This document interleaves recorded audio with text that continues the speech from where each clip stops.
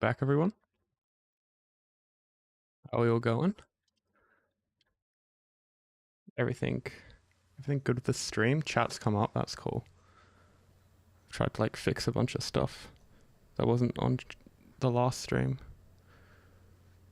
Yeah, some really cool tech. We got Inspector Fungus in the chat. Hello. I might just start off with showing you how cool this shit is. So let's use one that works. I think this one works. Okay, no, that one doesn't work. I'm messing around with this with like timings and stuff.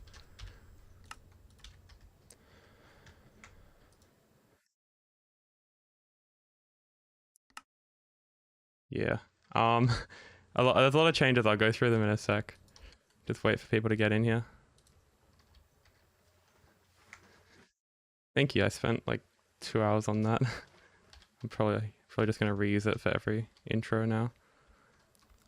So this, I don't know if you guys have seen this tech, but it solves a lot of problems with what we've got going on here. So essentially, a piston can push entities. It's pretty cool. But the problem with the piston is that it has like a speed limit as to how fast it can push things. So as you can see here, in one tick, I was pushed roughly half a block. And then the next tick, I was pushed another half a block. Which is pretty cool. I didn't have Spotify playing, so. And that's kind of like the speed limit is 0.5 blocks per tick. But I can't really demonstrate it. But if you push the player back, or you push the entity back at the same time, it kind of like overrides that limit. And you can push them, in theory, as far as you want. So like, if you're like a piston going like this, and a piston going like that, and you activate them at the same time, this isn't going to work, but... well, it really isn't going to work. it would like push them, push the player forward as far as you want. And you might be like, well, wouldn't pushing them back one direction kind of, you know, cancel out the other direction? And that's true. So that's why I use something called float alignment. I really should have made a demonstration before stream, but we're always unorganized here. Also, I'm in 119.3. It's got this really cool inventory. So basically, how can I do that? I've never float aligned. Well, I have float aligned. Okay, so if you get like a minecart, and then you like zero tick it with a piston, it pushes it over just a little bit. And is this gonna, fuck. Anyone go with float alignment in the chat? Basically, the idea with this float alignment tech is that it pushes it over just enough so that like when you push it with something, or you might have to push it with a block. No. Anyway, float alignment allows you to like push it back without actually pushing it back, so it doesn't like collide, but it still counts. And essentially what this machine's doing, there's also a link in the description because I'm explaining this horribly, but what this is doing is you sit in this cart, and this cart has these fence gates. Try furnace cart. Oh, you might need a passenger.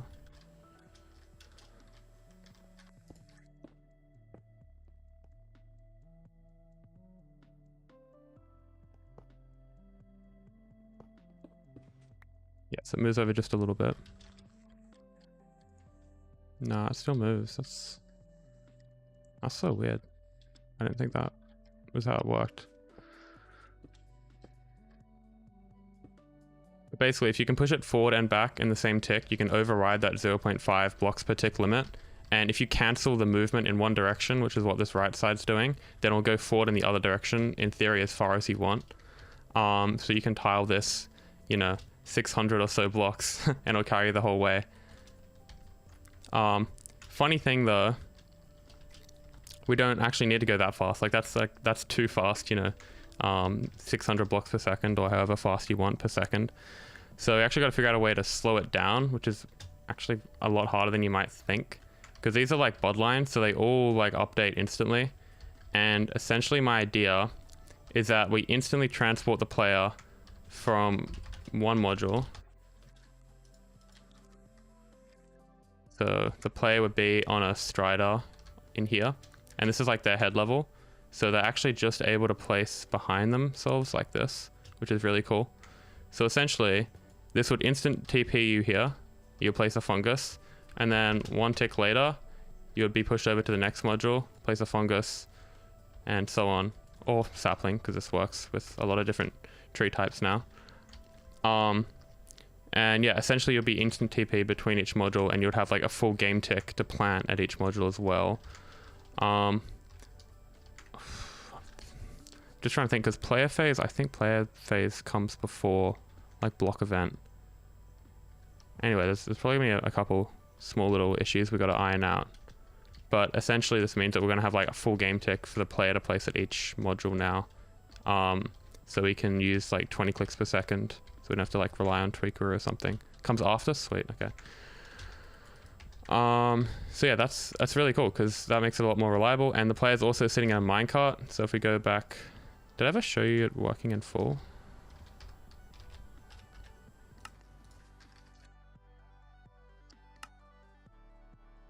Super cool.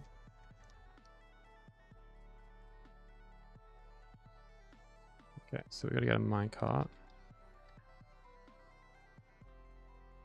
Really one of these command blocks. There we go.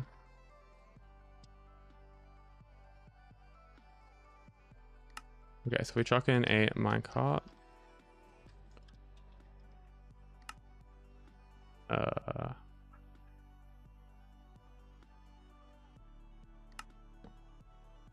Take phrase. Yeah, funny. Okay, so basically hop in here. Oh yep, this one uses a daylight sensor. That was the only bad thing about this. So the daylight sensor like activates this fence so the cart isn't aligned properly. It's kind of funny. So doing that fixes it. So you hop in here and then get sent instantly. It's so cool. So like these fences, these glass, they're all getting pushed in the same tick, but there's like a special order to it. So first the player gets pushed back by this glass or something, and then they get pushed forward by the fences, and they get pushed back by the trapdoor, and they get pushed forward again by the pink glass, and then that happens every tick. And then these glass is float aligned, so through some magic you don't get physically pushed back, but like it still resets the 0.5 blocks per tick limit, so then you have like free reign to go as far as you want on the left hand side in one tick. Yeah, but the issue is it's too fast. Like every 8 blocks, so every like 4 modules, we're gonna have to add in 1 tick of delay. That's why you saw the leaves over here, because I was using these leaves to like add 1 game tick delay, so this would get like a block update 1 game tick later after you remove the log, and then that would update the piston later. But this redstone block would power a game tick before this update, so this piston would only get powered for like, it would only be powered for like, it would only know it's powered for 2 ticks, so it spits out the slime block. It's just a whole mess. Like I feel like I'm gonna have to make my own one of these, because I don't think I can modify Joe Bro's design, which is what this one is. No, you didn't need to spend 22 hours. Oh, actually, I guess you did, because this would not work on a like spherical Earth. The thing is dead straight. Like you are not adding any junctions to this at all. And also it's not waterproof. That's why I can't demonstrate you this one working, because I dropped water down and then like all the buds are activated now, so it's broken. So you wouldn't really get further than like the Australian border. Can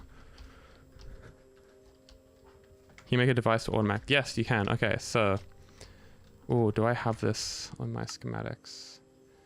But I'm starting to use folders. It's really cool.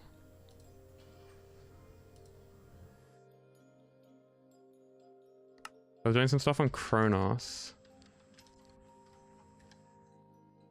Oh, yes, I think I did. Okay. So fill this up some carts. The annoying thing is I don't have MBT saved because I was doing it on a server, so I didn't save it for some reason. So like things like these commands are lost in like and storages and stuff. Okay, so just checking this. We don't even need a cart, that's right. We don't even need the command block. So this float aligns it. And you get TP'd. And then chucks in a new minecart. So it's really, it's like not a fast reset, but that's fine because for our specific purpose, it's going to take like 80 game ticks to get to the end roughly. So if I just like hit this, you see it gets sent instantly. And then what's happening here, because there's a couple alignment steps that need to take place. So first of all, we get a minecart from a dispenser, pretty cool. And then, you know, aligns against that block, then gets float aligned, and then the chain properly aligns it in this axis, and then it falls down, so it's next to this chain, or iron bar even, and then height aligns on the flower pot, and then you might have noticed this gate opened. So the gate opens because otherwise the gate's hitbox would go above the flower pot, and this wouldn't be resting on the flower pot. And it's imperative it's resting on the flower pot, because otherwise this fence gate here, it pushes forward. It's actually like 1.5 blocks tall. So this is like essentially a slab here. I can actually place that because it's float aligned. That's interesting. So this is essentially the height of the gate. So this would be pushing the minecart forward. But if that was resting on the gate, this minecart would be above the slab or resting on top of it even. So the fence gate wouldn't push it. So it just gets stuck. So that's, yeah, that's kind of the wiring. So you notice this gate's going to open momentarily and then shut again, of course. And yeah, it's just so cool. Like this tech is just like miracle technology, really. Like it solves like so many problems. I've mentioned all the problems in the description. Yeah, this can probably be simplified. This has to be removed anyways, because Ponchster had this idea. I think it's this one. Ponchster had this idea to make the entrance into the, what do you call this? Like just a name, like instant bolt or something. That kind of implies it's a piston bolt. So basically, there's this layout Ponchster made. which makes it so as soon as you right click on the minecart, this string detects you, and then with a bunch of 0 ticks, it initiates like the starting process and then instantly teleports you. So yeah, this IET. So basically within 1 game tick of you clicking on the minecart, you're sent anywhere in one direction, which is crazy. But we only want to get ticked 8 blocks forward each time. I don't think that's going to be something I do on stream, because that's like really complicated, trying to make like a new one of these that fits my criteria. Like look at this side, like this other side I can probably do because it's just like bud lines, but then this stuff, it's got like, it goes back and then forth, and then it's got like this segment, and it's just no idea. Plus it's someone else's wiring, so like you could make something this complicated, but trying to decipher someone else's wiring that's this complicated, it's like, no. Yeah, what do you think the floor is? The good thing about streaming is that there's a bunch of people who have different like perspectives on things, and they can bring up ideas before you find them out experimentally. Preload. Oh, yeah, that's fine. Yeah, I've tested force loading, so I have distant horizons on right now, so you can kind of see the end. But I force load all these chunks, jumped in it and gone, and if you disable skylight updates, then it's like 2.5 MSPT on my system. So if you're worried about lag, it's not too much of an issue.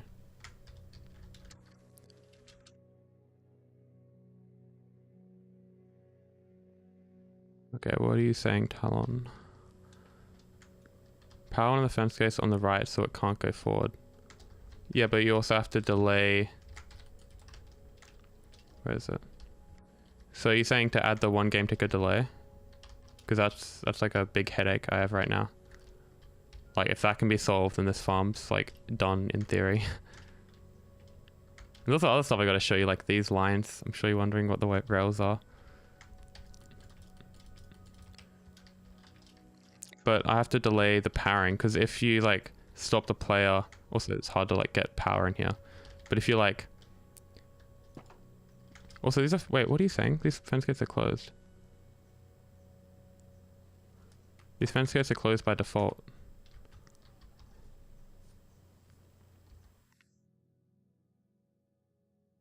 But even if you were to stop the player here, the redstone signal also has to be delayed, otherwise the signal is going to desync with the player. So you have to delay the signal, not just the player.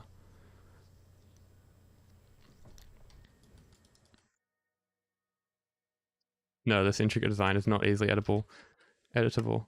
There's a couple other designs, I think.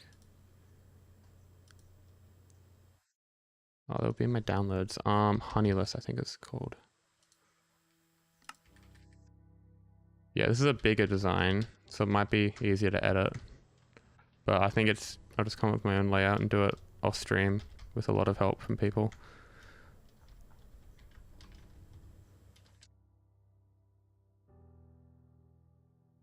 What do you mean, Talon? If you stop the player here, then this module, then like, if you power this separately, the player's going to stop here for 1 game tick, but then the entire line's still going to activate.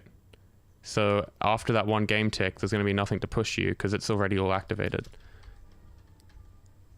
So you'd have to stop the player for a game tick and also stop the redstone bud line for a game tick. So then after that game tick, you then reactivate it and then the player starts moving again.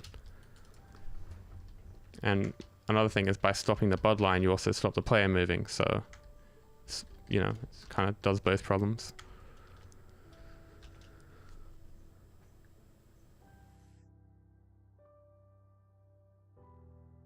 What do you mean exactly? Doesn't that go against what you're saying about opening the fence gates?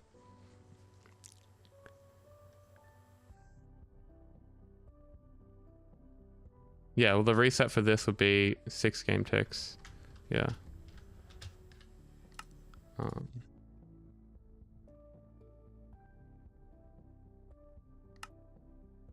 Bowick? Is that how you say his name? He made this one, which is pretty cool. So essentially it just uses these pistons, so it's like instant, like not instant as in you get in the minecart, it sends you away, but you get in the minecart and then hit the note block. Within, yeah, 1 tick it activates, which is really cool. This is all you need for Ncore really, because then you can just externally clock it and then activate it. Yeah. That's why I'm thinking, like, to get that 1 game tick delay, you delay the block updates by a game tick, which you can do with the leaves.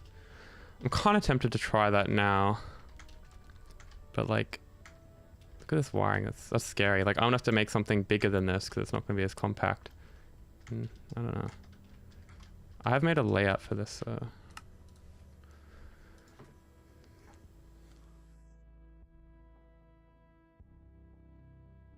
Didn't make a schematic for it.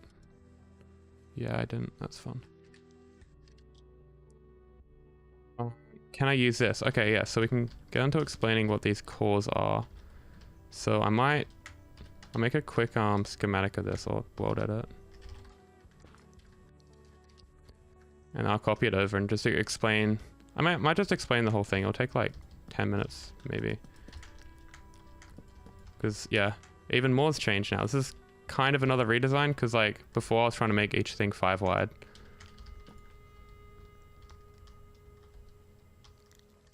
Yeah, that was the other idea. So you have 8 wide tileable IETs, and then you have bud lines, rail bud lines or whatever, that are offset by 1 game tick each. And then you would have like each bud line would activate every second 8 wide tileable module, which would give you a 1 game tick delay between all the modules. But like looking at the end of this, trying to like attach something to this, I just, yeah, couldn't really figure it out.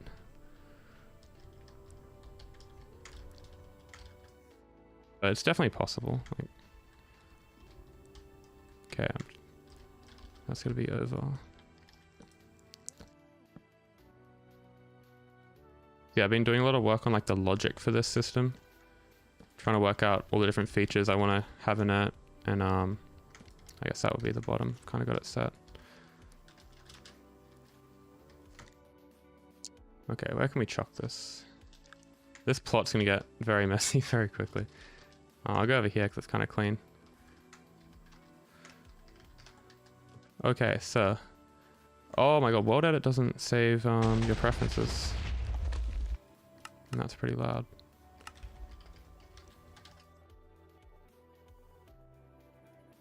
Okay,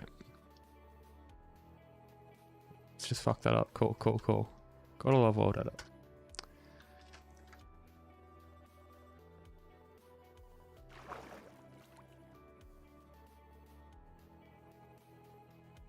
Okay, you saw nothing. I got that right first try.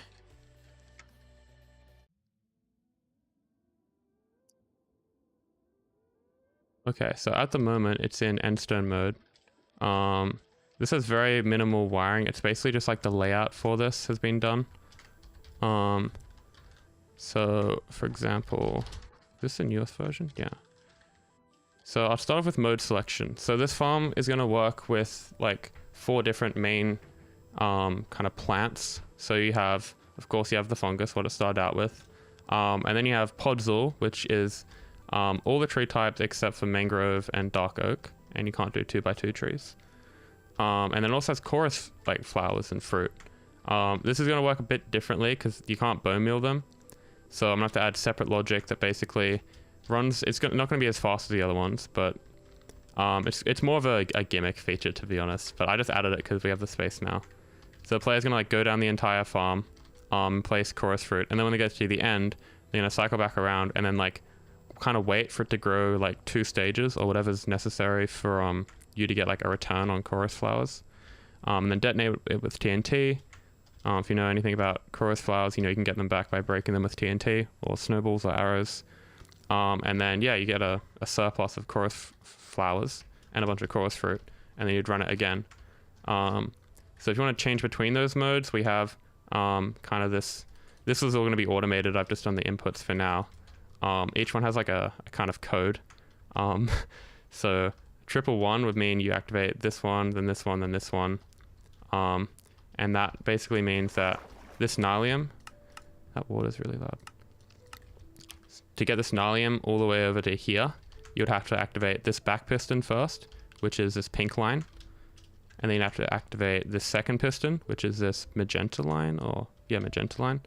And then you'd also have to push over another block with this piston, which would be here, which is that line. So I'll show that in action. So 111, so you'd hit that. I don't have tick freeze on. Actually, that's fine. And yeah, so it gets pushed over a block, and now that piston's in place to be powered. So you hit it again, and then it needs to be pushed over one more block. So we have this last one, and then now it's in this position. I didn't do the reset, so the endstone wouldn't normally be there. And then finally, you would like trigger this piston, and then that would push it over. Now we do have a way to automate this because I just did a bit manually then. So essentially, hit that.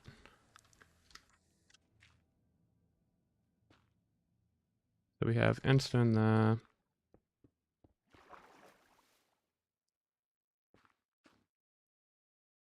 So you can basically access everything just from this one screen now. It's kind of cool.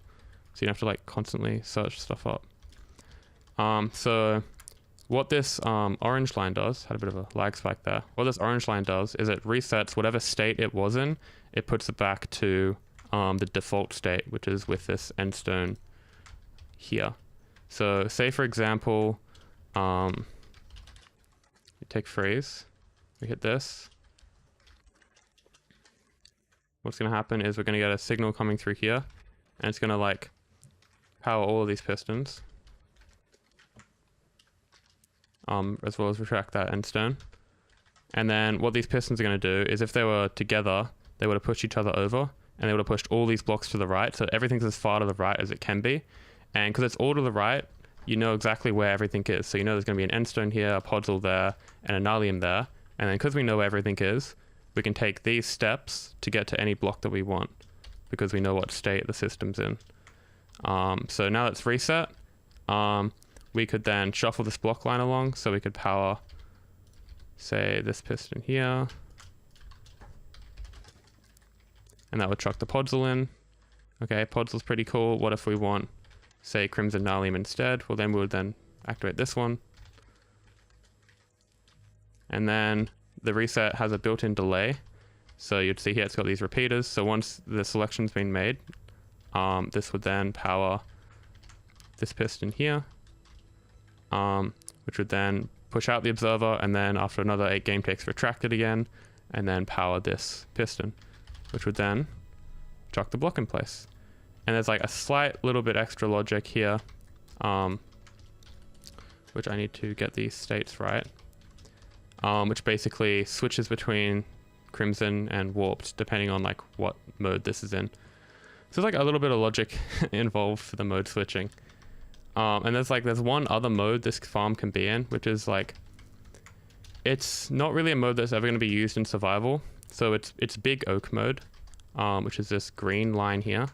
So when you click this, it chucks this log into place. And then that allows you to take like an input from the detection system. So when it takes a signal from the, I haven't built this line yet, but basically it's like when the player gets in the farm, a signal gets sent to every module, which like primes it in a way. So it would like activate these dispensers. It would turn on, you know, it would send a signal here. So I can simulate that. So this sand would go up, and what the sand basically does is if you have a oak sapling, it would force it into growing big oak. So what the sapling is trying to do is it's growing as usual. It's trying to grow like the small trees, the big trees. But every time it grows a small tree, it fails.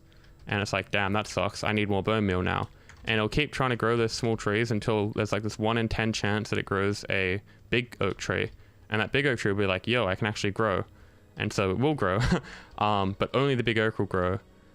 So it's not like the game is like, oh, there's a block here, I'm only going to try and grow big oak. The game's like, I'm going to try and grow normal trees. Shit, there's a block here, so 9 times out of 10, it's not going to grow. this essentially means that the big oak takes like 10 times longer to grow. And that's 10 or 5 times, one of those. And it ends up using like 22 bone meal per tree, which is 22 bone meals of the dispenser. And basically that takes 88 game ticks or something to get through. So that's like an absurd amount of time. Like one of these cores can cycle through an entire tree in 80 game ticks. And this is just the time it takes to grow it. So what that means is like, why is look, the farm actually does have a auto harvesting system built in. That's kind of cool. I wonder if that's going to be an issue. It's like burning like that. Probably not, because it gets like harvested straight away. That's actually funny. That's never happened before.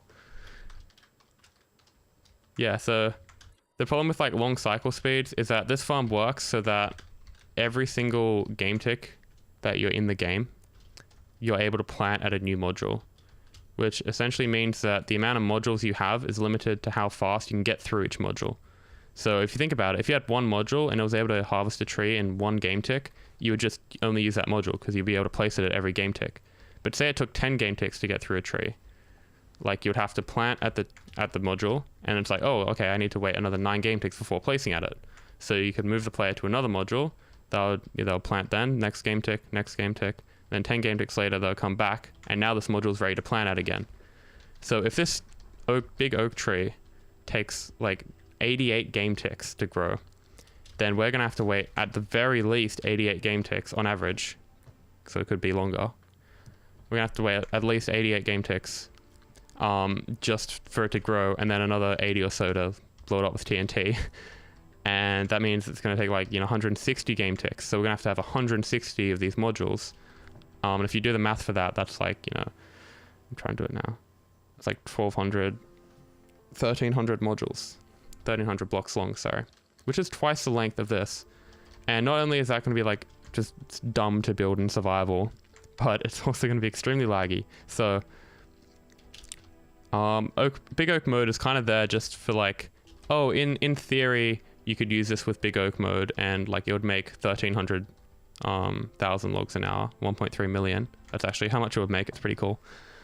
In theory, it would make over 1 million logs an hour, but like you just can't do it in survival. So it's just there for like future proofing, I guess, in case computers get crazy, or Mojang makes big oak not dumb. But yeah, that's what the red stands for. The rest of this is like, this is a transport system we covered at the start. These wires, that's just like taking the signals. And then I guess, yeah, this line's probably the one I haven't explained yet. So it's red. So, you know what else is red? TNT. So what this red line does, this is kind of like a lag optimization feature. So say you want, 98% rates instead of 100%, and you want to save on 50% of the lag this farm causes, which literally any player would. I'm like lag spiking. Let me see why that's... that might be why. Yeah, so say you want the farm to be like lag optimized. What you do is you just hit this, and this retracts these iron blocks. So essentially half of these block 36 modules aren't gonna be primed every single time you use the farm, which is very helpful because a majority of trees don't grow crazy high. In fact, only nether trees and 2x2 trees are going to grow any higher than like 14 or 15 blocks, and we're not harvesting 2x2 trees. And the nether trees that do grow higher than 13, 14 blocks, they only account for 1 out of every 16 fungus you grow. So like, it's really not worth. So this system is kind of like, just helps with lag. And it brings up the question, if you're going to have this disabled all the time, should you even build this top half of the farm? Honestly, I wouldn't. I don't think I'm going to when I make this in survival on WaveTech. But I'll just have this version here just because it's nice to have. And also, you can make a height detection version of this, which is what I'm currently working on. So you'll take a signal from this piston. So when you grow like a nether tree and say it's like a really tall one, say it's taller than 12 blocks, you'd basically try and extend this piston. And since, okay, that wasn't enough blocks. That's funny. Was that 1, 2 little blocks? It was, just my luck. So you basically try to extend this piston and be like, oh, I can't extend. So you'll get a 0 output from this observer. And you'd have like some logic system that's like, oh, I didn't get any signal from this observer. It means this tree is hella tall. You know, we're going to activate these top modules. So that would help with rates like a little bit. I think the farm still makes like 5.1 million items an hour without the height detection. And it'll just save like heaps on build effort. So if you're going to make it in survival, you don't need that red sand. You don't need these top 3 modules. And yeah, especially if you're only using it for like overworld trees and mushrooms and chorus fruit, you really don't need these top modules. But yeah, just for the sake of efficiency, and also it looks a bit cooler. So what else is there? The width of the modules, yeah. So in the previous design, we were kind of space limited. So we didn't have like some magic fucking IET to move the player around. We had water streams. No, there's no water streams in sight. That's old tech. But essentially the player would like, oh, there's a bit of water. The player would like travel along a soul sand, bubble fucking water stream with like dolphins, and they'll be going crazy fast and it'll be like unreliable. No, we got it to be reliable, but it was just annoying to set up. So basically, yeah, the player would like go along here really fast and they'll plant. And kind of the width of the module would determine how fast the player has to go. So if they have to cover 20 modules a second, and each module is 5 wide, they'd have to cover like, why am I doing math on stream? They'd have to cover 100 blocks per second, which is, yeah, that's a bit crazy. So we couldn't make them wide, because if we made them like 7 wide, you know, it'd have to go 140 blocks per second. But now we can travel however long we want in 1 tick, and the only limit is how much lag we're causing and build effort, I guess. So yeah, if you make the modules however long we want, in this case I'm doing 8 blocks wide. That's a compromise between build effort and lag. If we make them 8 blocks wide, then now we have, you know, a block extra on each side for wiring, which is huge. Like, we're now going to be able to make these debris-less, hopefully. And then we also have a separator layer. So this is something we had on the very, very first design. We had like a big wall made out of obsidian, not glass. This is like bulletproof glass. Use your imagination. So we had a big wall out of obsidian, and this would separate each module. So this is actually a really huge idea. It's why I originally made each module 8 wide. So because each module is separated from each other, there's no like, well, I might have to go into another world to show this. But basically each module would like have an overlap. Fuck, I don't really have it here. I guess I can just kind of show it here. So each module would be like directly connected to each other. So if like this module triggered first and dispensed its water,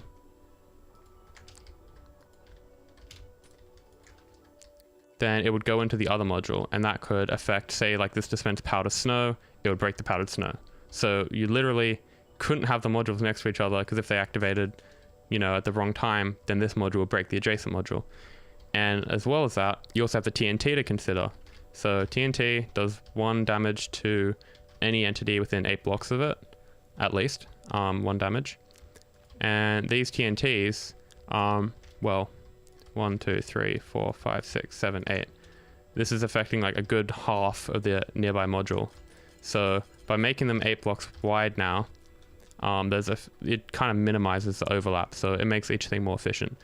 And we also, like, we're harvesting the entire nether tree once again now, which is really cool. So we get that little rates increase. And that's kind of it. So today, I guess I just wanted to work on like automating this, maybe making these debris-less. And then that I'm most likely going to do off stream with a bit of help, because that's like really hard, but it just solves so many issues. So it's definitely worth doing. Any questions? That was a lecture, kind of. I'm gonna make an update Ncore video, like an annual one, because I did one last year in January and people liked it, and it's just kind of satisfying to like get the information out there. I don't know. So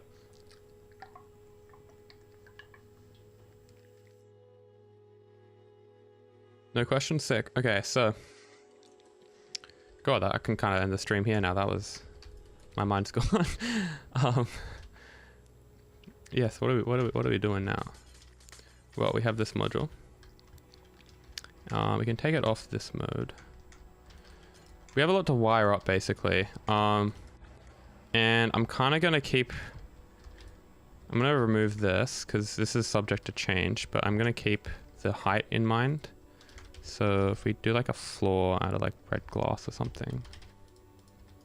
So if we don't go below this and we just don't build, we try to like avoid building downwards as much as possible. Because the good thing now is we have like a couple blocks to work with either side. We have infinite distance that way, also infinite distance that way for each module. Of course, we won't use all infinite blocks either side, but we can definitely make use of... Well, we can't even make use of a percentage of it, because if we do a percentage of infinity, that would still be infinity, but you know what I mean. We have room to work with.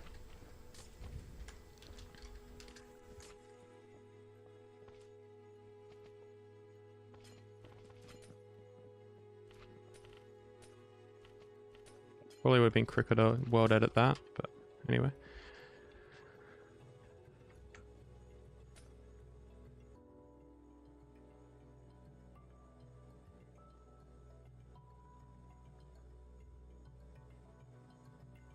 Okay. It's kind of like the floor, I guess. So we're gonna start by like kind of automating this logic here. So in the first design, which I believe this all works pretty well, you basically come over to selector panel. If we check what state it's currently in, we have crimson Nylium. So if we want to change the tree type, you would come here, be like, oh, okay, I want warped. It's in warped. Tick freeze, hit that. Just so I can show you it.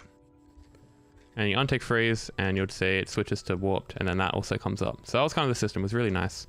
And you had like the selector panel. So I probably just want to replicate this literally exactly, because we kind of spent half the last stream working on this.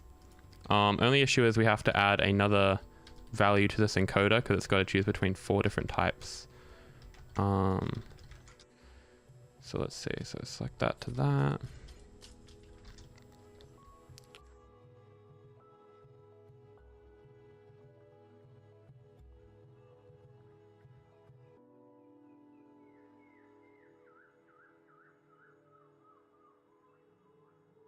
Oh wow, that was like nearly perfect. Okay, so does this have MBT? Surely. Nice. So we need warped, crimson, oak. That's actually good. So yeah, the first mode is actually... Oh, is this a written book? I fucking signed it. Oh well, let's make a new one. Okay, so we're gonna do first page is endstone, and we'll just calibrate the signal. Endstone, UTF mode. Warped. Oh, actually, UTF / mushroom. This also does the mushroom types. Warped. Oh, actually, it's crimson then warped. Crimson and then warped. And then to make it 15 pages, we can do this. We don't want to sign it. Okay, so Trez. Holes in that. Oh, the minecart. Okay, so we got this book. We can flick between it. That's really cool. And yeah, so we gotta remember, how does this all work? So these don't do anything for now. So just get rid of them. This is just like leaf mode. Oh yeah, leaf mode, yeah. That's another thing it can do. It can do leaf mode, it can do bee nest mode, it can do mushroom block and stem mode. But that's like a bit more complicated. I'll probably get on that later. This TNT utilization mode was basically what I was talking about, this red line. So that should really be red colored if I want to color code it properly. Big oak, and then activate all TNT. Oh yeah, so this, if you remember the iron bars farm, there was like a feature where you could hit a button and it would clear the platform of iron bars. So this is kind of like a similar feature. So you like hit this and it would activate the TNT consecutively, because all at once would like kind of crash your game. And it would like clear the platform of any blocks that are on it. So that's kind of what that does, although that really shouldn't be a state. That's just like a pulse that gets sent out. So that's that. Another cool thing about having this work in the overworld now is that you can do, or like Hamter had this idea to do the item processing in the nether. So I think that helps with lag or something cool. It's like easy to bunch all the items together. So yeah, there's a lot of benefits that come with having it in the overworld. And yeah, so this cake subtracts a signal, of course. So then that comes in from there. So, okay. So that's subtracting 12. Am I double calibrating it or something? I think what I can do, so that's comparing that. That's subtracting that. Okay, get rid of that. I'm gonna add a lever to this.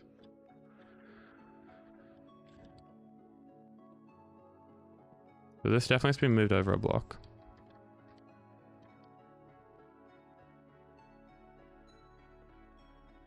So the first mode is going to be, let me think what it'd be. I need that book actually.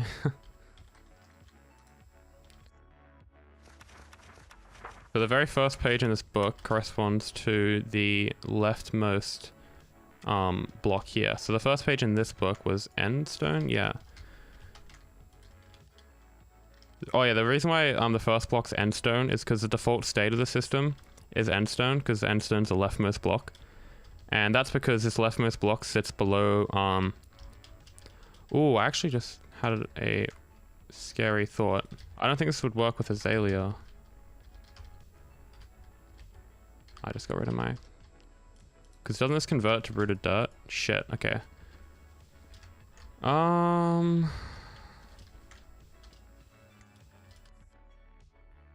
Okay, I'll think about that later. Yeah, you might have to have the, instead of endstone, have just a dirt block, I guess.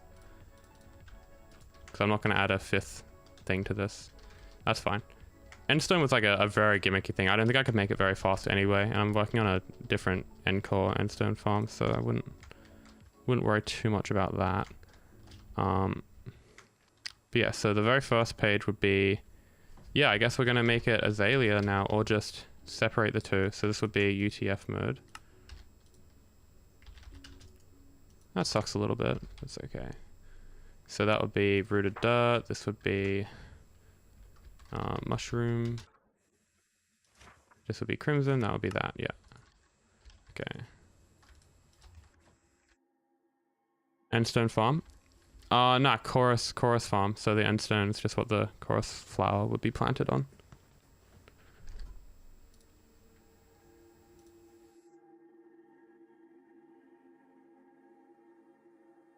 Okay, so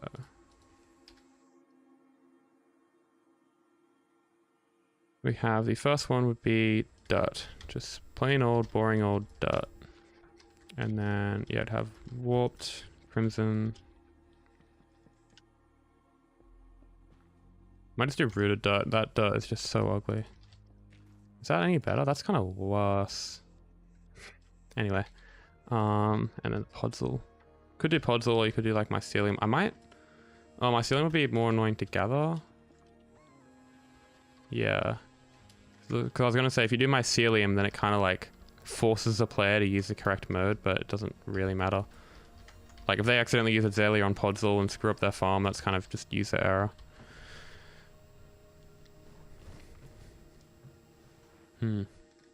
Fuck, I'll just use mycelium. Why not make the farm more expensive to build? There you go, because then this only works for UTF trees, this only works for mushrooms, and this only works for like crimson and warped. Like these can't be grown on that, definitely can't be grown on that. And it kind of looks nicer, yeah. Okay. So yeah, we have these three. And we got a signal coming in from here. Yeah, but oh, surely you can't grow you can grow something on mycelium, can you? Yeah, you can. Shit. Why can you do that? It's mycelium. It's like not a real thing. Anyway,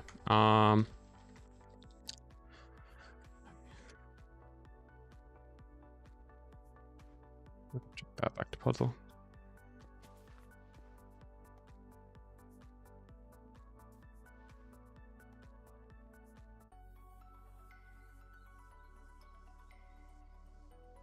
So how did the system work? We had, that was the off state. Signal would come in.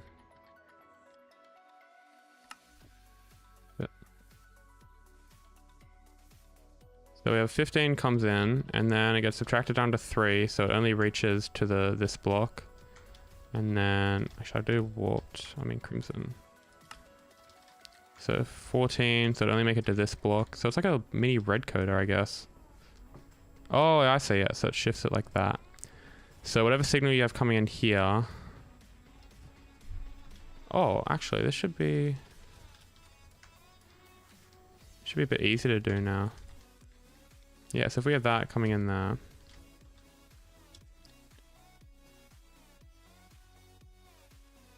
Okay, so it does have a little block there that drops the signal strength by 1.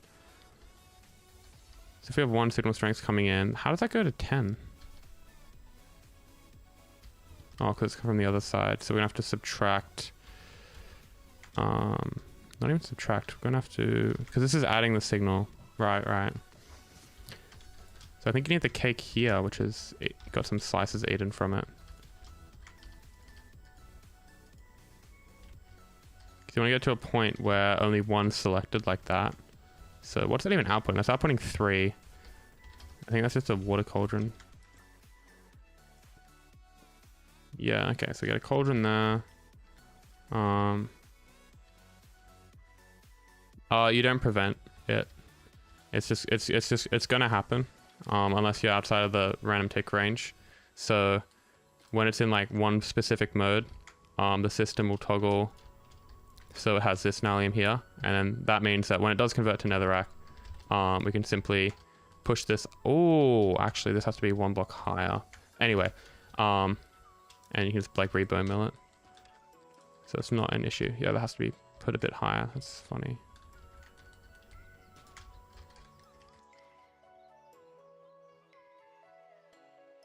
Actually, having those leaves like that might be an issue. Okay. They don't have a distance thing, right? No. Oh, that's going to be annoying. Okay, I'm going to have to rewrite that slightly. That's not a problem for now, though. So yeah, see how there's like this band of 0? So as we cycle through this book, it should in theory move the band across. Okay, so it's not. Oh, because that's not in subtract mode. Okay. So the band's too wide. Now it's... Oh, okay. Yeah, okay, so we need something slightly higher power. Or maybe we just go like that.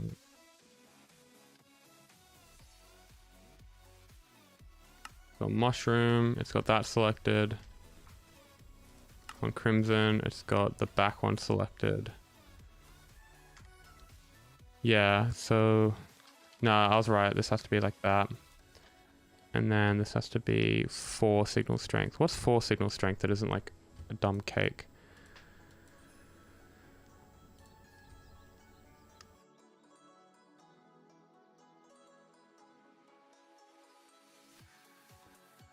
You do. Hey, Robo. Some containers. Star. Yeah, I'm just trying to like, because if you're building this farm, I really shouldn't be focusing on build effort right now. Like, it'd be kind of annoying to set the composter each time. So what we're trying to get this to signal strength 4. Ah, that's shit. Composter just doesn't work. Actually, 1, 2, 3, 4. I'm done. That's fine. So we have, yeah, that's right so far. So we got the crimson selected. We got mushroom selected.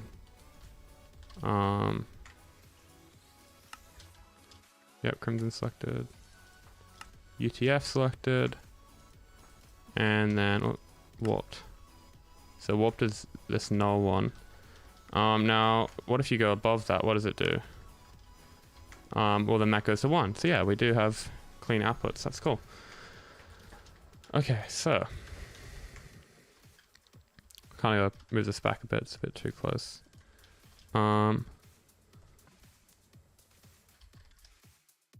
Ooh, actually, I'm gonna have to redo this a bit. Because I think warped in this farm was the default state. So it should be the leftmost one. Yeah, okay. So if I'm looking at that. Yeah, so the block without a torch on it has to be the default state block. Because that doesn't carry any like signal really, except for the reset signal. And all the reset signal does is restore the block switcher to its default state. And seeing as the default state has to be... Yeah, which block doesn't decay? Like the podzol doesn't decay, but also like the dirt's kind of chilling. So it could be either podzol or dirt. What do you reckon? Podzol or dirt? Probably dirt, because that's... Lots of people are going to use this in UTF mode. So let's just do normal dirt.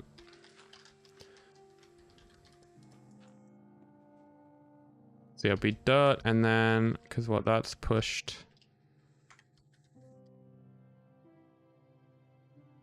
Yeah, it'd have to be podzol next, because you couldn't have a Nylium here, because this can be pushed one block further over, so you'd have the Nylium underneath the dispenser, and then that would happen.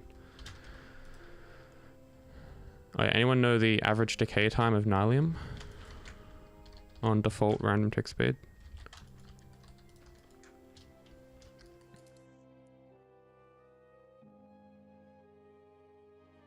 Oh yeah, you can kind of see the farm resetting now. So it's in crimson mode, and if you hit that, it'll attract the crimson, and then chuck it in dirt. So that's how that works. So with our thing, we're gonna have to redo this. So we have basically this, but the other way around. We kind of messed up the order. That's fine.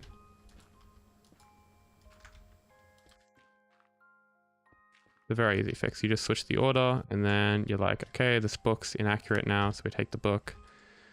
We go, that's actually warped. That's actually crimson.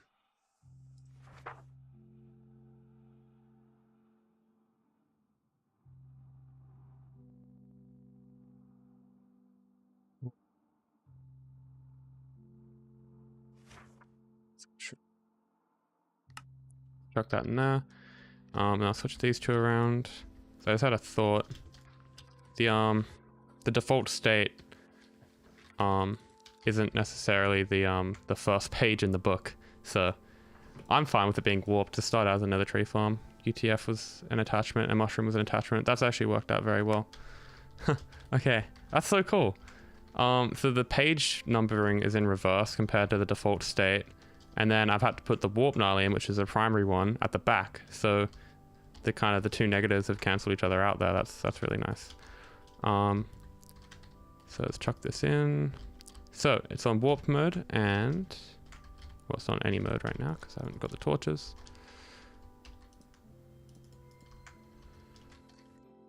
And it's on warped, chuck it in crimson, or UTF mode, it goes to UTF. Chuck it back to crimson, yep. Goes to mushroom. Sweet. Okay, so now what do we do with these signals? Oh, is that zero ticking? Not zero ticking, but chucking out the block.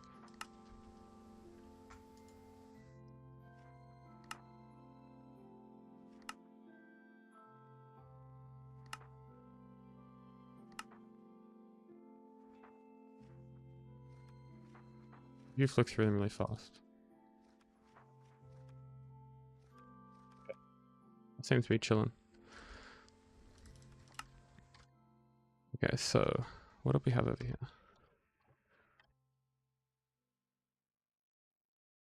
Oh yeah, yeah, I remember. So we got to use a Carnor map, which is essentially just a truth table. And I'm gonna grab these values. So that's gonna break right when that extends. Ooh, that's kind of cool. The signs don't. That's gonna break. It's like what's. Oh, I guess that makes sense. Signs are like retarded when you can place them on. Yeah. Okay. So we got a sign. Sick.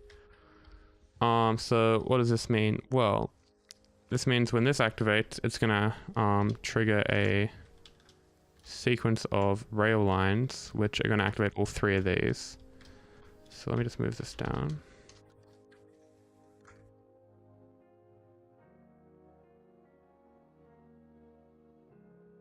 Okay, so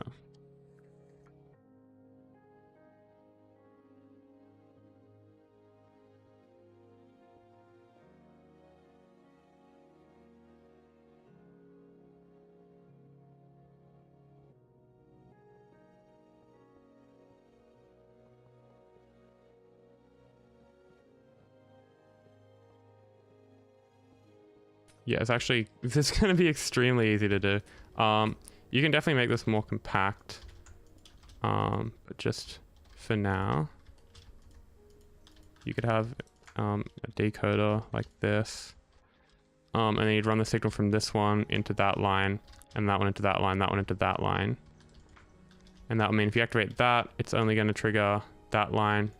If you activate this line, it's going to trigger both. If you activate that one, it's going to do all 3.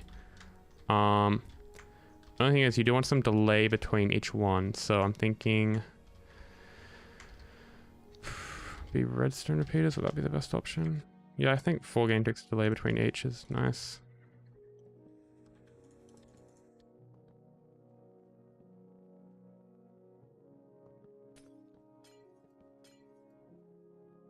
Okay. So it'd be something like this. That could directly activate the line. 1, 2, 3, 4, 5, 6, 7, 8, 9. And then that isn't going to be long enough. Well, actually, if you go like this. 1, 2, 3, 4, 5, 6, 7, 8, 9. Perfect, perfect, perfect.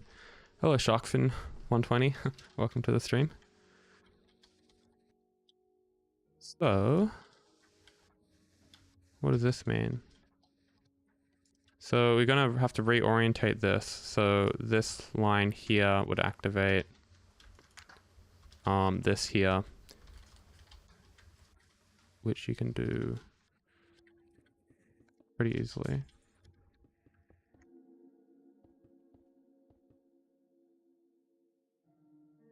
Observer there. Yeah, so it'll be like this. You can lower these pistons down. So basically, picture this, but rotated 90 degrees. So you'd have something like this. And then the torches would be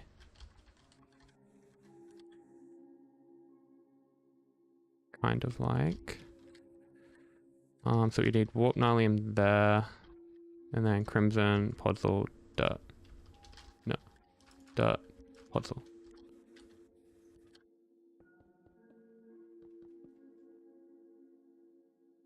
Thank you. Appreciate that a lot. I'm good. I'm all right. It just takes me a while sometimes, you know. But thank you for the compliment and for the subscription. Okay, so I'm gonna be careful because this is hard powering, so it's gonna power whatever we chuck here. Unless of course we do like a repeater. But that adds delay. Don't worry about the delay.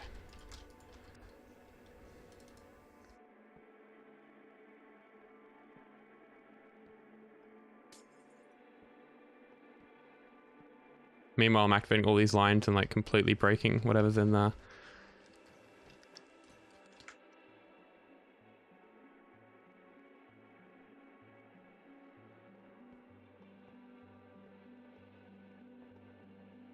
Yeah, with logic like this, I'm just going to try and keep everything like as symmetrical as possible. I say that and then I use rails here instead of repeaters, but it's fine.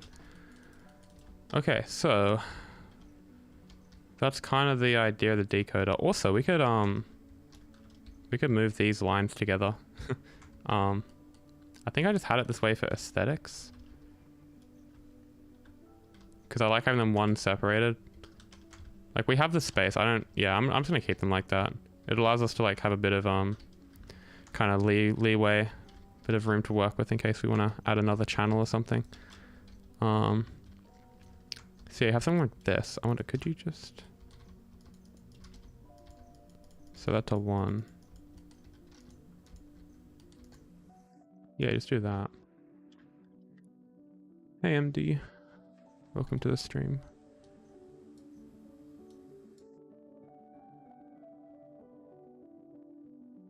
Just working on the side project. Okay, so I would activate that 2 game ticks in 4 game ticks. Yeah, so we want 4 game ticks delay. That'll be 4 game ticks delay. Yeah, that's fine.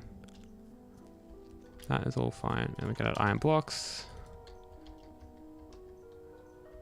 Oh, probably not an iron block there. Could mess with the whole thing. Yeah, okay. So we got to rotate this, which we're gonna give world edit another go. It's been hit or miss so far. I have this version of world edit where, like, you know how like Matica, it has that selection box thing. It had like a selection box but for world edit, and I don't have that anymore. I don't know what version of world edit it was, but it's like really cool. Also, did you guys know that you can change the default selector tool of Matica to cooked beef?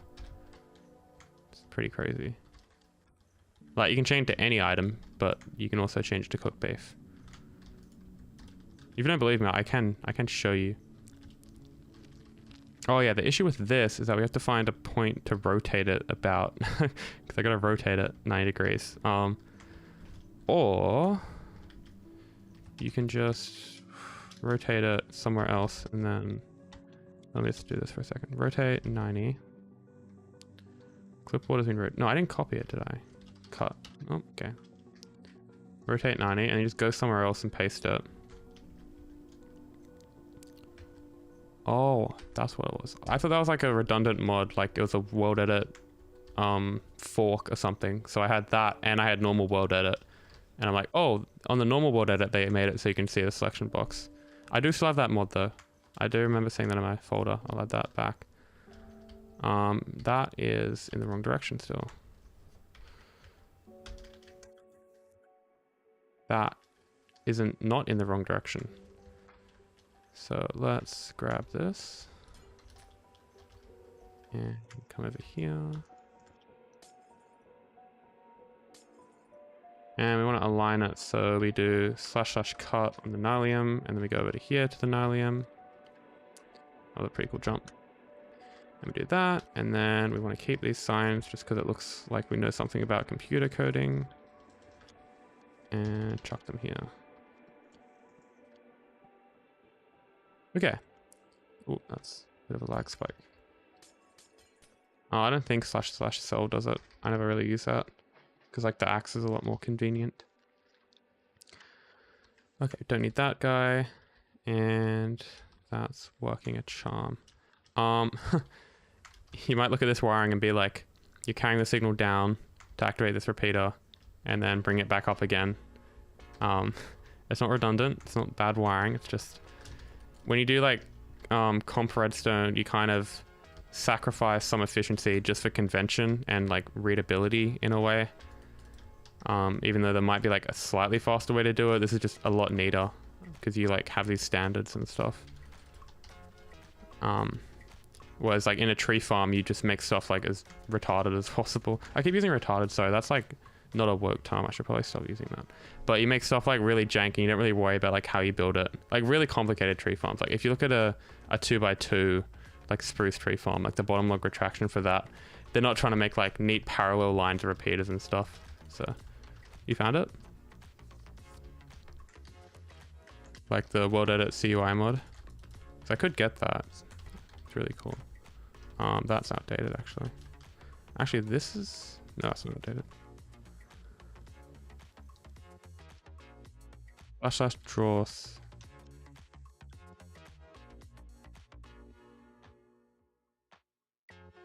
Yeah. Oh yeah, that's actually pretty cool. Thank you.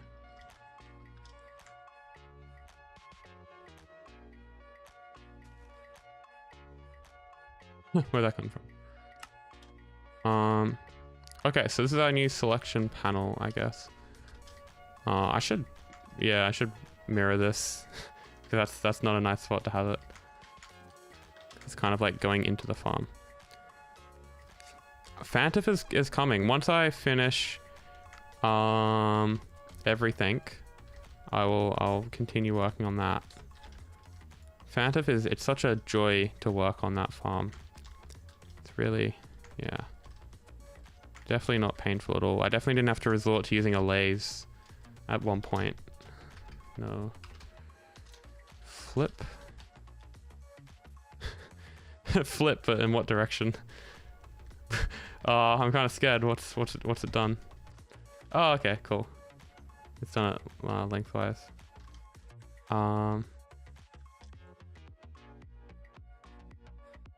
Yeah, VUNTF is funny. Like, the issue with it is that the core that generates trees, the one that like Binary and I made, it's just too fast. And like the whole point with VUNTF is like it's a really the whole point with VUNTF it's like it's a really fast single core nether tree farm, because you can make like multi-core ones now, or you can have like multiple dispensers bone milling one platform on Nylium, and like it's less efficient, but it's just faster. But VUNTF is like this kind of middle ground that's, I don't know what this Nylium was. Probably here. Really? Oh my god, wait, what? It's flipped it in like both directions. It's just rotated at 180. Anyway, VUNTF was like this farm that's like somehow so fast that it can like outdo multi-core designs and stuff. But like the blast chamber for it, it's just not really feasible. Like the only thing I haven't tried is the bridged tech, which is what Sergeant Potato does a lot of. If you don't know who he is, he does amazing fully auto nether tree farms. But yeah, the whole thing with full auto nether tree farms is like you can just make a really fast like player based one and then just use a carpet bot to AFK it. So it's like kind of makes the whole concept a little bit pointless. Of course, you don't always have access to a carpet bot.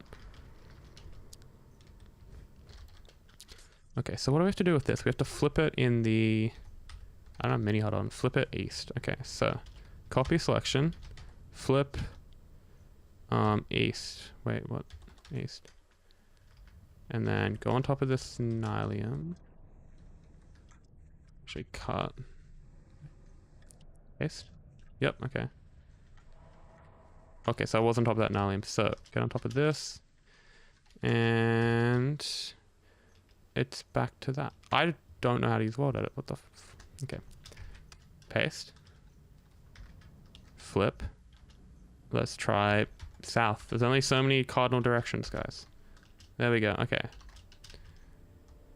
So if we do undo, does that undo the paste or undoes the flip?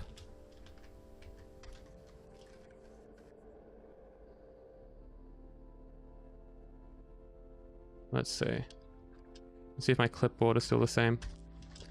Yes, it is. Okay, cool. No, I gotta move it over. Wait. Ooh. Oh, I have to recode it. That's fine.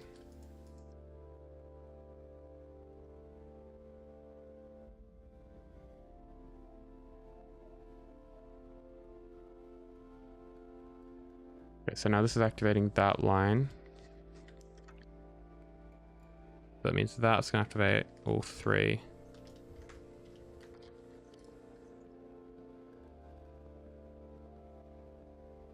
And then this one's going to... Yep, that's fine. So it's just this line that has to be switched out. That wasn't too bad. Okay, so... yeah, it's going to go like that. And then we have this pink line. Ah, yeah, that's troublesome. That's gonna go 1, 2, 3, 4, 5, 6, 7, 8. Wait, 1, 2, 3, 4, 5, 6. Yeah, that's definitely 10 blocks.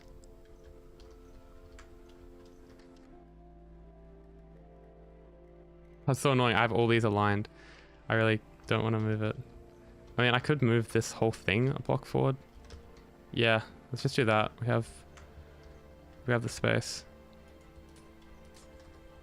Okay.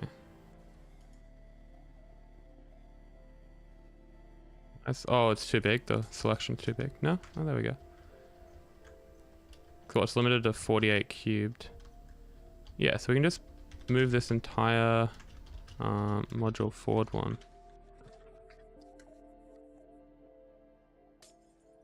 And then that should 1, 2, 3, 4, 5, 6, 7, 8, 9. Yeah, okay. Fix that up. And now that's gonna activate all 3. Crimson's gonna activate the back 2. Dirt's gonna activate the 1. Podzel's gonna activate the reset. Which means we have to, let's just hit this reset. Okay, so that's broken. Not too much. Yeah, he does do a lot on the TMC subreddit. It's good though, because not everyone's like got Discord, or not everyone's like keeping up to date on YouTube and stuff. So it's nice that people post there. I don't think enough people post there. Like a lot of people just put stuff on like one Discord server, if that, and like a lot of information's just really hard to find. That's kind of why I made the. That's why I made the Huge Fungi. Well, that's not why I made the Huge Fungi Huggers Discord, but that's why I turned the Huge Fungi Huggers Discord from like a joke into something hopefully useful. Because it started out as like kind of like a meme. It's like, oh, what if we had an entire Discord just for one type of tree? But turns out that one type of tree is cooler than the rest of the types of trees. Okay, so now we have a control panel. So yeah, the thing with all of these lines though is that every single one of them has to activate this reset. So if we come over here, how are we getting the reset signal before? We just take a signal from the button, or this guy?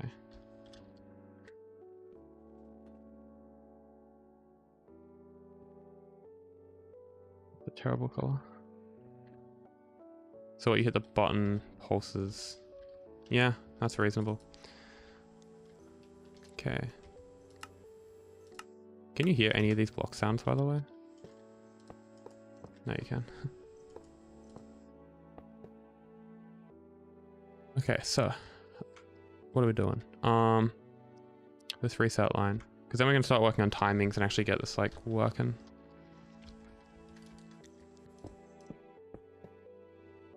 So we can set up this so it runs right against it. Yeah, a lot of them still don't know that Optifine's bad. I think there was a period where like everyone was just using Optifine, and then Sodium got released, and then everyone switched that knew about it. Like the biggest thing with Optifine, I guess, is that it has a lot of like connected glass features, shaders, like all in the one package. But if you take that extra time to just find those other mods, like Iris is amazing. Like I don't have it right now because it doesn't work with DH, like Distant Horizons, but Iris is seriously cool. That's funny, the obsidian over there is still pink because I had a resource pack on earlier that made obsidian pink. So I gotta show you WaveTech later, like the progress I've made on it. It's so cool. We're making like a tree farm perimeter at the moment, and well, it just finished running like the World Eater. It's like a big hole now. We mine lots of diamonds and all that.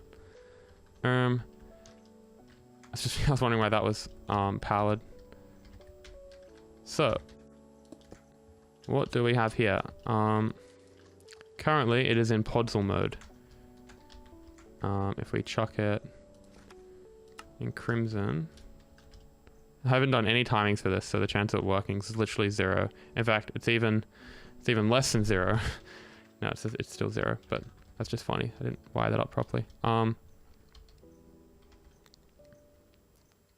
That's kind of annoying. Yeah, I think I just got to raise it up by 1 block. I don't think I can be lazy. I really want to be lazy, but there's no way to.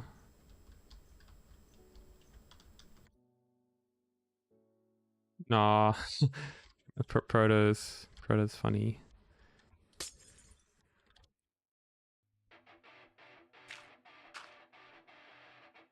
Yeah, I figured out that vanilla really isn't my thing.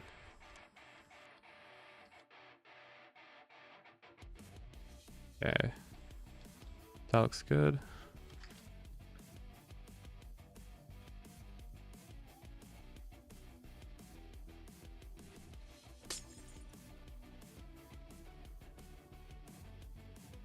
Okay, so crimson, and then it should have, oh, we have to input the signal. There you go, it goes to crimson. That's weird.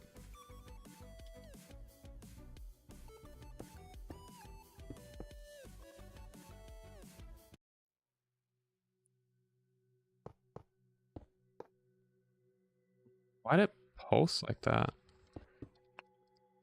Is that just because it was like updating or something? Okay, this is somehow getting pulse. What?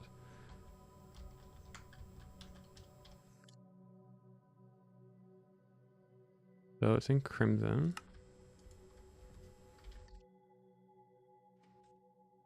So we get the 2 signal coming in, and then we don't actually need this cake anymore. And then that comes in to 2. So now it's 2, 1. Wait, that's too high. What the hell? Did the composter not paste properly? Oh, I don't think this is synchronized. Yeah, that's right. So this 2 comes in. Yeah, okay, I gotta add another comparative delay. So you see the 2's there, but there's a 4 there currently because the signal hasn't gone through this comparator yet. So actually what we gotta do is have it so... Oh, okay. I need like... You have to get the signal there. That comparator carries it. Yeah, no, it does have to be in that spot. Because yeah, see how it's on 4 and there's a 2 coming into this, so it should be 4 minus 2's 2. So it's because of the 2 game tick delay of the comparator. If we go forward another step, that's going to go down to 2. So then this torch is going to flash when it comes back up again.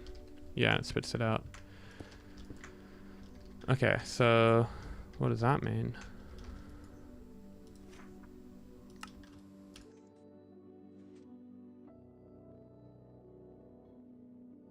So that's just on 4 by default. Hold up.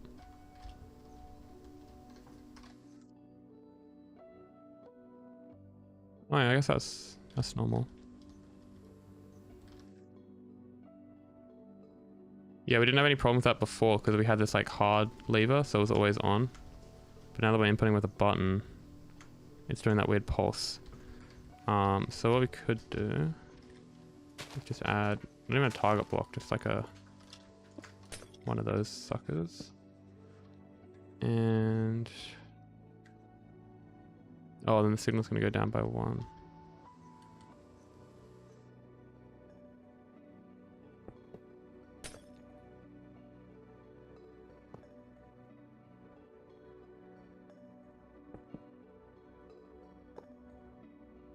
So now signal's gonna be 1 too high there.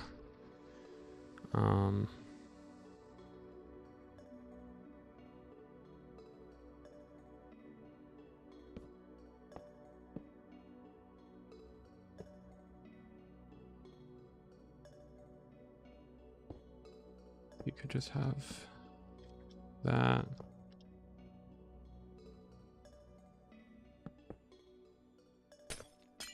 It's gonna go down by 1, and you have that comparative delay. No, that's still not enough. Wow, this is interesting.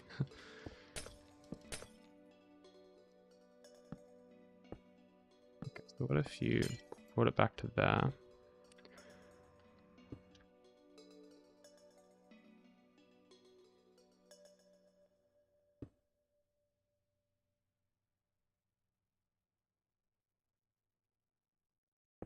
I mean, you could do it like this, and then have this on like subtract mode with the lava cauldron. Then that would like decrement it by 1. Like that does work.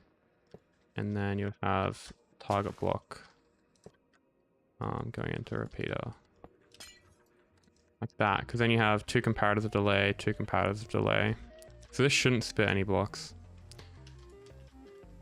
So now it's in warp mode. Go to UTF. Oh, that does all of them. That's amazing. Why did it do that? Tick freeze. Oh wait, is it meant to do? No, it's not meant to do all. No, it's just being dumb. Okay, so right now it's on all of them. So we got the signal comes in. And all of them turn off for a second. Wait, is a lava cauldron 3? Surely not.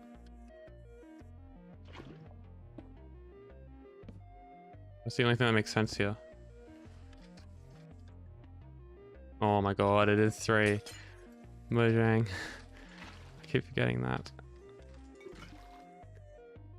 Okay, why do they make it 3? That's so weird. I guess like the cauldron's 3, but the cauldron also has 4 states. The lava cauldron only has 2. Anyway. Okay, this should work. So we got untick freeze it. UTF mode. It only does the back one. Warp mode. Only does the front one. Crimson mode. Only does the middle. And then if we chuck it on mushroom, I'll just check this is connected. Ah, it's not. Lucky we checked.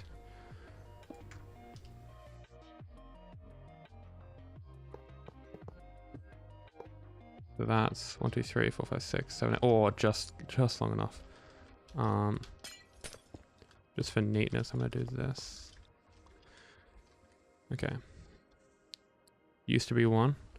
Yeah, I think I vaguely remember that. Okay, so that pushes it down, that go across. That's gonna get QC'd. Add a note block. Just checking it doesn't do like some weird double power thing. Do I have note blocks in here? I do. Okay. So note block there or note block there? Not there. Okay, so now if we chuck it on mushroom mode, it should hit that. Yep. And of course this is just broken because I've been spamming it with random stuff.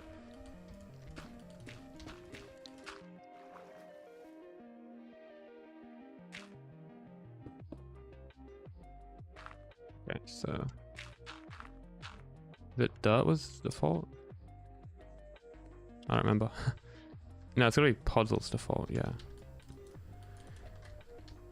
Okay, so if we chuck it on Podzel now, that should be the only one of these that works straight away. Yep, we got Podzel. So what's gonna happen? So we have to get the reset signal to happen first. So that... Actually, I think the delay built into this system should mean that this just works. Hopefully. Okay, so that'd be cool. So let's check the actual signals being sent.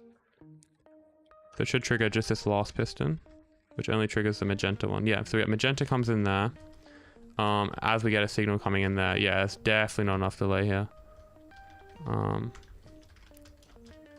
Yep. Okay. So that means we need we can add a bit of delay there.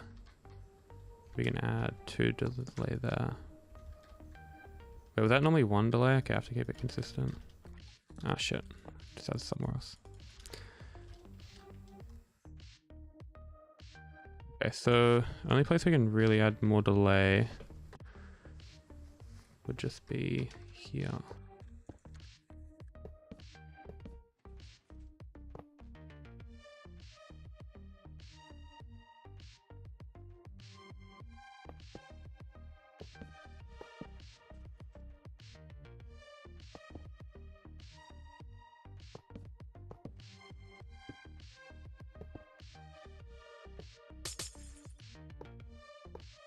I'll just keep it like this for now.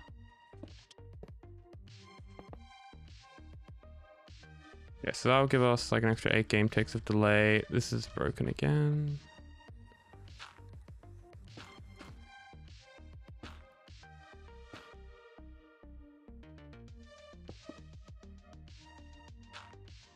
Okay.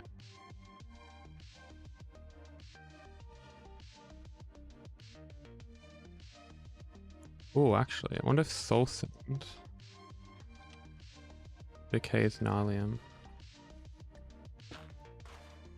Ah, okay. Worth a shot. This should work at least a little bit better.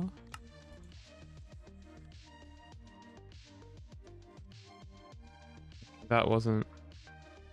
I don't think that reset properly.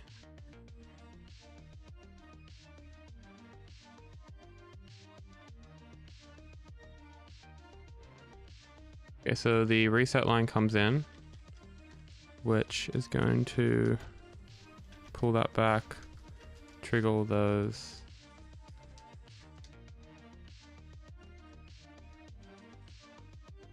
Yeah, we still need more delay.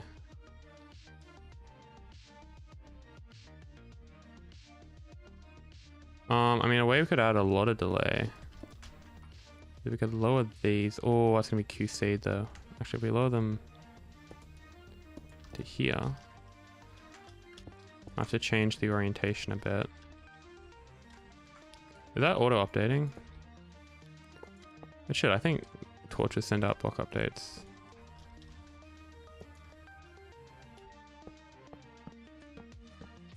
Yeah, okay.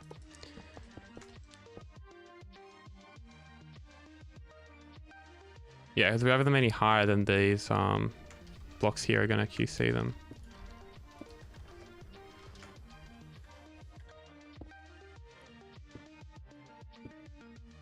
So what, by default... Oh, actually... Do we necessarily need torches? Yeah, we...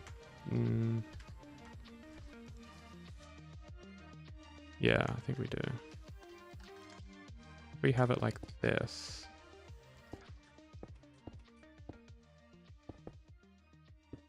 If we have like that, then only the one without a... that isn't getting powered would retract. Of course, if we update them. This would have to be moved over.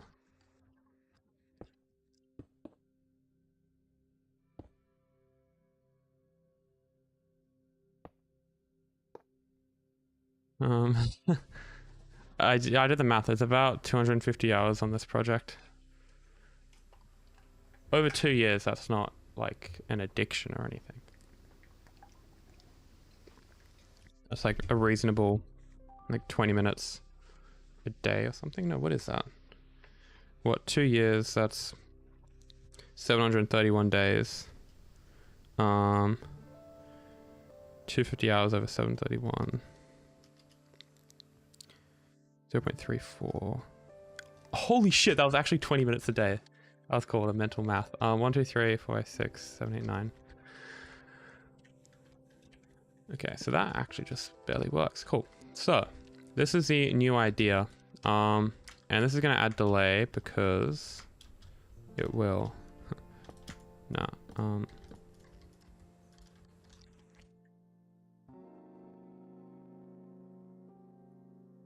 That's... Oh. That can only be one.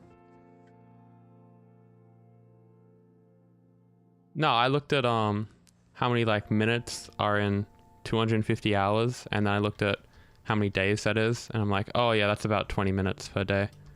Definitely no raw luck there, it's just talent.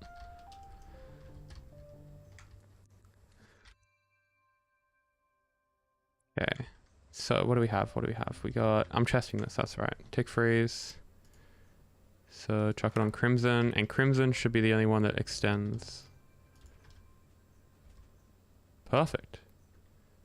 Okay, so you see it's delayed for the duration of the button press, so if you have like a longer delay button, it should in theory be retracted for longer.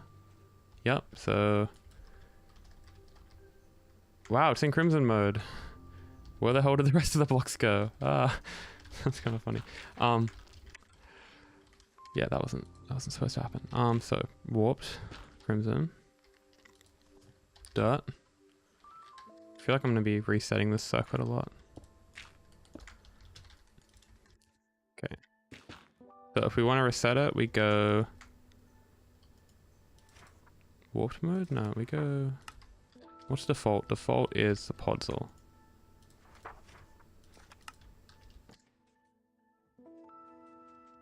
Yeah, so podzol works a trait. And then we're going to tick freeze because there's no chance this works. First try. I'm going to go to crimson mode. So we go 4 steps ahead. We get that reset line coming in straight away. And it has to, because it has to go a long way. Oh, can we just remove the rails from here? 1, 2, 3, 4, 5, 6, 7, 8, 9, 10. Oh, we just can't. Okay, so that's going to trigger that, it's going to trigger that, and that should retract it nice and quickly. And then where's our signal here? It still doesn't even... Okay, well, yeah, we got heaps of time. In fact, this might be too much delay. So we have to wait for this very last piston to extend, which it has. So that means it's pushed everything across to the left. Which means... Actually, we also have to wait for it to retract, which it will now. So at this point, this piston still extended. Because I guess the signal's propagating through that line. Oh, there it is. So we should have this triggering shortly. There we go. So now basically waiting for these pistons to fire because he's going to push these blocks 1 to 3 across. So it should push it 2 across.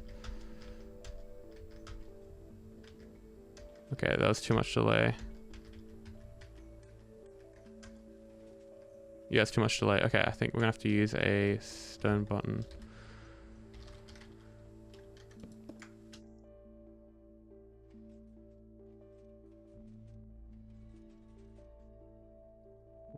It worked.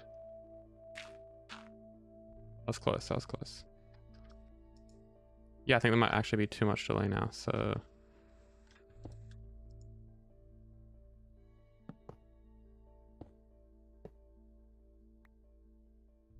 What's it on now? It's on nothing.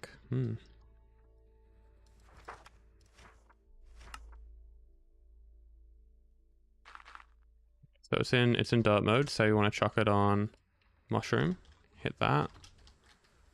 That's still working, yep. And say we change our mind and we want it back to crimson, you hit that. It should get pushed 2 across. Okay, I think it goes 1 across. Oh, that could mean the timings between each channel are off.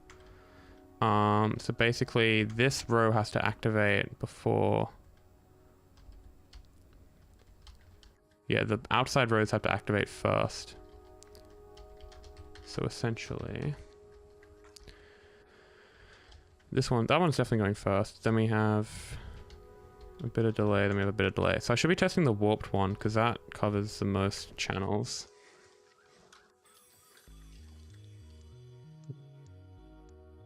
Good thing is it's not breaking too bad, so we can just chuck it on mushroom mode, and that resets it.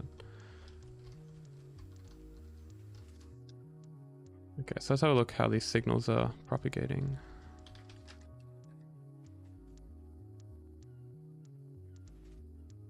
Okay, so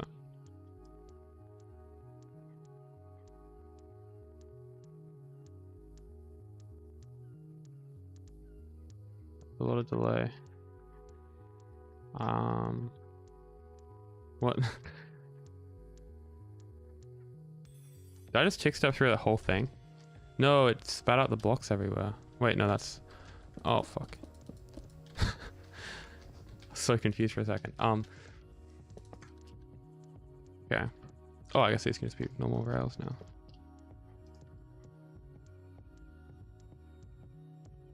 Yeah, what just happened? Oh, it's still in mushroom mode. It didn't save my selection for some reason.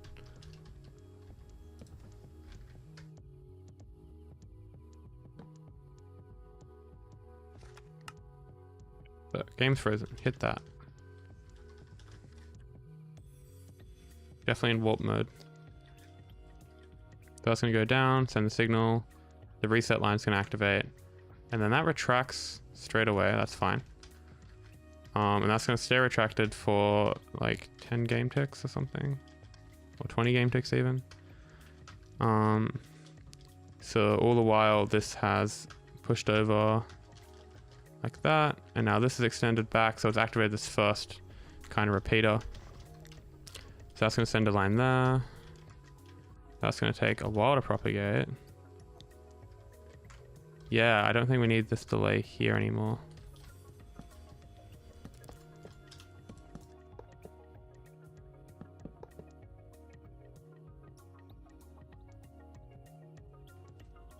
That's definitely going to break it.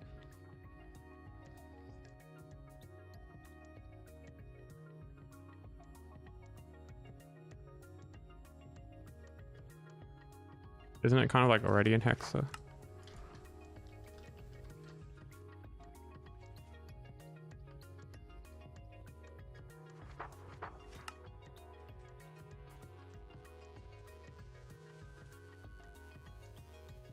It's just the timings, that's all.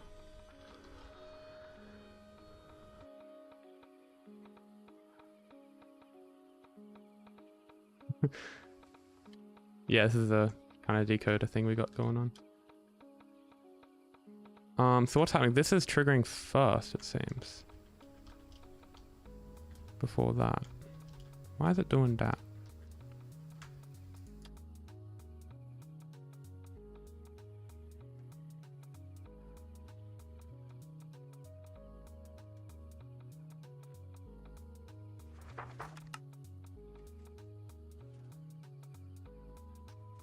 That works nicely.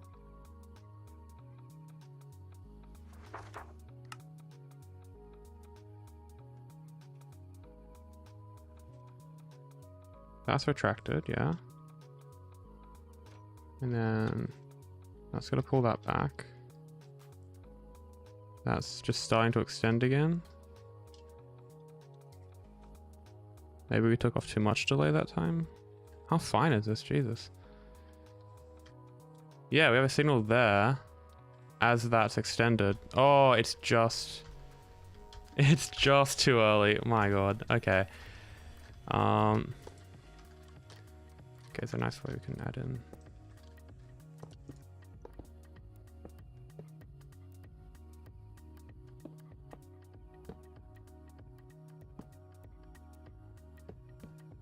Lucky last attempt.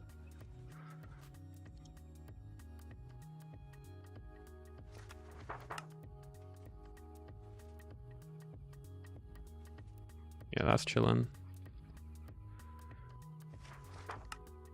Not even gonna take phrase, it's just gonna work.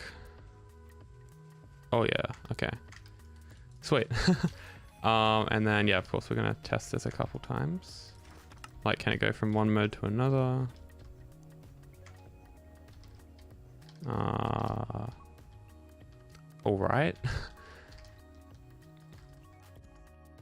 That's not UTF mode.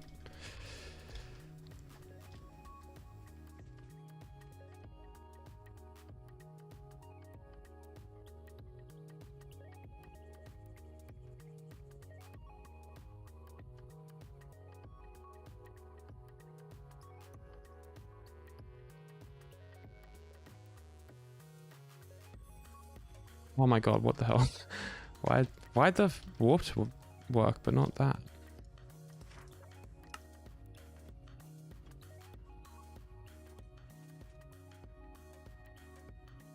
Being pushed out of place, maybe? Nope.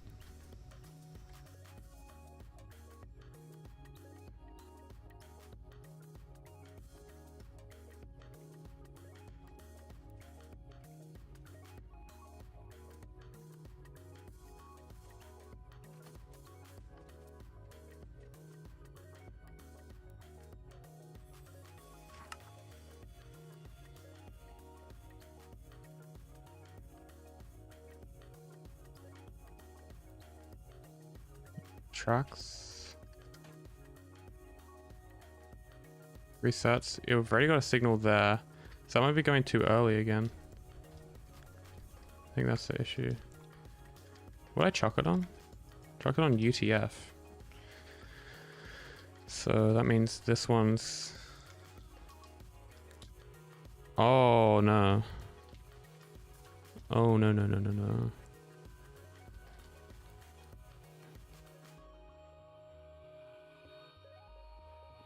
This line activates this, but this has to be the last one to activate. I've got the timings back to front.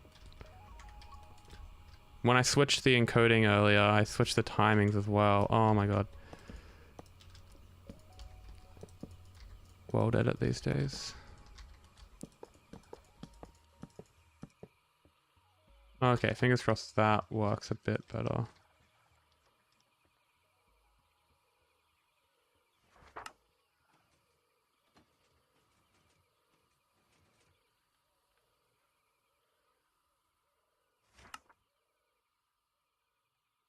Yeah, so UTF should just be the very last one. So that's the signal there, which triggers this piston. So that's got to be the last one because you have to wait for those two to extend. So between each module, you'd want 4 bits of delay, which we... Wait, it's the same delay between these two. Am I dumb?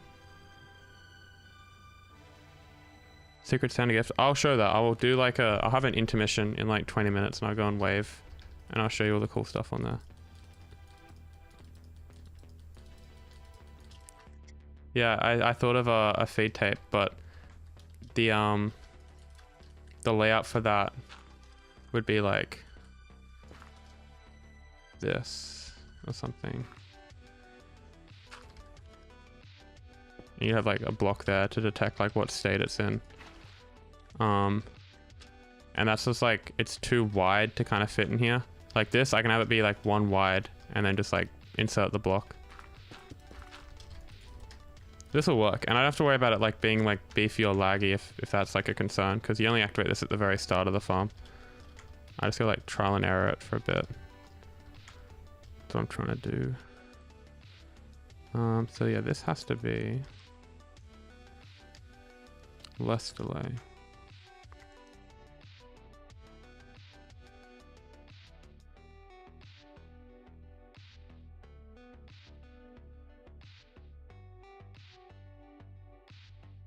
Just want a bit of dust there.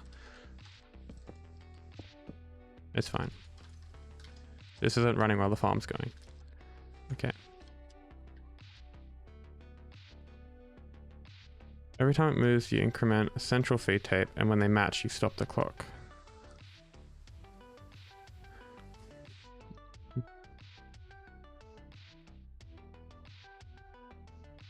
Yeah, I know what you mean. It's a little bit too wide.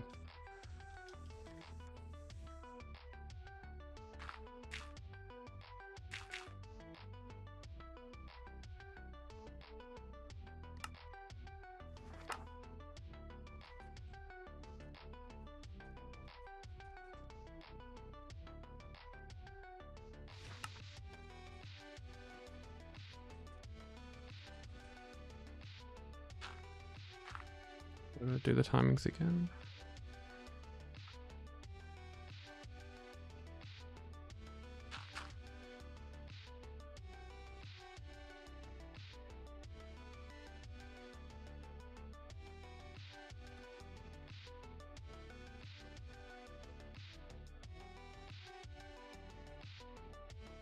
So that piston's extending now.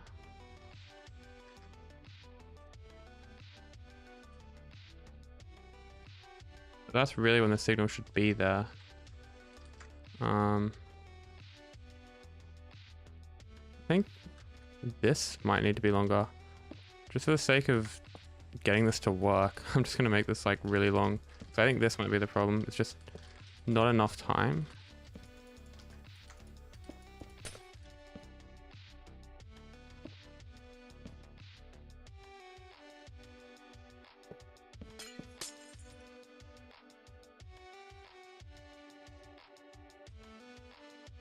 So on that mode.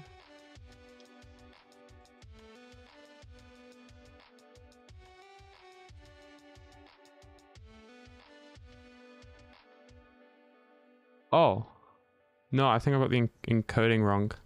Yeah, I've got the encoding wrong. Oh my god. That's funny. Yeah, that's really funny. I'm like, this is definitely enough time. Okay. Yeah, you saw nothing. That means I gotta flip the timings around, right?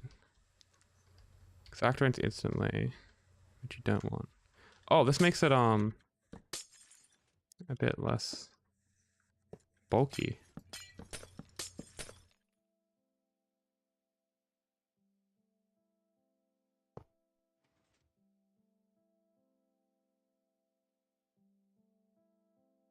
Yeah, so you go like,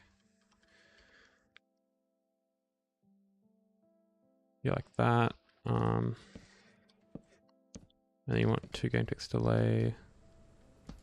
Oh, if you want 4 game ticks delay, because that's going to activate then. Yep.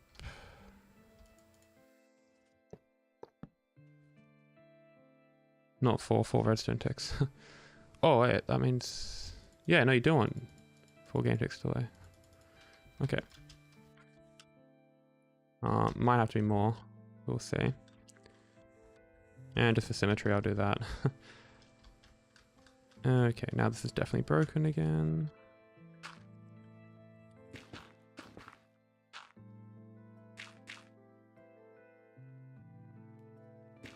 Okay. That's why I was only working for the reset one, because it didn't use the encoder at all. Yep. It's gonna be so satisfying once it's working. Yeah. That's an easy one though. The hardest one is warped. That uses everything. Yep. And then can we switch between warped, crimson? So it should reset it, like, fuck. Okay, so that's activated too soon then. I saw that. Should I keep it? Wait, it just went to crimson. That's, I'm retarded. That's correct. Okay. Cool. Never mind. And this will just reset it. That's a very simple one.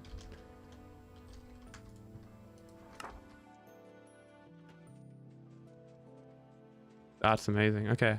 So, pick a number between 1 and 4. I'll start 1.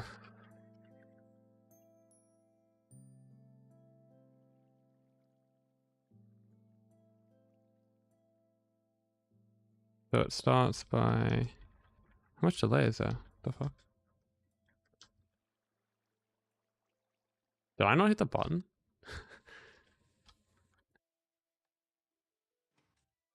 Oh my god, I missed the button. Okay.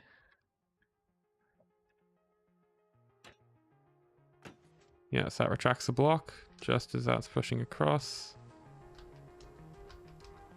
Resets it, and then that pushes it over to warped. And it does that.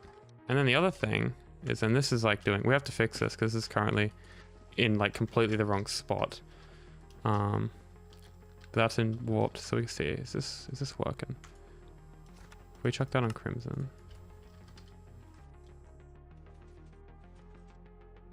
Yeah, it's not gonna switch, that's fine. Did not expect that to work at all.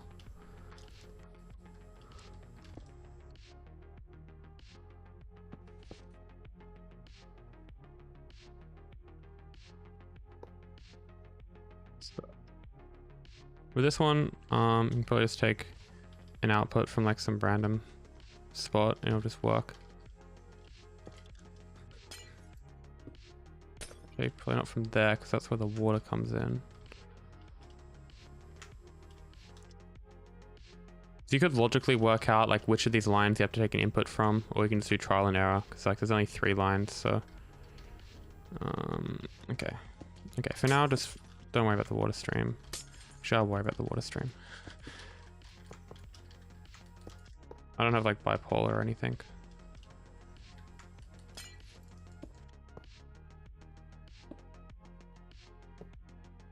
Yeah, that'll be fine. Oh, that water's kind of cool. It like flows straight. I guess that's just how it's spawned. Nah, Tree City Perry is like for your dual core and dark oak. The list of like middle class nether tree farms that I'm working on. a UTF by someone else, by Scorpio, I think, because he's a provisional member. And then like some like leaf farms, anything like tree related, we're gonna chuck in there. It's a render distance Perry. Yeah, when I get this toggle working, I'll hop on there. Okay, so that's currently in the right state. So yeah, if we switch this to warped,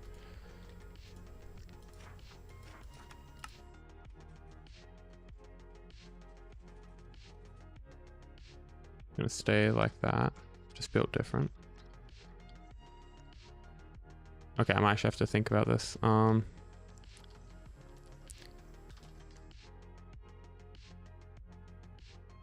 Okay, so warped. What's special about warped? Warped is the only one of these that uses this channel here, this purple channel. So this purple channel, if we, that's what I was doing. I was taking input from the purple channel. I don't know why that wasn't working before.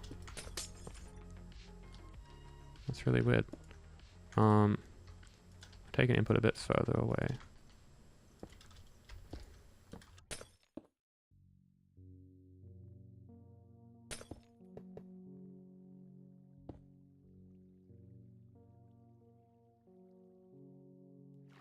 Because yeah, whenever warped activates, it's going to toggle the current state. So if it's in, oh, it's in warped right now. Unless this somehow triggers twice, which doesn't make any sense.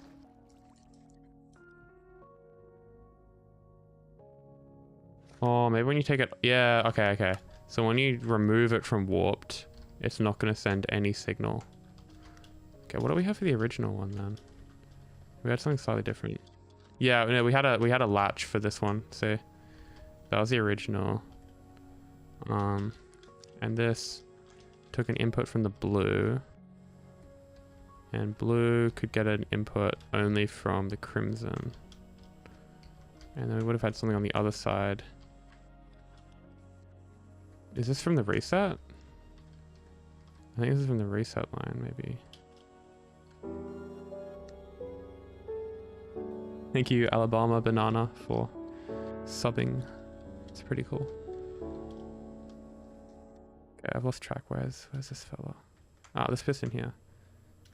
Oh, so that's getting a signal from there, which is from there, which is from there, which is from the reset line. Okay. So I'm gonna hook up the reset line and it'll just magically work. Okay, you watch, you watch.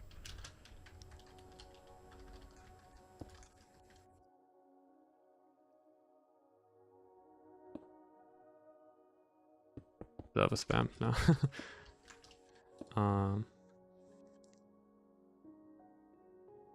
I'm kind of tempted to move these back a block. In fact, I'm going to do that because then I can replace that with a note block.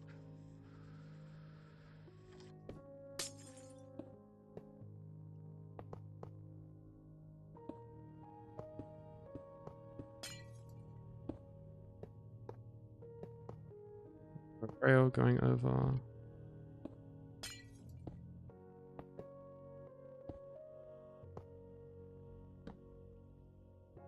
Okay. I'm trying to keep this all in line so it looks more like a computer. Although it's not even close to that. That's still tileable? No, I gotta add a rail.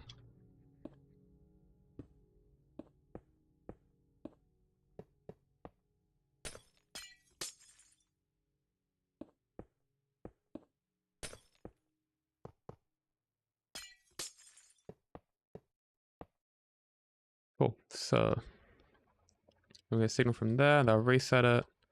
So we always know what state it's gonna be in, I'm pretty sure.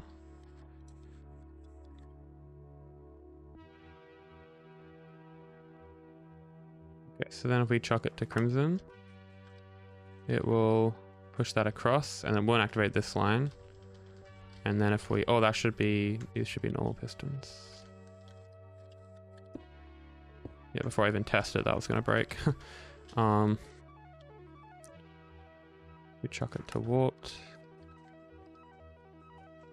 Only that one activate, we'll chuck it on warped. So any other mode we put it on right now, it's never going to activate the line that triggers the piston closest to us. So it's always going to be on crimson. The only time it's ever going to change state is if we put it to warped. Because then that's the only time this middle purple line is going to activate. And then that'll change state. And then as soon as we switch it away from warped, this line isn't going to activate because we're putting it onto anything but warped.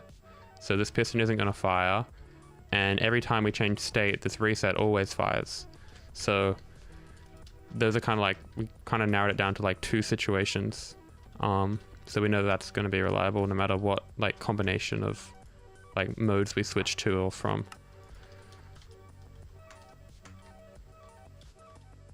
Yeah, so we kind of have that logic. Now these are in the wrong spot. This is a single dispenser design. Don't look at those.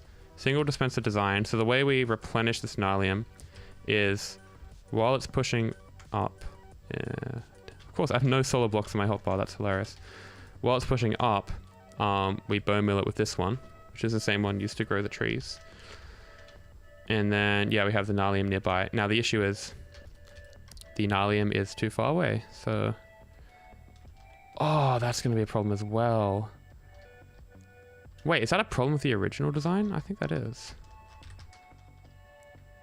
Surely I would have thought about that. I did think about that. I had the Nylium. Yeah, okay. That's actually maybe an easy fix. Maybe I have to redesign my entire farm. Okay. Oh, I might have to shuffle some things around a bit. Because we can't have them separated by 1 block. Because if we replace the Nylium and the dirt, if we swap them around, when we switch it to warped mode, so chuck that there. So yeah, if we chuck on warp mode, you'll see the issue. So I'll get pushed across, and because that's pushed all the way to the right now, this Nylium is going to be underneath like that, and it's going to die. I don't...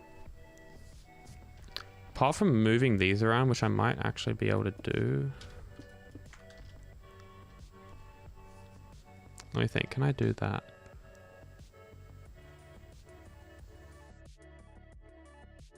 That'll be a big help if I can just move these to here. Because these are the powdered snow. I mean, obviously I can't move that one or that one. But then, yeah, let me just chuck like a waterlogged leaf.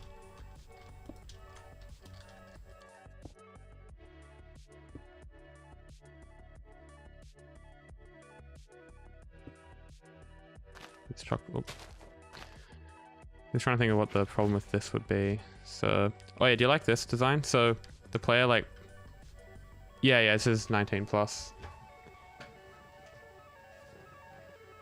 I could redesign these. I'm planning on redesigning these because I have a bit more room to work with now. So I could like avoid the use of these like waterlog roots. But yeah, I'm just using like whatever mechanics are in the latest version as possible to get this to work. Yeah, the player places against this trapdoor like that because they're in this. Yeah, you can do that.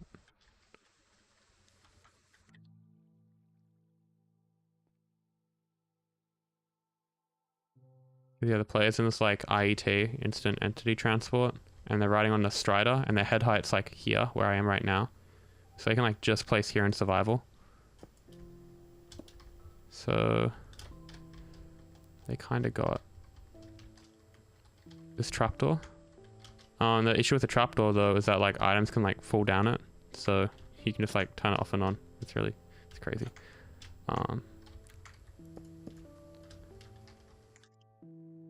Yeah, that's I've worked out the theory on how to fix that, but like it's gonna require me to basically design my own one of these, which isn't fun. But essentially every 8 blocks we delay the bud chain by 1 game tick. So like through like leaves or whatever. And then the player would like, in theory, they would stop for a game tick, and then because player processing or whatever happens after block event, they're gonna be able to place in that game tick as well. So they're gonna have like a full game tick for them to place that. And And yeah, so every 8 game ticks are going to stop. Sorry, every 8 blocks are going to stop for 1 game tick and have that entire game tick to place down the fungus. As opposed to before where they're like swimming and they like might cover 1 block in like less than a game tick, which means you have to go like faster than 20 clicks per second to place. But yeah, the issue is trying to make a bud chain that like isn't instant, which is kind of the whole point of them. Like there's a couple ideas, like you make like separate non-connected bud chains and then update them with like separate lines that are set apart by a game tick. But this really isn't my area of expertise, so I'm just kind of trying to figure it out as I go, talk to people who are way smarter, like Punchster. But yeah, like this is a general layout. You have like the 2 gates and the glass which pushes you forward, and then the trapdoor glass pushing you back. Yeah, the bot's entity. That's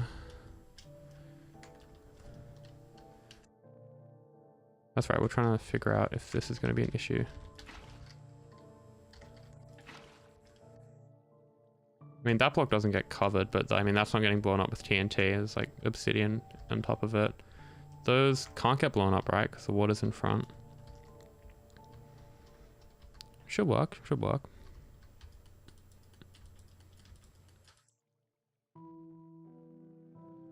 Yeah. Okay. Because yeah, we definitely can't have the Nylium next to each other because it's gonna screw itself up.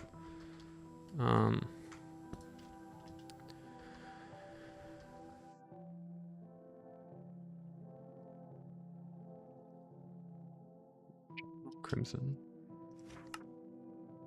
The crimson would be UTF here.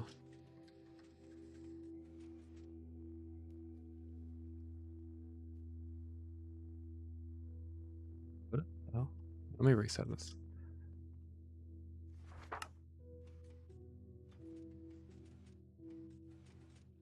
Yeah, okay, that makes sense. Check on crimson.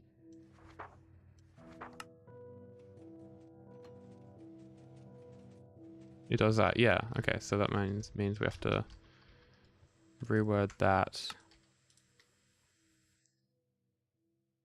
Oh my god, we just took the book and our inventory was full. That's funny. That's why you keep one in your chest. But this is worded wrong. Okay, so first was warped, I think. Second was changing it to UTF. Then crimson, then that. Okay. Oh, yeah, doesn't get used in creative mode. Okay. Yep, so that's in UTF mode, and the book is set to UTF, so that should...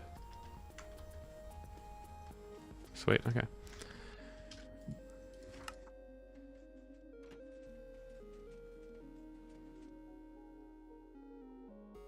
That's so cool, we don't have to change any of the logic, we just change like the order of blocks and the order they appear in the book. And then, I mean, that is changing the logic, but we don't have to change like the actual wiring at all. It's like encoded in the lectern and the blocks, which makes sense. Like technically this would be wrong now, I'm pretty sure. So we set it to crimson. Yeah, it's this one, so we have to swap these two.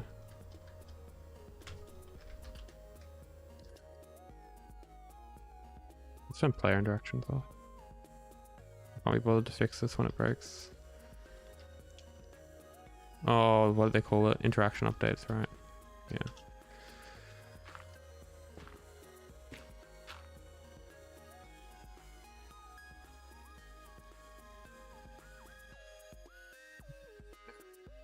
This should still be working, actually. It'd only break if we switch the warped around.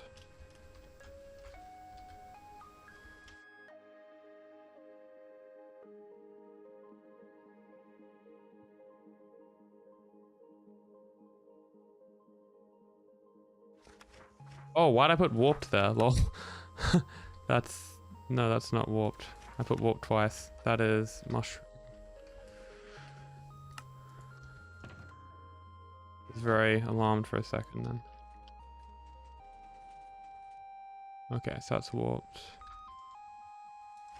Oh yeah, I wanted to check if the Nylium got pushed. It did, okay. So yeah, now I gotta work out an actual position for the Nylium. This torch has to be there. This Nylium has to be up a block, like that. I'm very tempted to get rid of this for Big Oak mode. Big Oak mode's kind of a joke. Oh, but then I can't say it makes 1.3 million oak logs an hour, in theory. What a shame.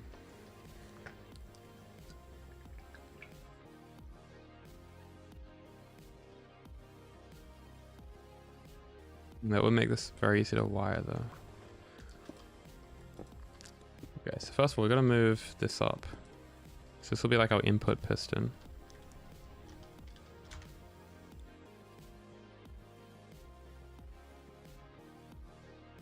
Or like 1.28 and then like you round up. Actually, let me get the exact number. You might round down actually.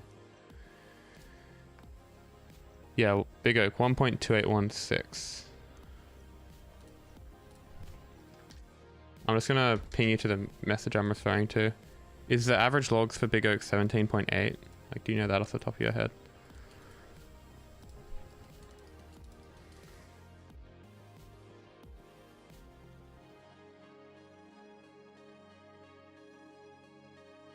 Okay, so yeah, we gotta change the logic again, which is so fun.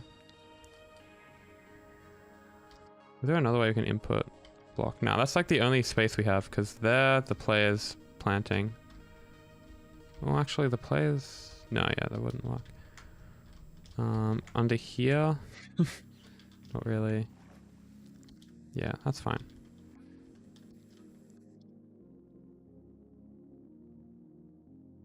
So we're just gonna have like a block swapper essentially, which I definitely know how to make.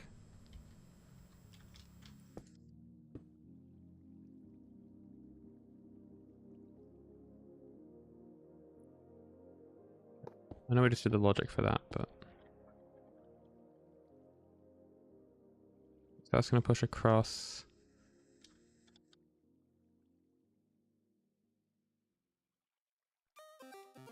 Got something there.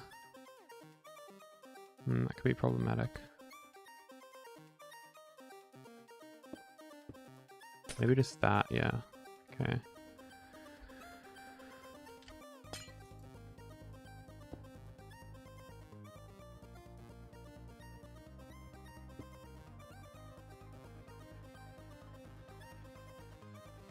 Okay, so can these don't have to be, yeah.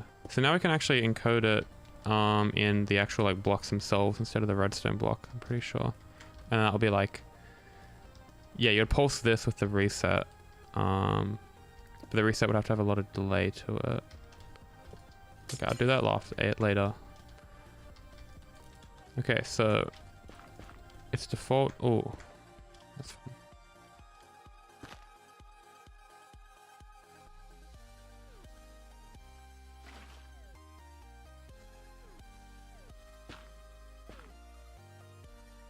Oh no, it's gonna have to be. Oh shit.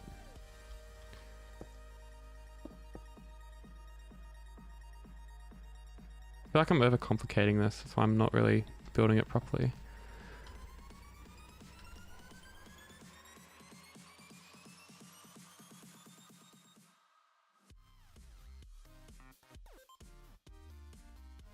Why do I have 2 oak logs?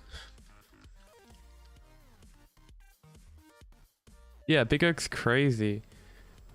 It's got so many side branches. It's got yeah, it literally all comes from the side branches. You get 17, 18 logs per thing. It's not faster than 3x3 huge fungus because that's an average of like 51 stems per. But then like 2x2 spruce is like 81 or something, so that takes a cake. Or then jungle's a bit higher as well. Yeah, I was talking about this earlier. The problem with big oak, the reason why I'm not really like bothered with it, is because it takes like 22 bone meal attempts on average to grow it. So you'd have to clock that 22 times. So it'd be like 88 game ticks, which means you'd have to make 88 modules on top of the processing time of the tree, which is like another 80 game ticks. So the farm would be like 1400 blocks long, and it's just really dumb. All that just so you can harvest big oak.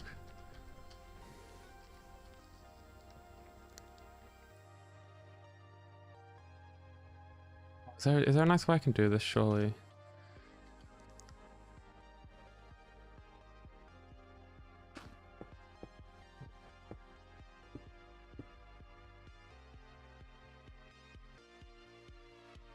I just typed up red because I need crimson. That's funny. Okay.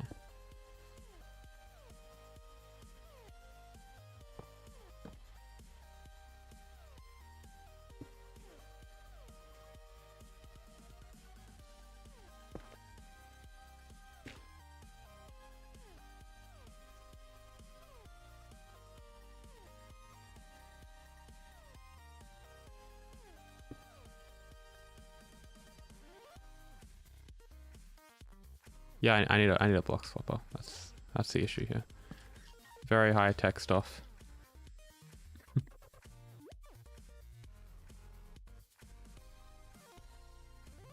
I don't know why my brain can't think right now.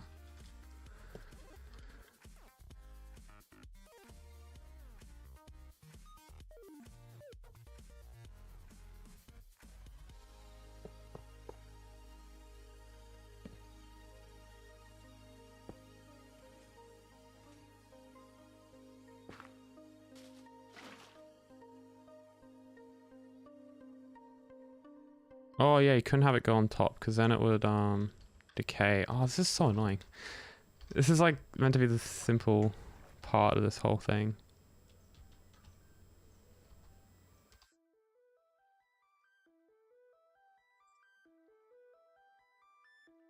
Huh. What if you could maybe just have like another, nah, don't want to do another dispenser because you have to do dropper wiring. 2 repeaters in one, put torch repeater for second. Yeah, that layout I had before isn't going to work anyways.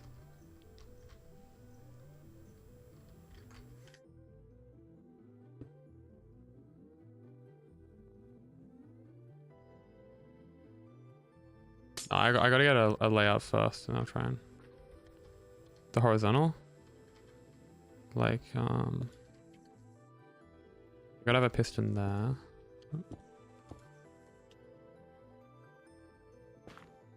Oh, actually, yeah, there's always gonna be a block stored in here. Now that I think about it. Yeah, so there's always gonna be a block there. And waterlog that. This is all becoming leaves now, it's funny. That doesn't have to be there.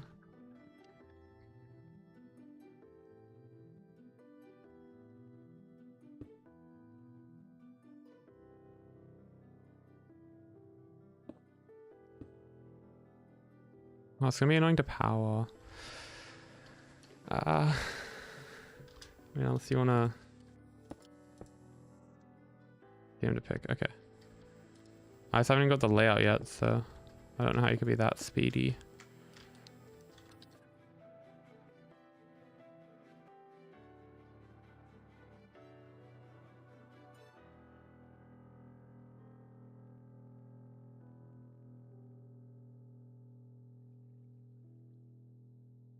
Okay, let's recreate this.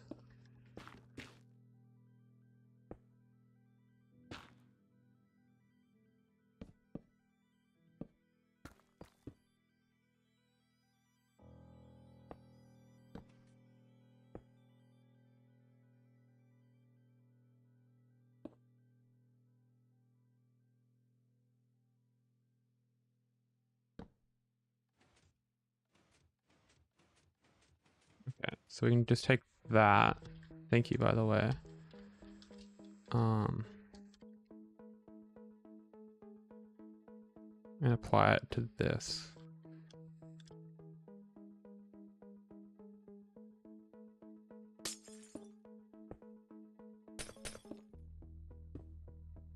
Yeah, we just can't have a piston there because that powers. Does it have to sticky it back in? Yeah, it does.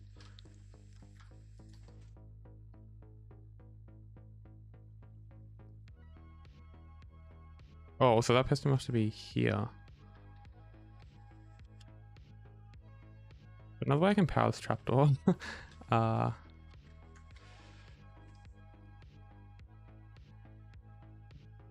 really. We need to. This is like, do you know how Nylium can like turn into netherrack if there's a block above it? This system that we're designing, basically, it's hard to explain something without saying basically. Essentially, what we're designing is something that like replenishes this Nylium. So if there's like a nearby Nylium nearby, we have to make sure this is in the right state, otherwise it's going to convert to the wrong type of Nylium. So we got to switch out both the target block and the replenishing Nylium. So that's why we're trying to make a block swapper. It's a 3x3x3 cube, right? You can just pull one in and push the other out with 2 flip-flops. What's the 3x3 cube? Oh, the radius. Yeah. It's just we have like other constraints. Like we can't have a piston here because it's getting powered. So we have to move it back. Like these swappers are very easy to make normally, but I just love overcomplicating things. Move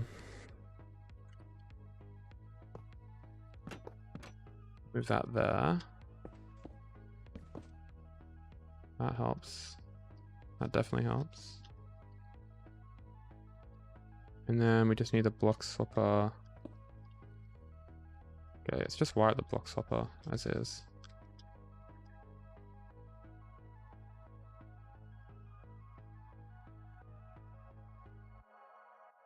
Yeah, we're swapping the block it grows on with like 3 other blocks as well, because it can work on podzol and dirt. So we have to like keep track of what blocks in the middle, and doing that requires like a little bit of logic. I say a little bit because it is a little bit. Like people make computers and stuff in this game. It's crazy. People make Minecraft in this game.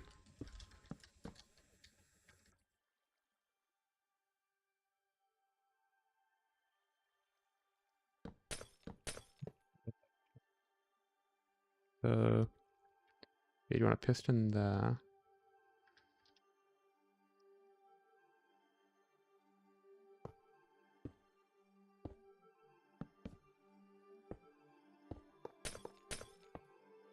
Ooh, it's just not gonna fit.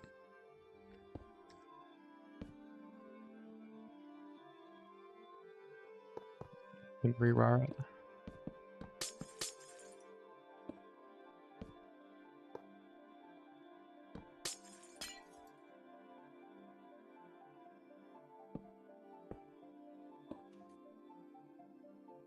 Okay.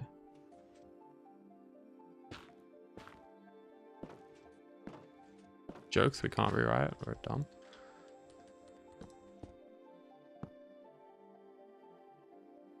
Let's switch this around.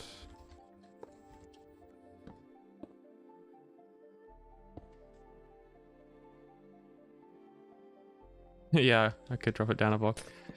That's true.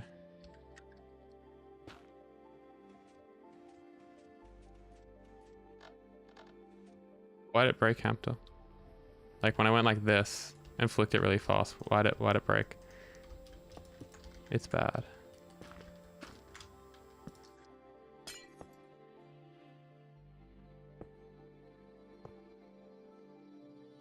Okay, so we can use these 2 pistons to get it in the right spot. And then, oh, actually we can't have, oh no, we can't have a piston there because of the water. We might, I guess we can have a water stream there. Yeah, that's fine. Unrelated 10, what do you think is more important, MSPT or volume of the schematic? Isn't like volume, like how many blocks are in it? I think MSPT is always priority. No Hamp, I didn't mean it. It's really cool. I love how it like switches instantly. There's no like delay. It's really satisfying. It's like those piston doors.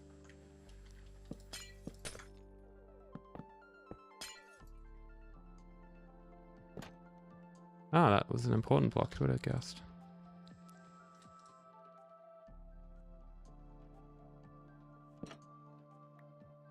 Yeah, size is fun.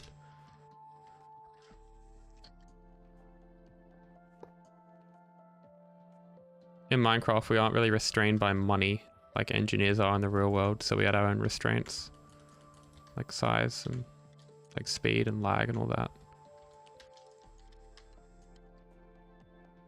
So what are we doing here, apart from making terrible analogies to the real world?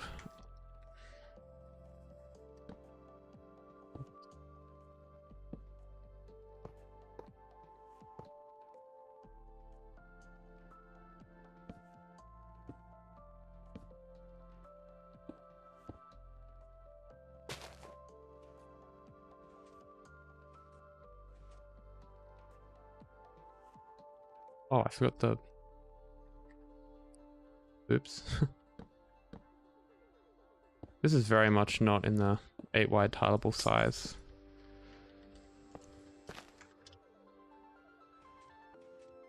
Okay, so we gotta figure out a way to push it just an extra block.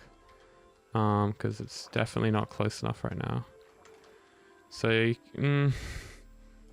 not really. Yeah, make it work compact after. The only problem is like it's just not far enough, you know? Like, you kind of need to like, oh, I don't know. I don't know what you kind of need to do. Like retract that piston, add another piston, push it. Definitely can't do slime because it's just gonna stick to everything. I don't think this block swapper idea is gonna work. This is, yeah, I said I was gonna go on an intermission and go on wave, so I'm gonna do that, and we'll come back to this problem with a fresh mind. I don't have multi-MC though, so my method of switching mods involves copy and paste in File Explorer.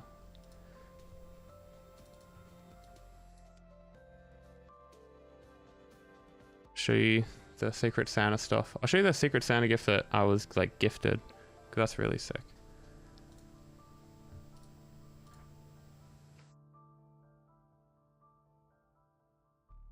And like just in the back of our heads, we can just have that block swapper problem, like just computing.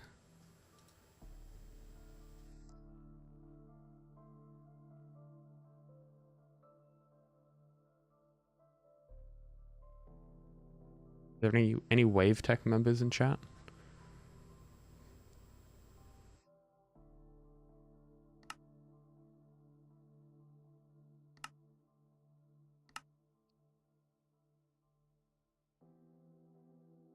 Oh no, not this issue. Oh, I hate merging, man. That thing they did with Microsoft. Now, like whenever I change versions, I have to log in and out. It's just that's such convenient timing. Sorry.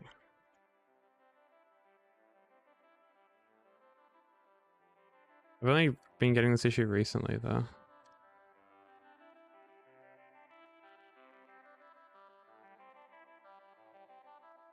Welcome to Xbox. I am good. You don't have to do that.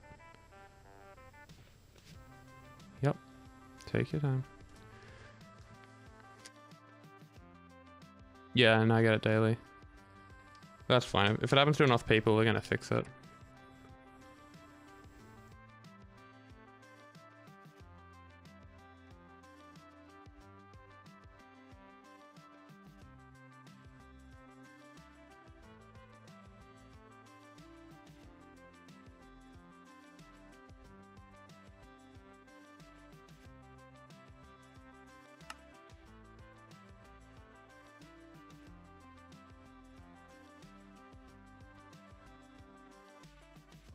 Okay. No, it's raining. Why is it raining? Do I have a beb? I don't think I have a beb. It's not even thunderstorming. Anyway, sorry about the rain. If only there's a way to no rain. Oh, I fucking love Tweakeroo. Okay. Let me get some rockets, because I'm so low on rockets. While I'm getting rockets, you can have a look at this scoreboard and see what you think.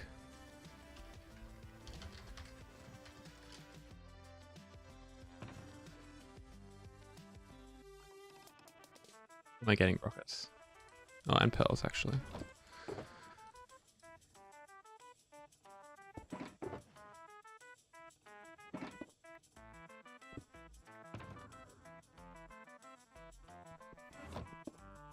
Okay, so this is the tree farm Perry that I was working on like before stream. I never realized how much like manual labor is involved in these things. Like even after you've launched it, it just creates so much obsidian. Like I'd mined out 2k obsidian before this, and then after running it, I've mined out like an extra 1.3k. I could not answer that, sorry. I'm pretty sure there's a script on the Technical Minecraft archive. But yeah. The other thing I hate about switching versions is that it resets all your keybinds. It's like, why? I have so many keybinds. Might be a bad idea doing shaders while streaming, but sometimes it can like mess up my microphone. But yeah, we're basically gonna chuck in here like 9 or so different tree related farms. And it's like right next to main storage. So it's like if you need wood and there's no wood, you just fly like 20 blocks away and there's wood. We actually have Hampton, you'll be on the server in like a week or two, right? Like for the tour.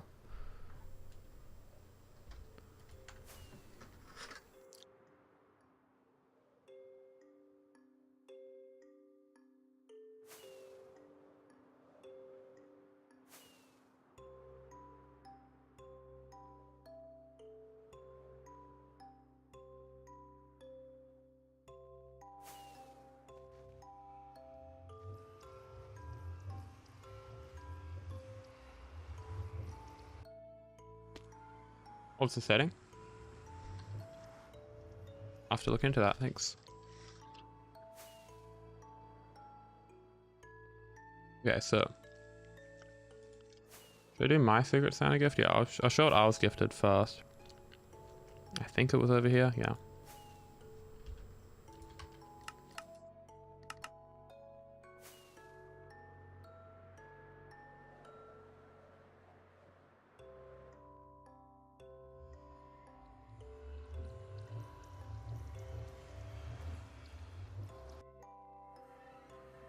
This is our... That's not even the right portal. That's funny. What even is here? Oh, that, yeah. That's the portal. As labeled by a certain warped block.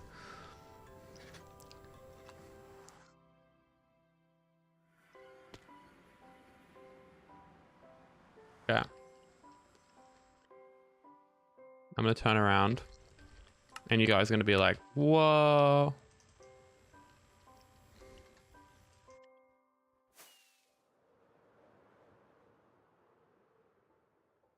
Look, someone fucking made this for me.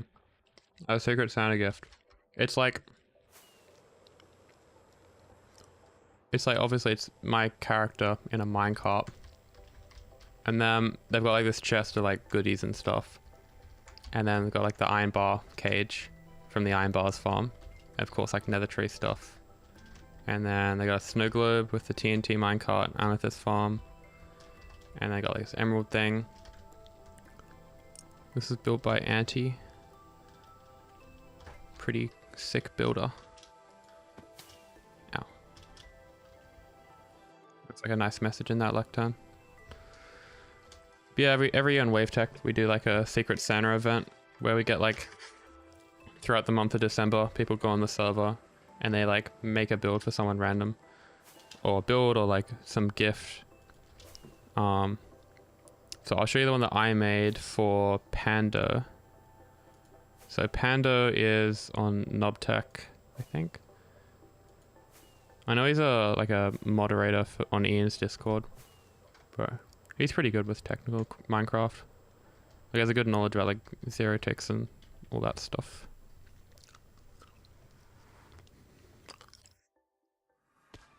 So when I was told that I had to make it present, I've made like a bunch of random stuff. So I could really like do any of the random things. This is our current fungus farm, by the way. I don't know if you guys have seen it. It's like Krebs's one.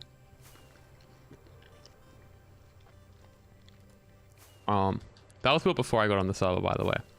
We're gonna fix that up. So I built this. I'll be very surprised if anyone recognizes this. But I made a video on this like 2 years ago, and it was like really shit at the time. But I've upgraded it. So try and Ev Modder, you're in chat right now. Try and guess what this is before I tell you, because it's like some computing going on. Got these tripwires.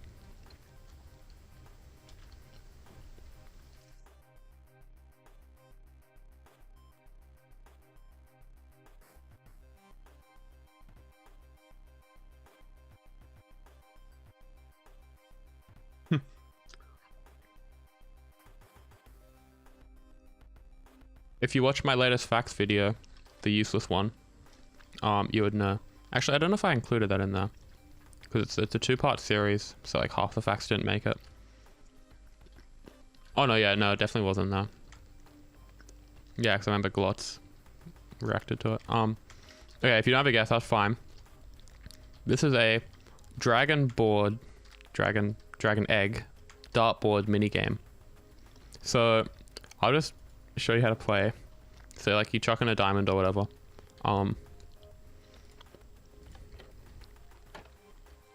You go down here and you hit the note block, and then you aim down and you get given a dragon egg, and then you right click it. I wasn't facing the thing, but you right click it and then dragon egg lands somewhere, and then depending on where it lands, it activates a certain like you know, it gives it a certain comparator output based on how far away the signal was. So in this case, I got 1 stem because the dragon egg landed on this black area. If it, excuse me, if it landed on the brown area, I would have gotten nothing because it's, you know, it's brown. But if you get in like the red area or the orange, or if you get closer to the center, you get a higher score. So on a server, it's a bit laggy, especially with my ping. Like, what the hell is this? That's never happened before.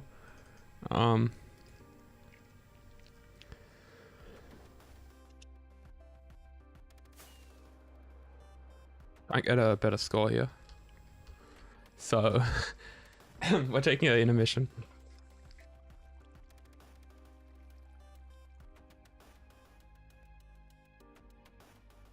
Something in my throat. So let's try this again. So you go down here, you hit this, face the obsidian. Oh my god, the server lag. Fuck me. Hit the dragon egg. You get the idea. And then it went there. So the minecarts are going to pick it up in just a second. And that landed on the blue. So blue's going to give us a higher score. So we had some stems come in. Let's see how many stems we got. Oh wow, we got 8 that time because we only got 1 the first time. So the way this works is the dragon egg randomly teleports within like a 15 block square radius of itself when you like interact with it. So it's got a central tendency to it as well, so it's more likely to go in the middle. And basically you can take its Y position and its like X position or Z position, and then add them together, and then if it's closer to the middle, you're going to get a lower value. So we take that lower value and then we subtract it from a higher value. So the lower value you get, the less you're going to take away from that high value, so the higher the signal strength. It does use overstacking. So in the end, you get a signal strength between 0 and 15, and then the greater the signal strength, the more droppers you activate, so the larger your price. So like if you're really lucky, like I'm about to be, you can get up to 15.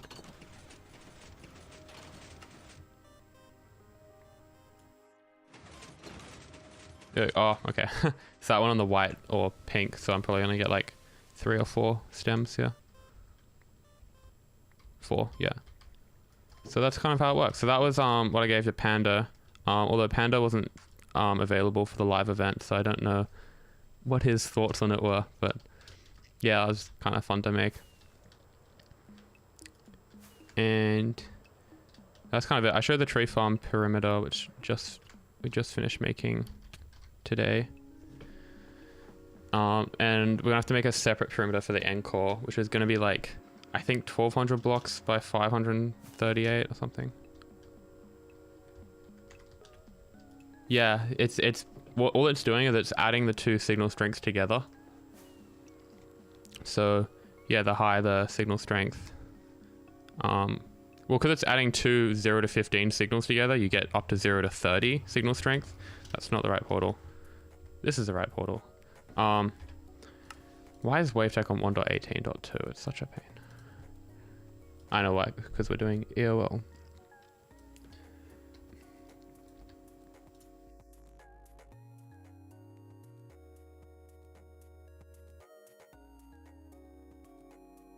Okay, we're gonna go back to doing tree farm stuff. Gotta find a solution to this block swapping thing. We don't actually have that much space for it. And it's in such a weird kind of position. It's definitely doable.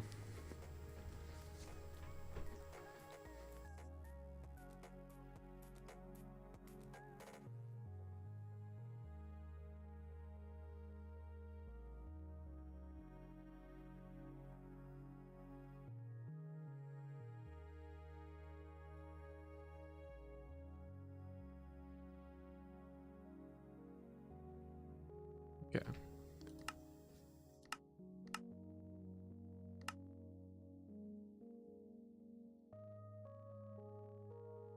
See how long it takes for OBS to change. There we go. It's kind of quick. Do any of you guys know what block that is in the background? It's not like in Java at all.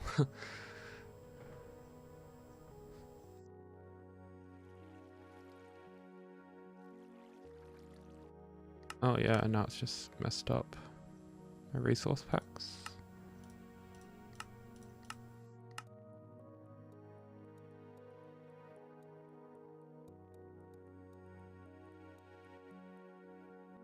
And Tweakaroo. Nether reactor core. Spot on. Okay, that all looks about right. Yeah, so the issue that we left off at was trying to swap these blocks around. So what do we have here? It seems like a rudimentary problem, and it kind of is. Wait a second. Wait a second.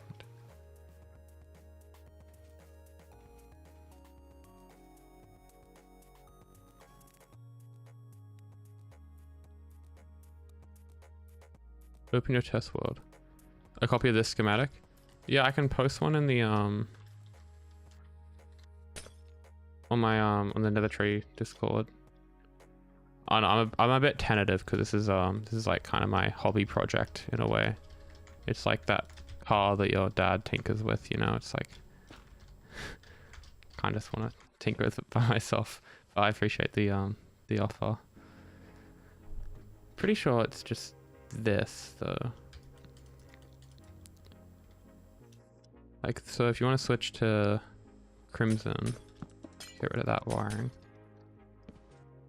You'd have Crimson there, and then you'd reset it like that. Oh, but then you have to figure out a way. Keep breaking that block.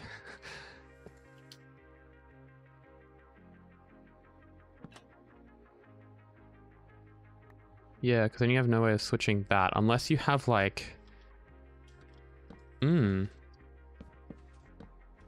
Oh, that's why I didn't do that, because that decays. Yeah. Damn it. that's why this is hard. Okay. Yep, that makes sense. In that case, you might be able to lower it and then raise it and then push it across. God, that is a lot of pistons for a very simple thing. Compared to the one piston we had before. Well, I guess it was 2 pistons technically. So you'd have like a normal block swapper. Like that. So if you want crimson, you'd go like that and then push it across. You have to retract it again. So these two would be linked to each other.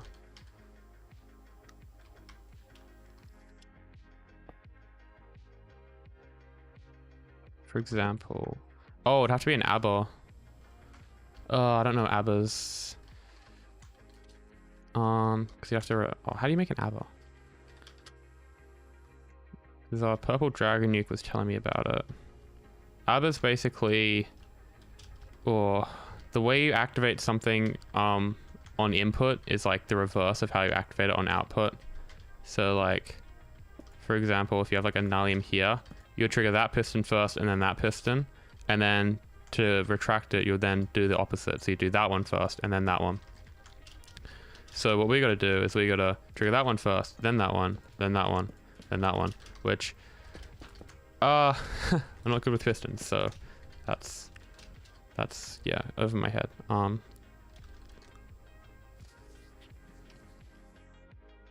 I mean, you could zero tick.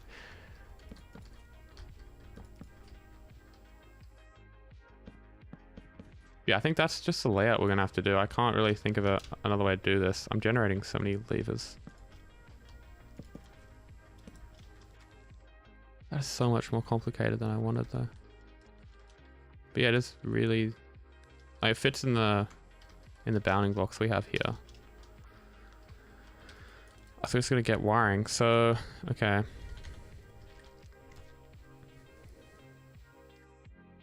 So by default, it's gonna have a block here. That means this one can be like hard on or off powered. It's like that or that.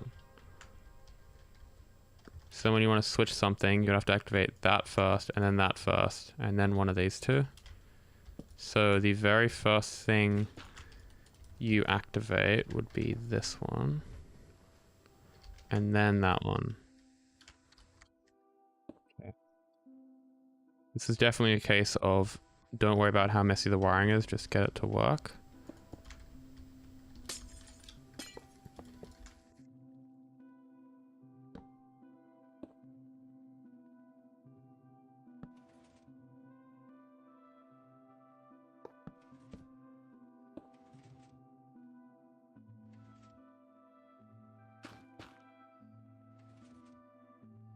I was gonna retract it, but then it's not gonna re-extend it. That's the problem. I don't know how to do ABBAs. Let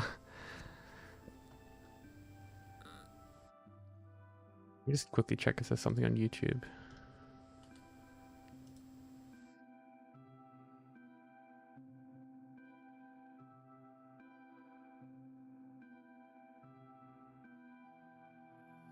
Nah, it's all coming up with the band ABBA.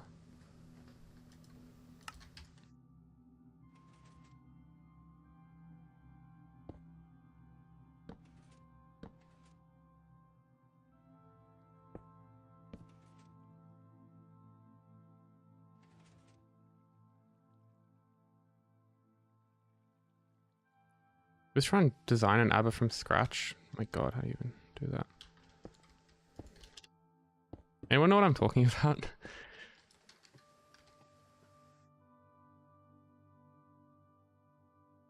The way you activate it has to reverse.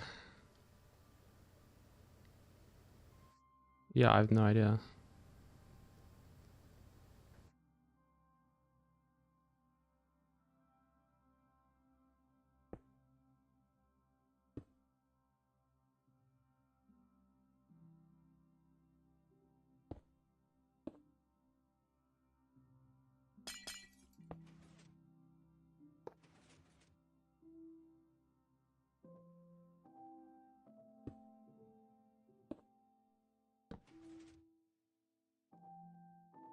God.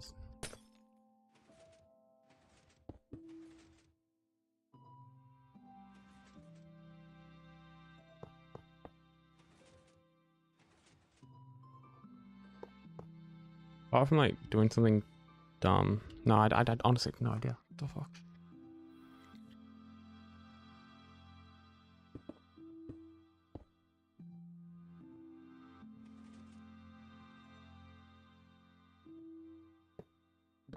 Like you could.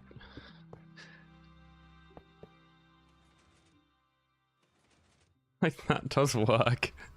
But it's so jank because you have like the extra piston movement. I'll have that for now just so we can progress on. That's, yeah. Not even nice wiring.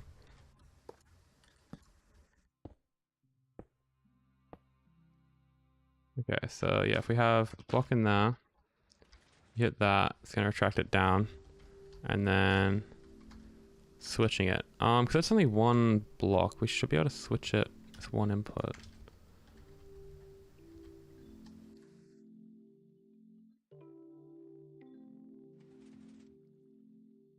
That.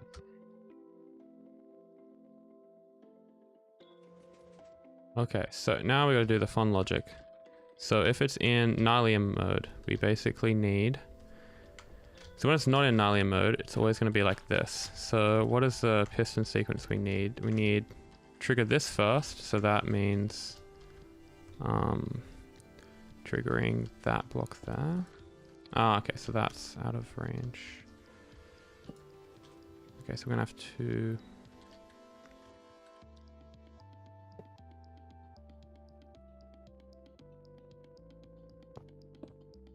Yeah, it's a really nice way to power this.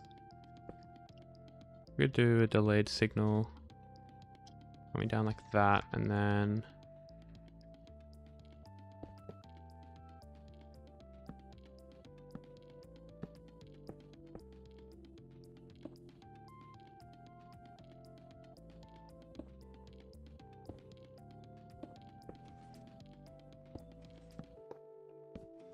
like that.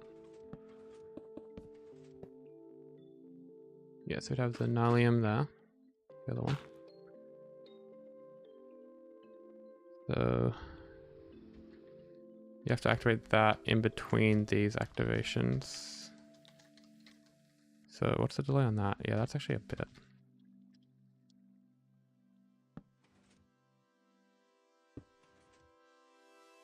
Yeah, that might be cutting it very close. Yes, you'd have that activate.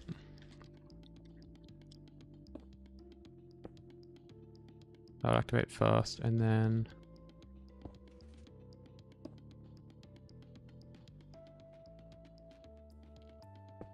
be like that. And that would have to be that way.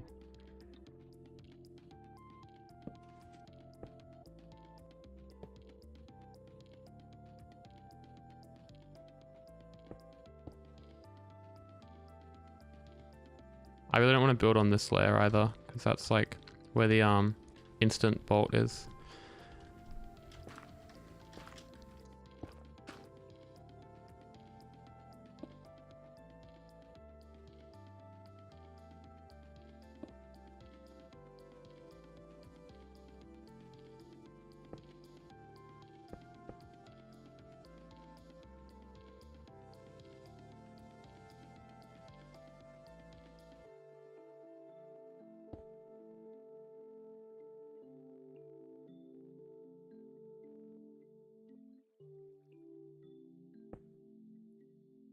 Okay, so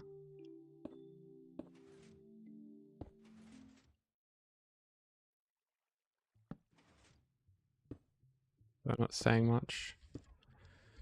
Just trying to work this out.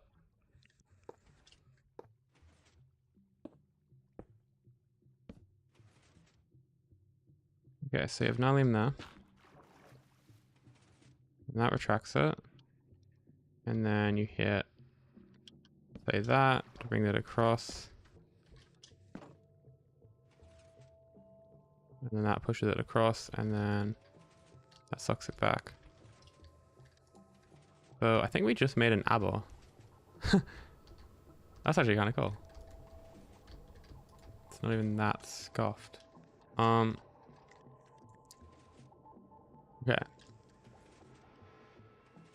Yeah, it doesn't do the extra piston move, I don't think. Yes, cool, okay. Nice. So we just need to power this guy, which... if you take an input from that...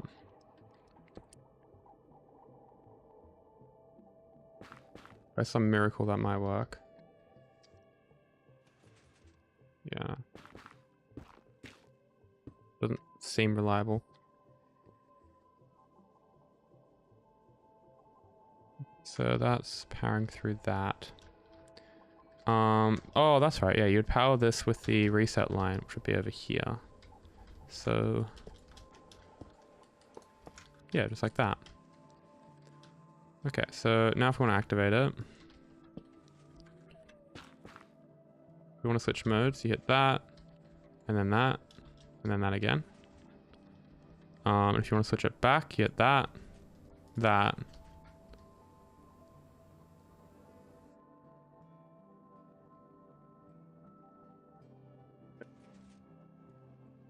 Yeah, if you want to switch... Okay, so that's how it was. If you want to switch modes, you hit that, that. Oh, you hit that. I'm dumb. Okay. And then you hit that. Yep, okay. Cool, cool, cool. So we're just going to get the ordering right for these now.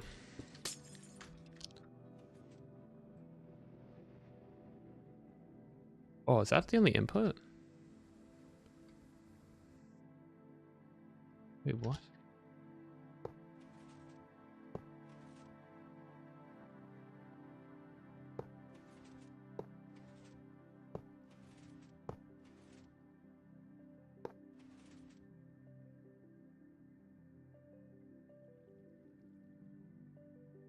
Confused. What did...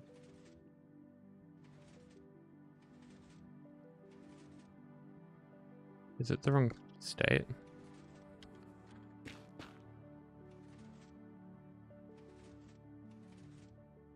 Yeah, okay, I had the wrong toggle state. Yeah, okay, that makes a lot more sense. Yep. Okay. So yeah, then the input can be this fella.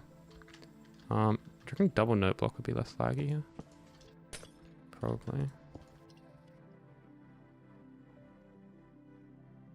So then you have that, goes down, triggers that, which then turns both of those on, and that's that side. So our inputs as of now is that, and then the reset. So when it's on warp mode, we get a signal coming in from here. So what warped has to do is, I reckon we could do signal coming like that. And that would activate coming off here.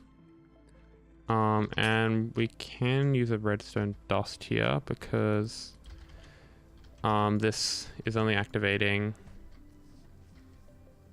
let me think.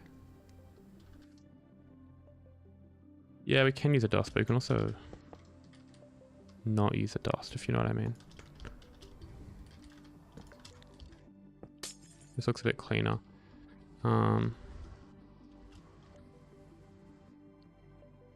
Actually, there's a much better way I can do this.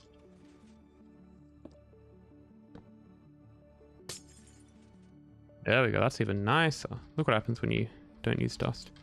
And then we just need to take an output from... where can we do this from?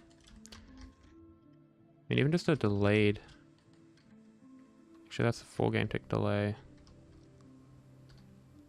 So we would need something after this.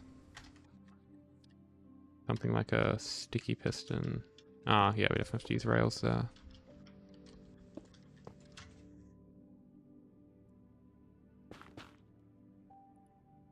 Then, yeah, we could have a sticky going...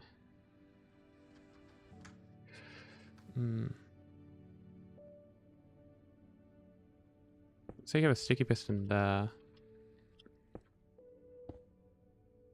Which you could. I think that might be a bit too long delay, because then that would fire, and then that would go 2 games later. That would immediately retract that. No, that'll push that up. I think that would work just. Okay, so let's try this out. So tick freeze.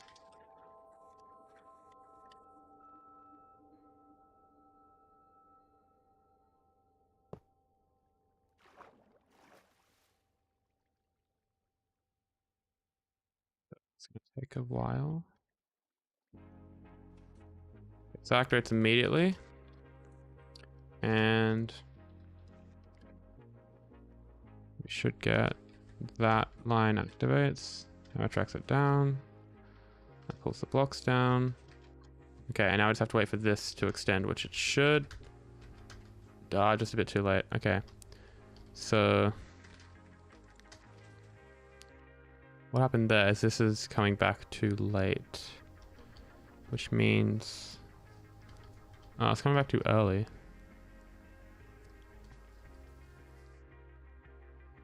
We just need a bit of delay then. Okay, let's try that again. Oh, that's nice. That's very nice. Okay, that timing just worked out. Cool. And then if we want to reset it, we have to hit this one.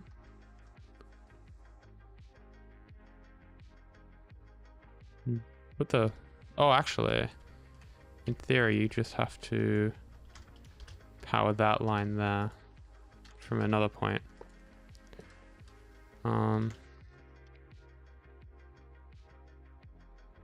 We have to go outside our zone here, which is fine.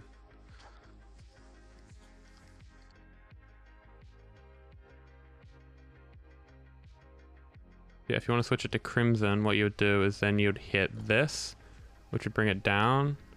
You'd hit that, and then you would hit this again. So it's kind of just what we have there, but mirrored. Yeah. Yeah, kind of.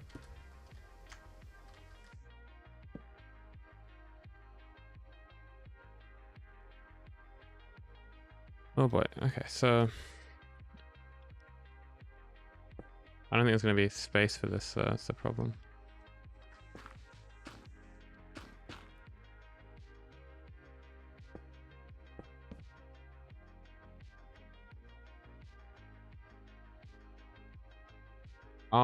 Yeah, you could send me DM me a schematic. I can have a look at it.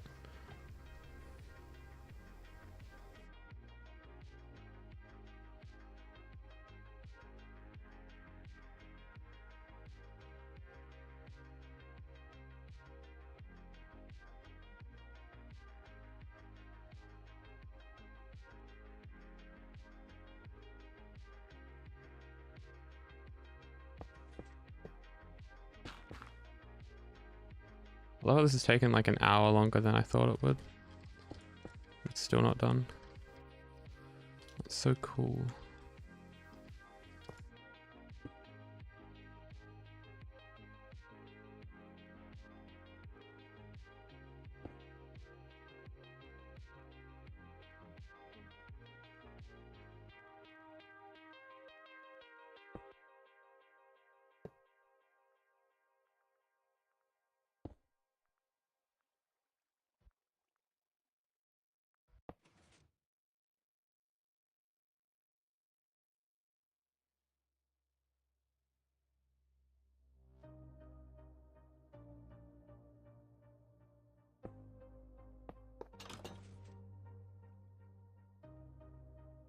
Okay.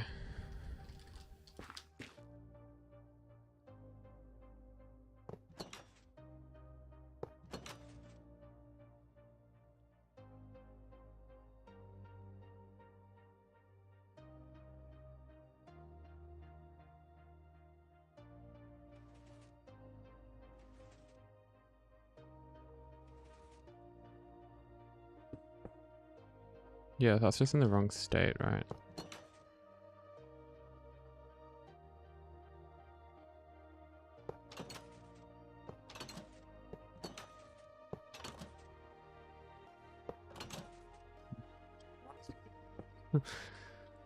What is going on?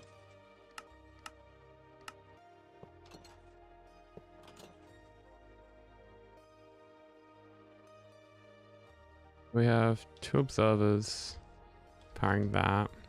That goes into that.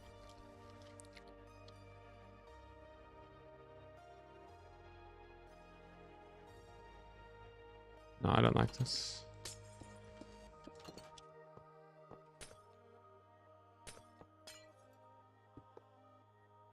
Oh, fuck me. This is taking so much longer.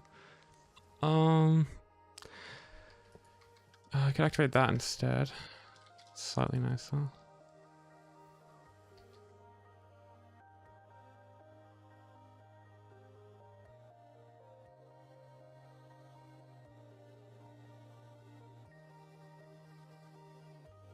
Yeah, let's see. What have you sent?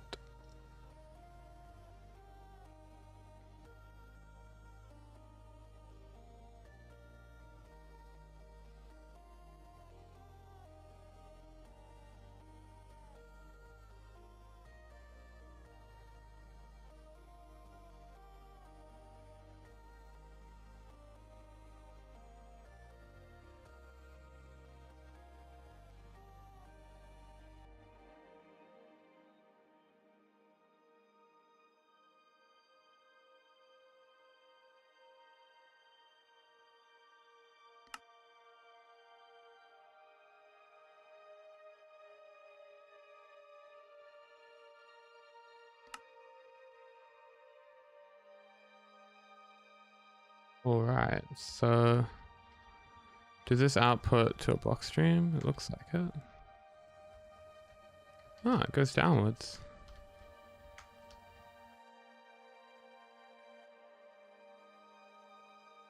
Oh, it grows the trees here. Is this player placement?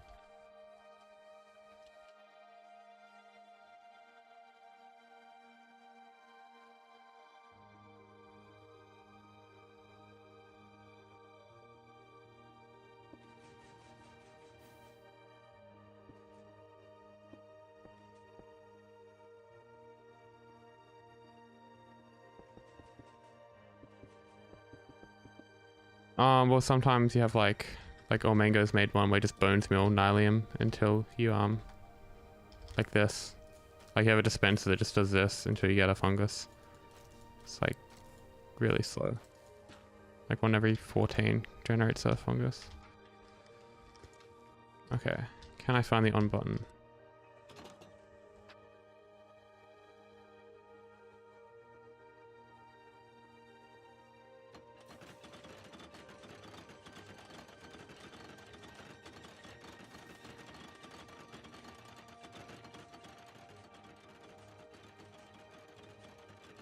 Did I break something here?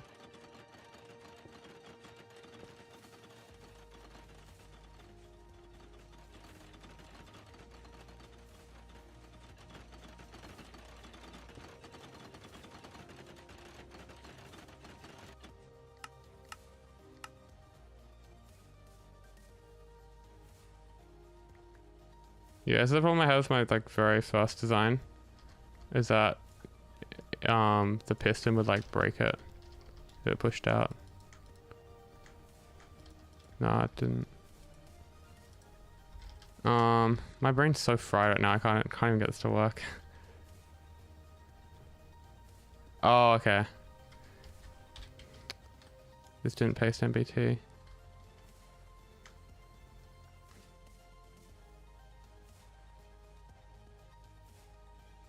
This one here? Wait, what? How does this work? No, that can't be it. So fucking retarded. I can't. Here.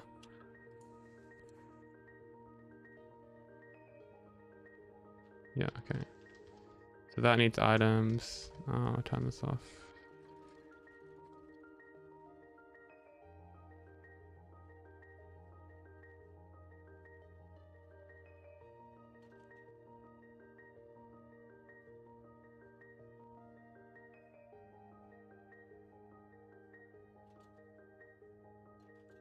Is that not going?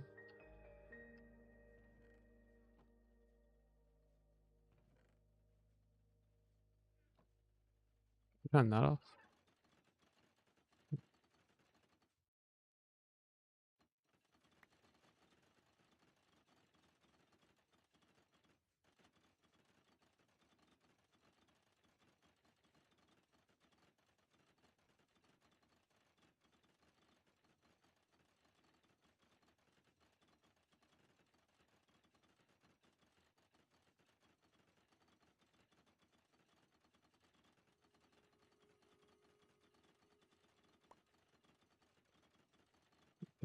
Why is Jack behaving?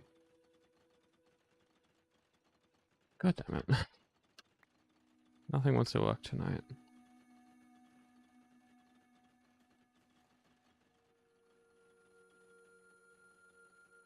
I saw it working. The push limit and other stuff. Yeah, I guess I forgot the output. Great.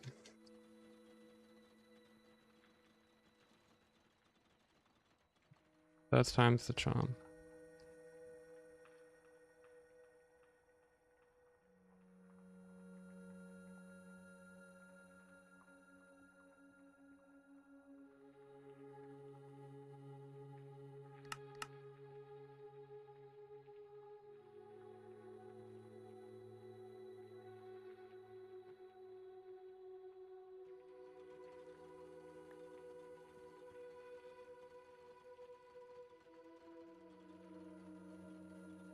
Wait, what the hell?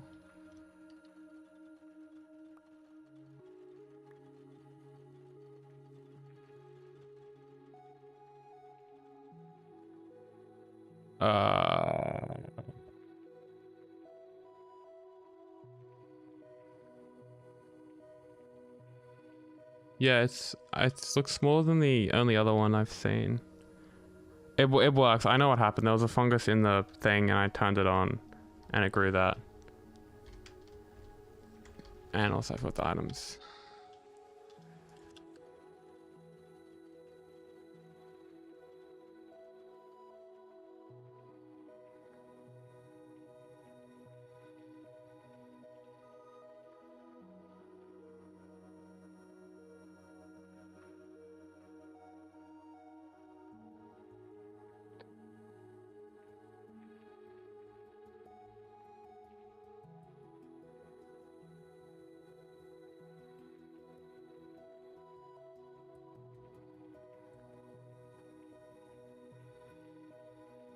Okay, is there anything I'm forgetting?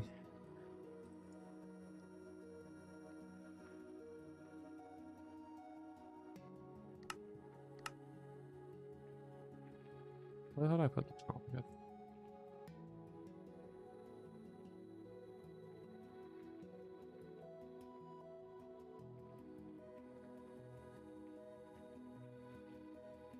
What's this command block for?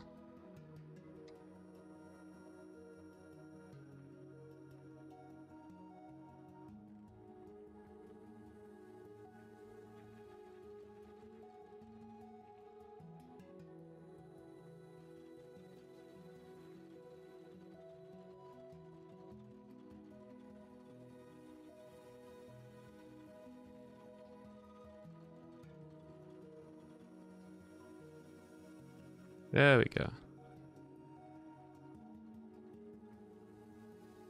Wow, that's quick as heck. So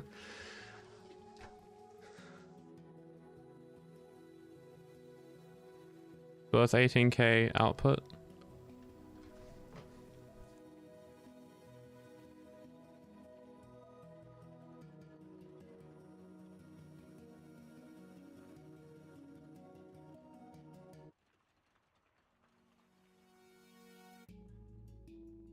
Yeah, it's really nice.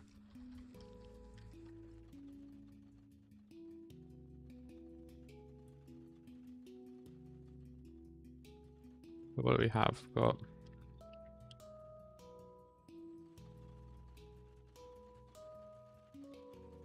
oh, that's good. Okay, so you weren't pushing all the time. That's okay. Very nice. And this is what a working tree farm looks like, not any of this stuff. My zoom keybind's broken. That's such a shame.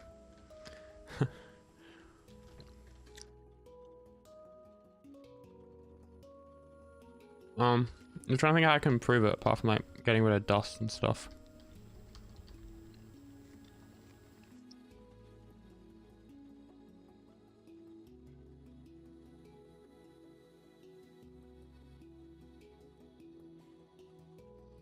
I guess you can make it nearly twice as fast if you had it to like 2 block streams. So like, yeah, something like this, pushes it across, outputs to this block stream, and then you push that down, and then like where this command block is, you have one of these again. Of course, there seems to be a bit of wiring involved, so you don't have to make it too complicated. Yeah, 4 block stream, that'll be even faster. Very nice.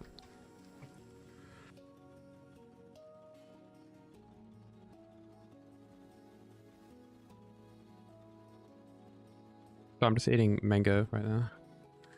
Like dried mango. It keeps getting like stuck in my throat, it's really weird.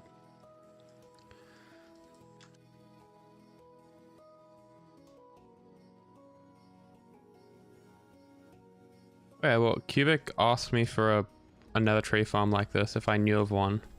And I didn't know of a good one, so if you ask again, I'll suggest it to him.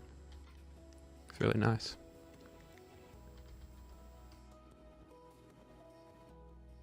How does this work? Because if that pulls down, then that happens.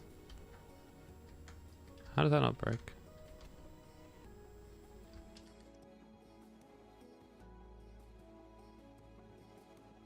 Out, I guess. You push it up quickly. Okay. Let me get rid of the failed attempts. No one needs to see those. Yeah, I know the piston at the bottom, but it, do you see how I broke it before? Like you pull it down and then it goes up like that. But if you time it right, I guess that doesn't happen. Wait, what?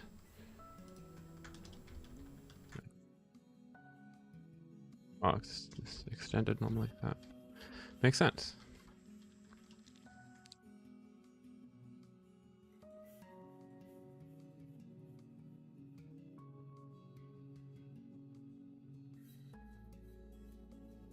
What's fucking down?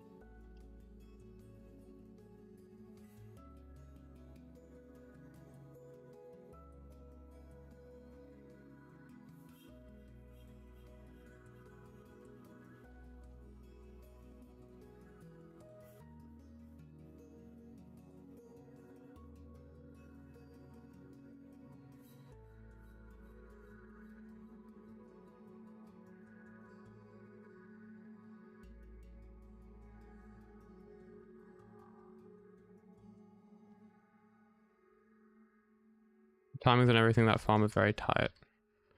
Yeah. No, that's always a good thing if your timings are very nearby each other.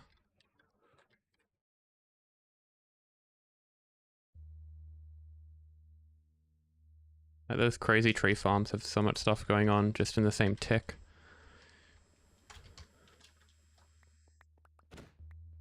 Vary a little bit.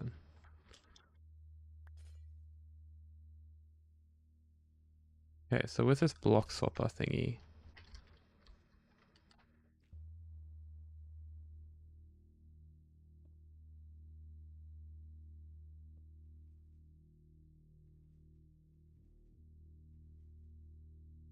that's how that works. So,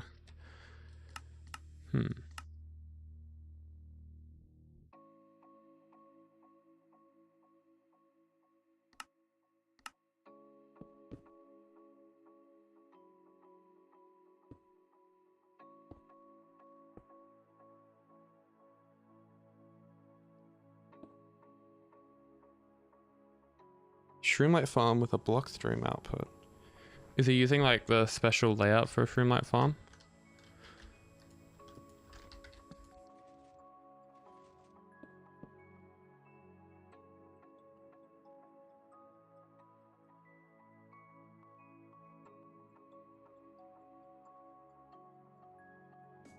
Yeah, that's fine.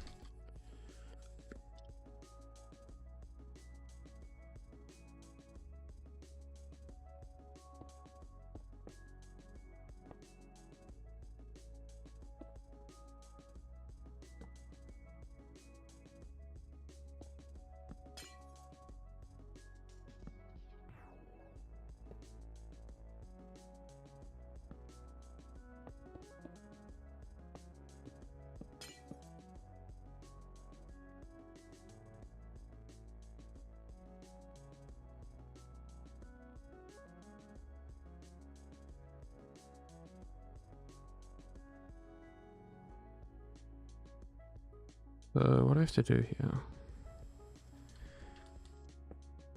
Need to activate that first, then this.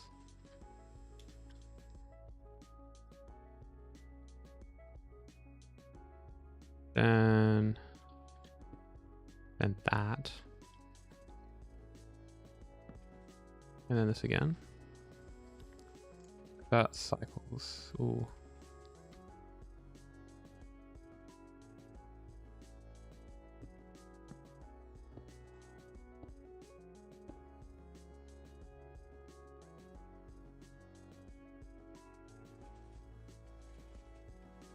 Yeah, look at that. Okay, this should be doable now. So we just have to connect up this. This is gonna have to be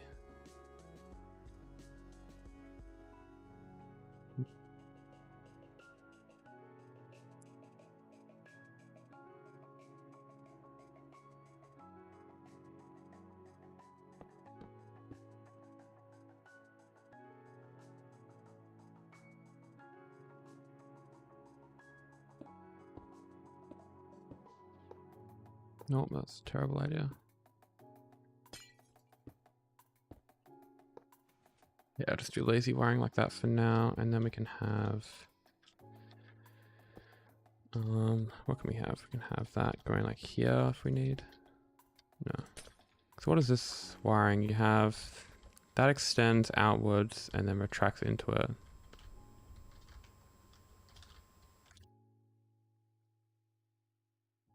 No way. The useless facts were actually useful. Who would have thought? Well, I have one video I want to get out before I do the facts video because I don't like the idea of releasing like two of the same video back to back.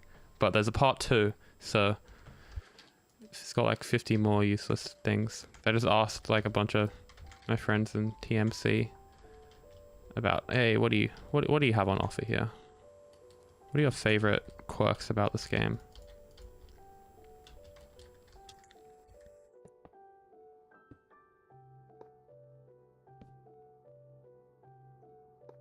Oh no, it's a very different style of video to what I usually do though.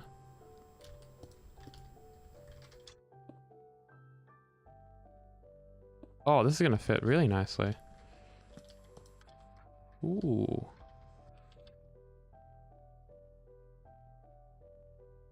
I cannot type. I cannot type not. Yeah, so what that will go, I'll QC that, power that. That's the same wiring as the other side, right? That's all I'm trying to do here. I'm just trying to mirror it.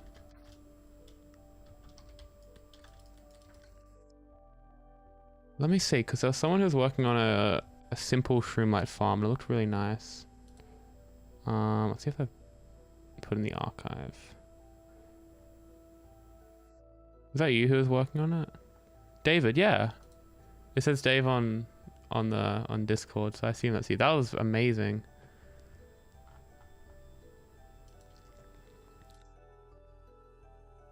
Because that's just better than what I was going for. Because the only advantage mine has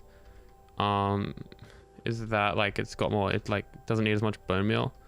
But I figured it's just easy to make moss farms now. Like moss farms have gotten so good. Like Glotz is working on one now, which is just amazing.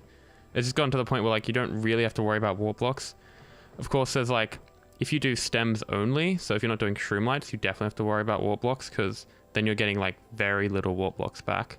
So you end up with like a farm that uses 40,000 bone meal an hour and you'd have to make like, you know, 5, 6, 7 modules.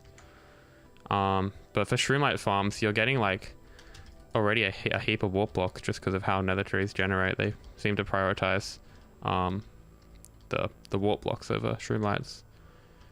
Yeah, I think this should work now. Nearly. Okay. So what are we missing here? Because you have the input, and then that powers out for 4 game ticks. So that powers out for 4. And then there's 2 delay from that. So that's the exact, oh, it's nearly the exact same. Yeah, DPEs are definitely on offer. There's a 6 game tick layout, which would be the fastest you can really make, which is something I want to do, but that uses dust. But that's like the next Streamlight farm I'm going to make. I'm not really going to worry about improving the current one. Actually, 6 game tick might be possible without dust. It's so much wiring. It's just a lot of pain, but it'll be so cool to do it. It would make let me quickly do a rough estimate how much it would make.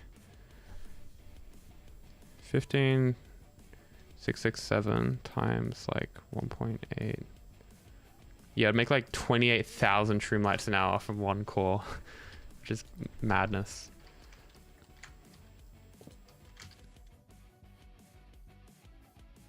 No, it doesn't use DPEs. It's all single, but you have pistons that have to like retract twice in 1 cycle.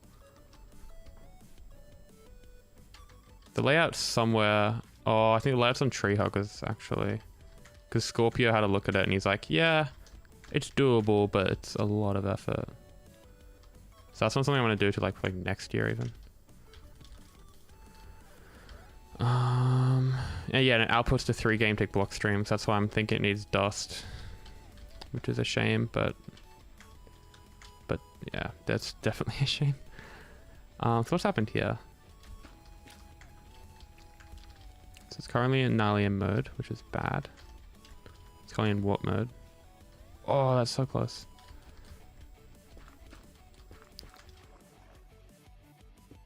Oh, because that was in the wrong block state, right? That's the only reason why that failed, surely.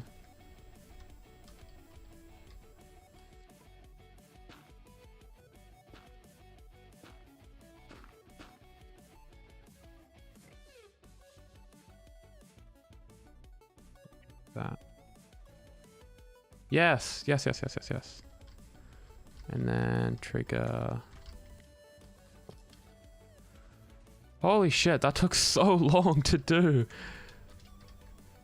Oh my god. And this could be wired so much better as well. I might a wiring challenge for someone. People hate on dust for technically a piston pulse is lighter. Yeah, but you're not comparing dust to pistons, you're comparing dust to rails and note blocks and trapdoors and stuff. That's an unfair comparison. Dust is rightfully hated on, like even with its current optimizations.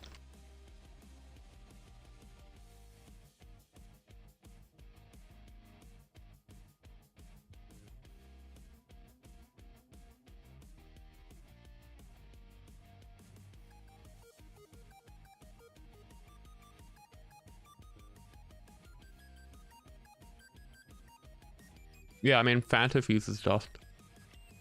Like 2 dust, but still some dust. How did this activate? There's actually no way this can be powered. What?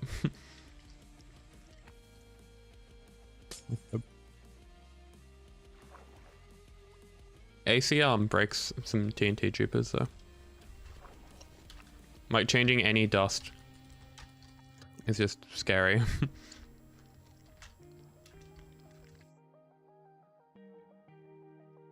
Okay.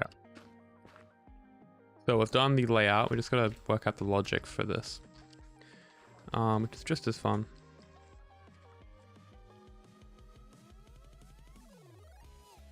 That can actually be obsidian now, and that can also be obsidian.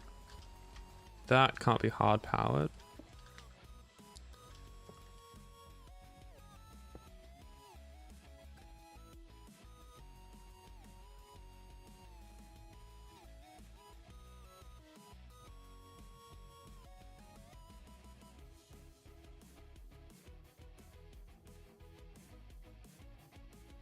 staircase power was like how dust outputs its signal.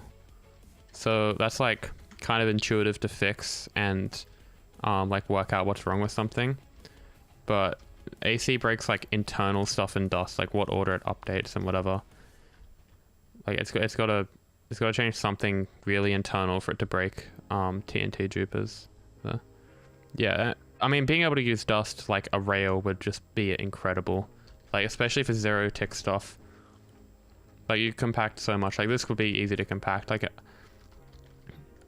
yeah, it'd be amazing, but it's not the reality.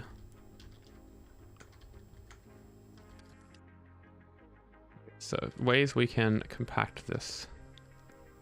There are none. Let's move on.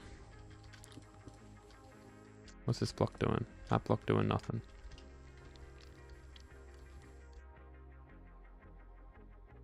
So we need 2 bits of delay from that. Yes, how much delay do we have going from there to there? We have 2, 4. So we just need literally a single repeater.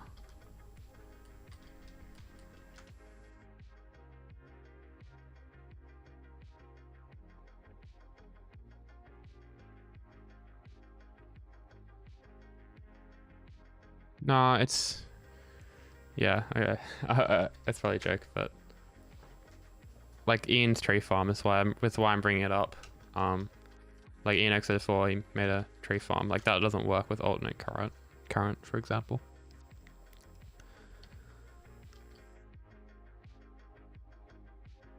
Okay, so we could go...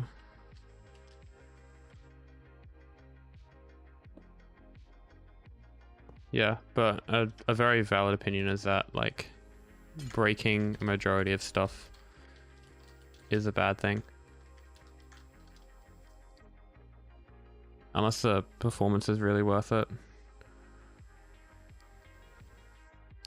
Making stuff not possible anymore. Like, if there's an alternate way to do it, then that's cool. Like, even if you have to, like, remake stuff. Like, if there's some alternative. So what are we doing? It's 2. Yeah, like this. And then QC a dropper. Okay. That would have to be...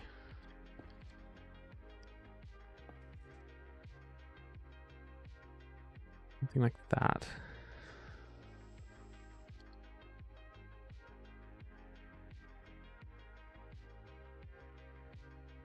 Yeah, that should still work.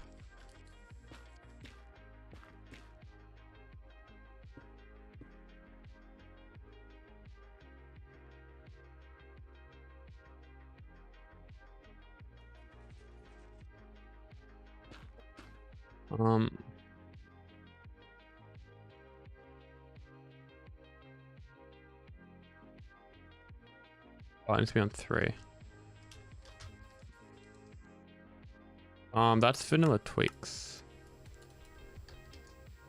Yeah, it's pretty helpful. Why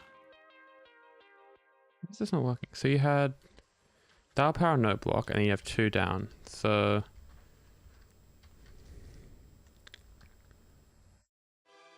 oh yeah, cause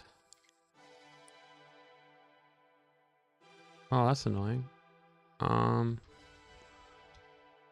Nah, okay, I'll just keep it as is, I guess. Also, lol, that was QCing that.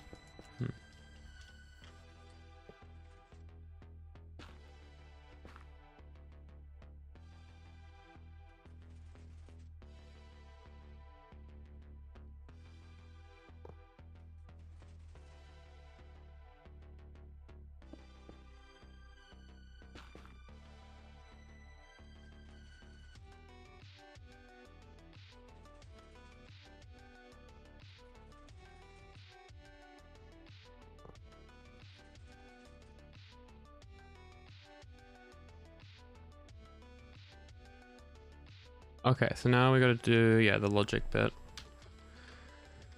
which is really fun. I'm surprised this all fits. That's kind of cool.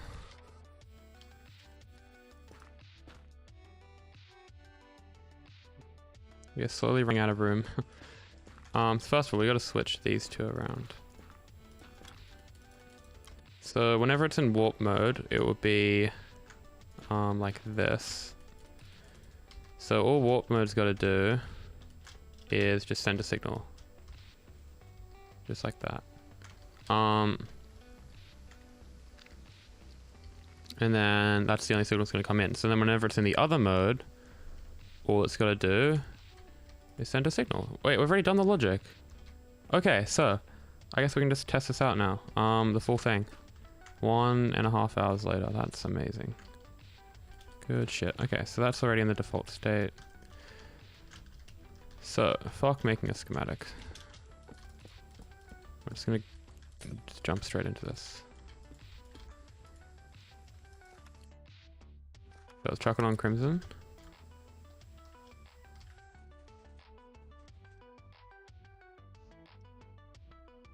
It's not a Crimson. Is that correct? Crimson's page 3. And that was why did it do that? I haven't changed this circuitry at all.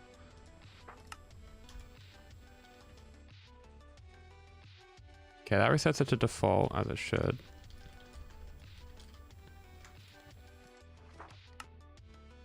This should chuck it on dirt. Yeah. And then that should put on Crimson. Which it does. Okay, I have no idea what happened before. That's slightly concerning. But yeah, now it's Crimson and we have the Crimson there. And then if we put it on warped.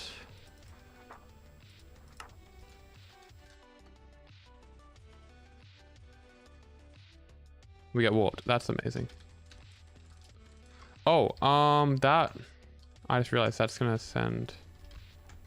Warped is also gonna send a reset signal. That didn't seem to break it though. Didn't seem to break it.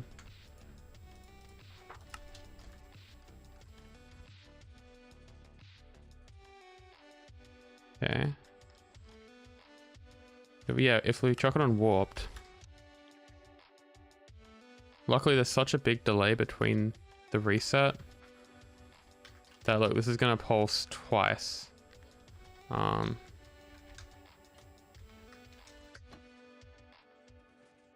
It's gonna do that first, and then it's gonna do this one again and switch it.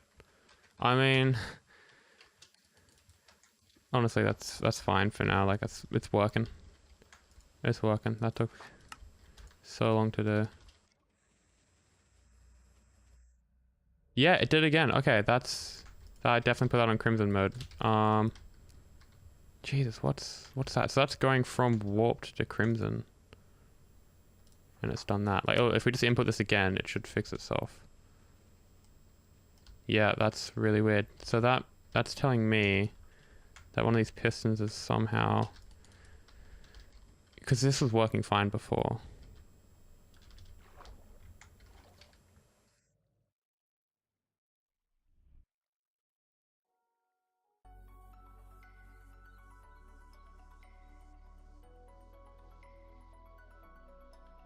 Yeah, I don't know how that's breaking.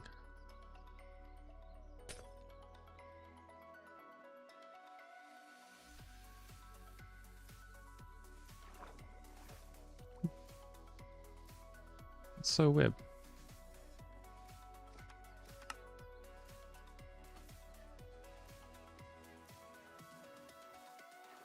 That's in warp, and then we switch it to Crimson, and it seemed to break it.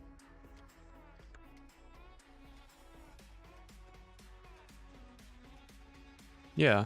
Okay, so going from warp to Crimson is what messes it up. I wonder why. That's so weird. The block swap is fine. That hasn't broken yet. Well, not yet. Just hasn't broken. Okay, so what's happening? It's not pushing across to the right, so it's not being given enough time to reset properly. Which makes sense, because warped is when it's pushed all the way across, so That means this is activating too early, which means there isn't enough delay on these, which can be fixed by toggling these. So I'm just gonna do this and unfreeze, and it should fix it.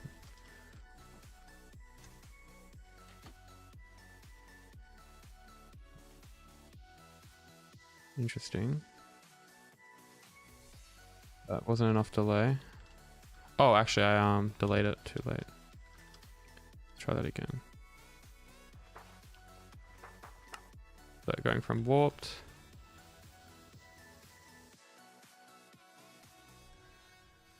Warp to crimson. Hit that. Go forward a bit, go forward a bit, go forward a bit. So these are still getting pushed across, so... Ooh, that's in the wrong order, actually. No, that's not what I thought. How has that happened?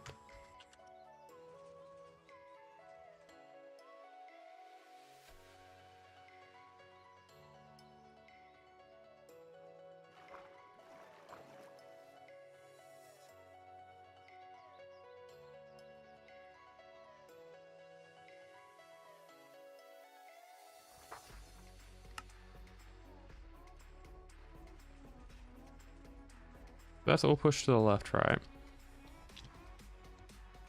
And you hit this. And then what the reset does is it consecutively activates each one of these pistons, which pushes the whole slider to the right. So what's happening here is that's not pushing. Not yet, anyway. So there's this delay here.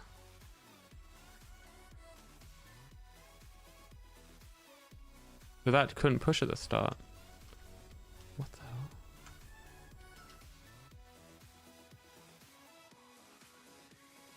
Yeah, no, I see what's happening. Okay, crimson.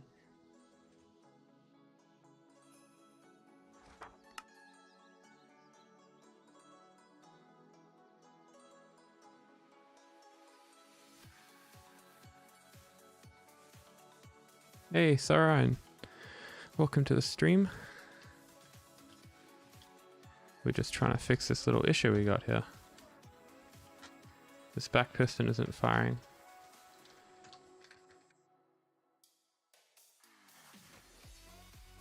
So I can't really figure out why, unless this piston's extended still, but I haven't changed these timings at all. So that doesn't make any sense. Basically, we've had something that was working, but now isn't. Yeah, so see that piston's extended, still extended, still extended, still extended, not extended. Oh, now it can push forward, can it? That's funny.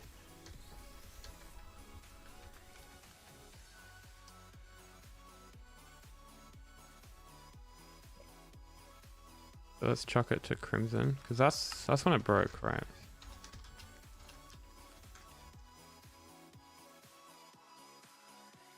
Yeah, you see, it works then. And you do a little bit of tick stepping. And you see this piston here. It's yet to retract that block. So still trying to retract it, still trying to retract it. And then it powers. And then it doesn't extend at all. That's because there's too much delay on that. So we have to reduce the delay somehow.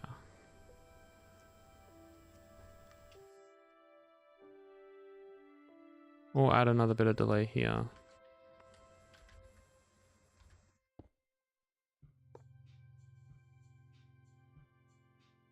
That's doable. Bit annoying, but it's doable. So basically take, let's see.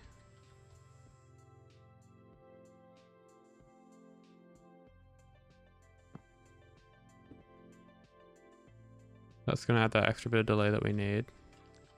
And then we can have another trapdoor with a bit of glass.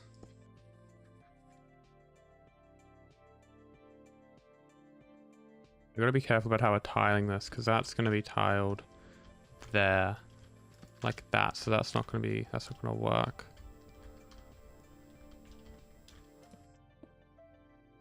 So in that case we could have just a block there and then a repeater,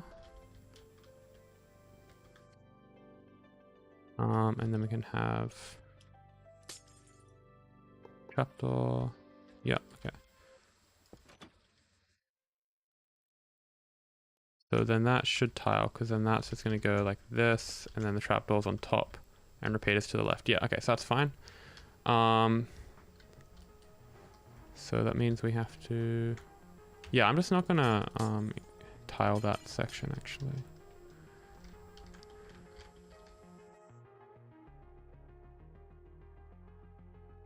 Frog. Yeah, the frog comes up on chat, kind of. The froge. So this should hopefully work. That little bit of delay is all that it needs. So it has broken this a little bit. That's fine. So yeah, the way it broke before is you would set it to warp mode. Oh, no. Oh, the timings are so precise, you just can't, like, fiddle with it. I don't know why it broke, though. It was fine before. I don't know what we've changed. It's like... It's so weird. It's so weird.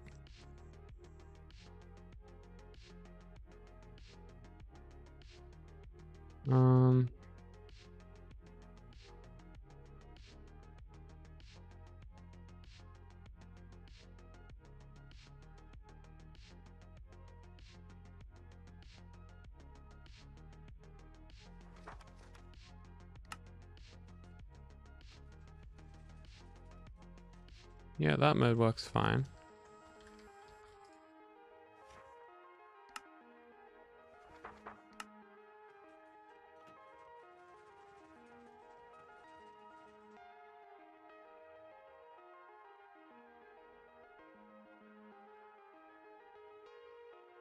Okay, how is that even? Oh my god, how's that broken? How does that break?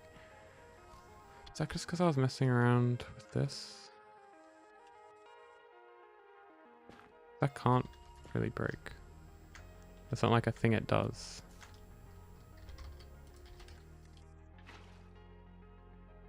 I have very little space here for leaf detection. Jesus. All this block swapper stuff.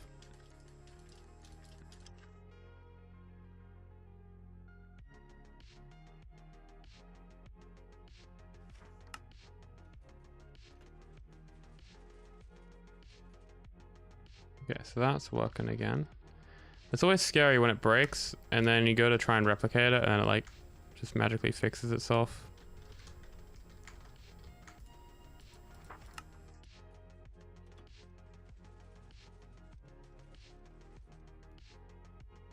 I'm not buying it. Okay, this is what it broke before on going from warp to crimson. Yeah.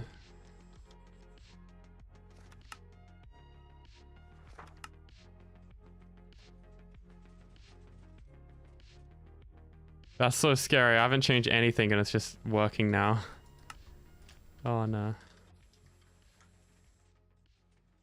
Crimson. Okay, so that wasn't crimson. Hi, am I placing blocks in spectator mode? Nah. So it's the opposite. I'm placing blocks in creative mode with like spectator abilities.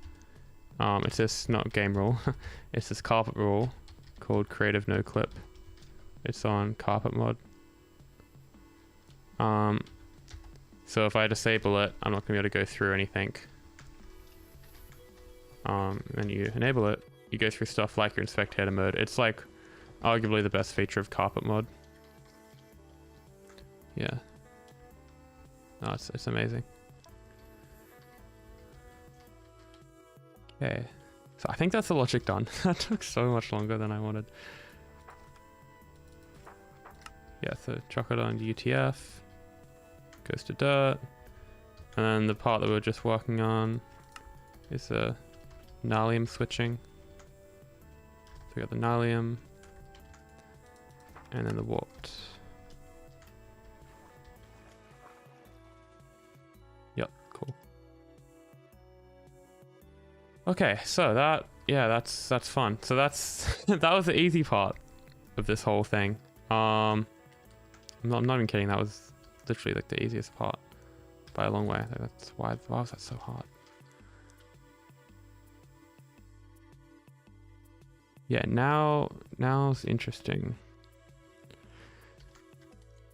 because we have not much room to work with. Get rid of that for starters. Okay, so what are the next things we have to do? We need to have an input line. So the player is going to start roughly... What color should I make the input line? Should it just be yellow? Like blue. Yellow or blue? Nah. There's one thing you don't do in technical Minecraft, and that's sleep on carpet mod. It is just... Yeah.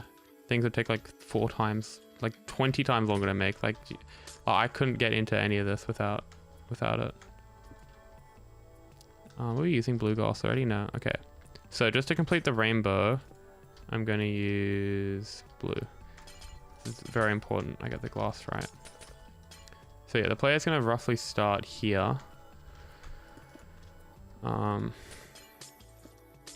essentially we need a line that when the farm starts, it's got this rail line. Trying to work out where to put this roughly. Yeah, it can't be below anymore. We don't have that luxury.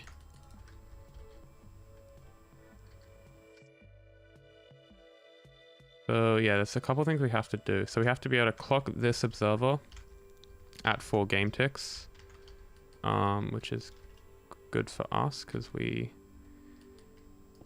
just left ourselves enough room for this. Yep. So yeah, we need to turn this on. So that basically primes the farm. So if we chuck bone meal in there, that's going to... Yep, we have to hard power it. Of course we do.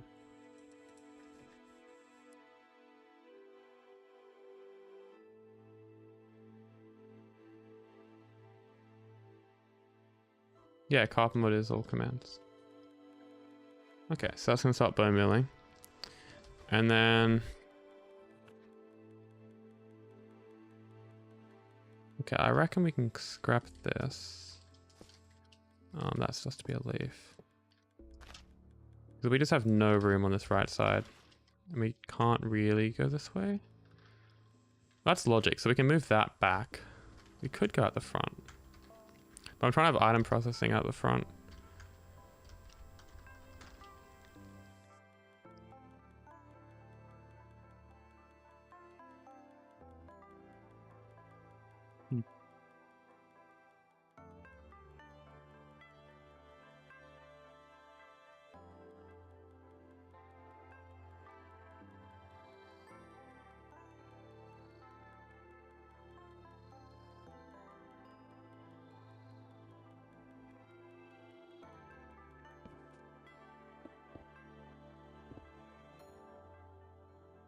Okay, we can use a RS Nor latch.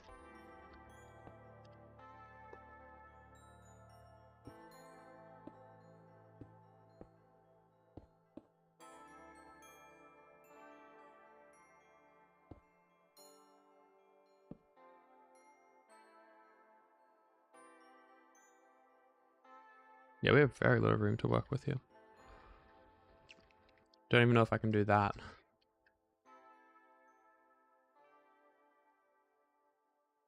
I feel like I gotta move these lines over a bit. Which is... Yeah, I'll do that.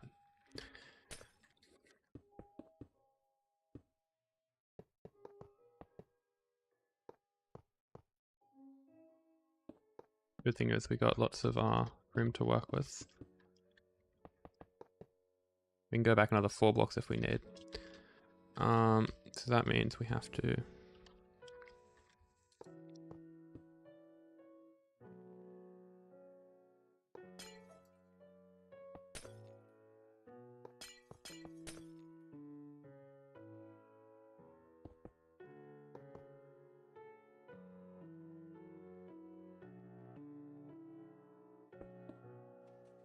Oh, okay.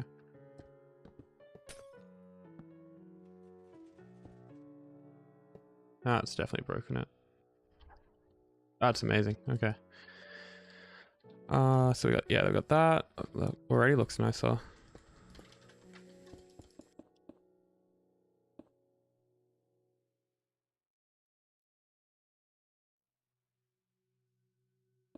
Yeah, the thing with learning new things, there's like this curve I saw online. So essentially you have like a graph. And it's like, here you have productivity.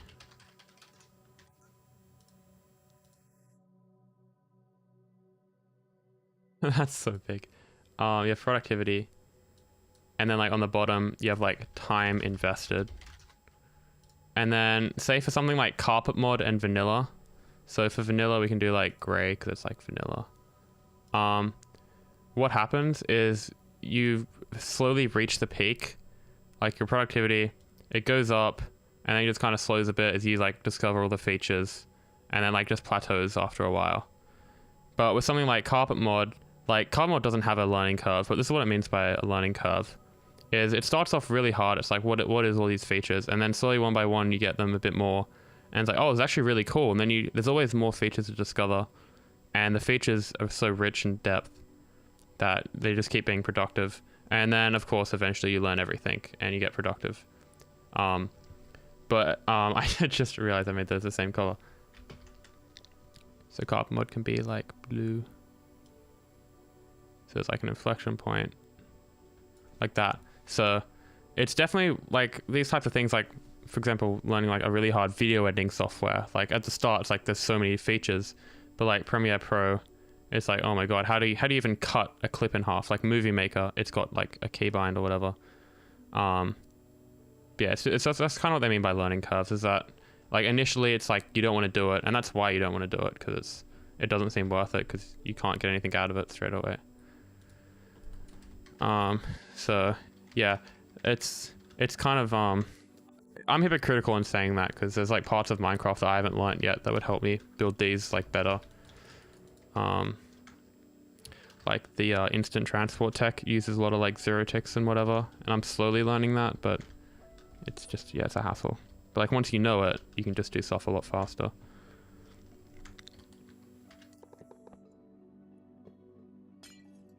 Like you learn how to use Tweakeroo, and I'm sure that's been amazing.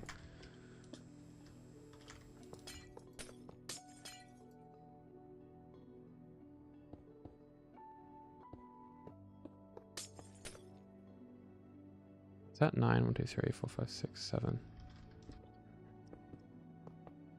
No, it doesn't reach. Well, it's not even connected to anything, doesn't matter.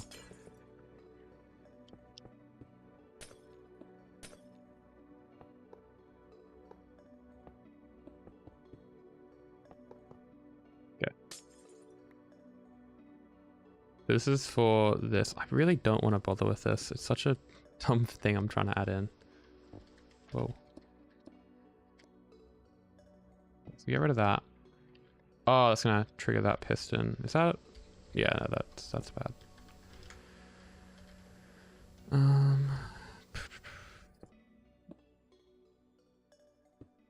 Yeah, how it was.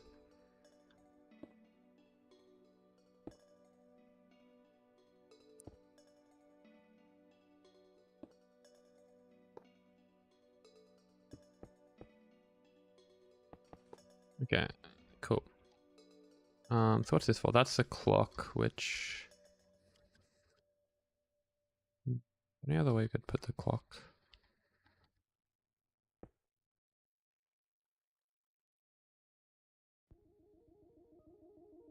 Yeah, there is actually.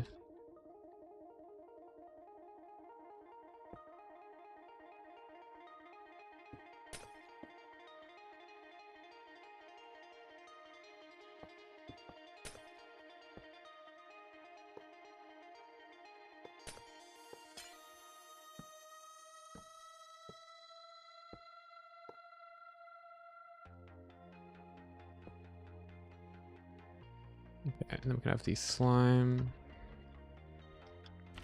like that, and then that. Yeah, it looks good.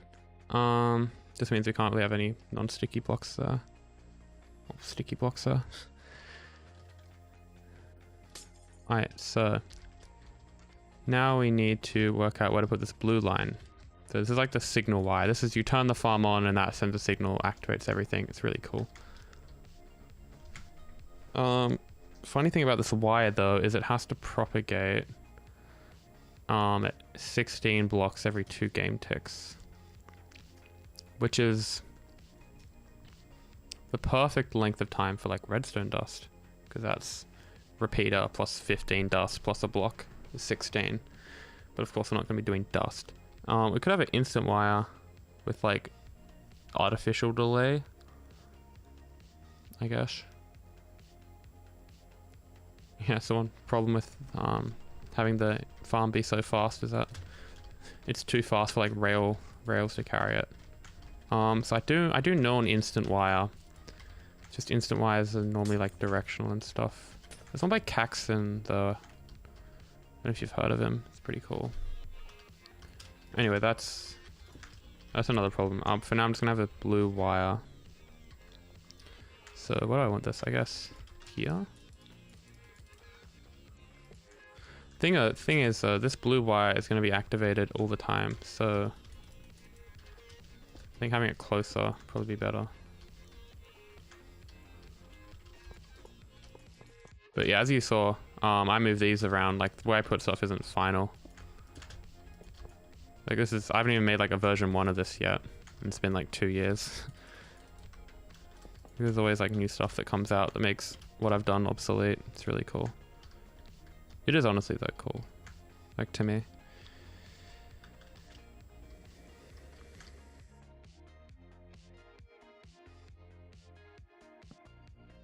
Nope, okay.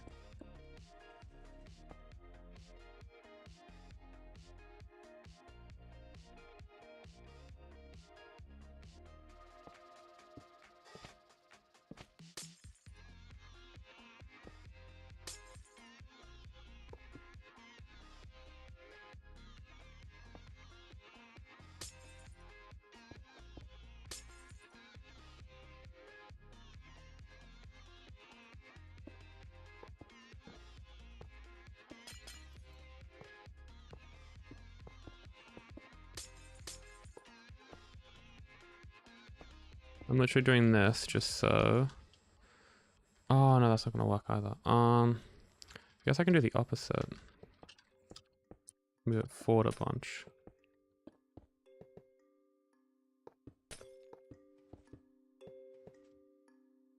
And that way I can have the wire from here run across.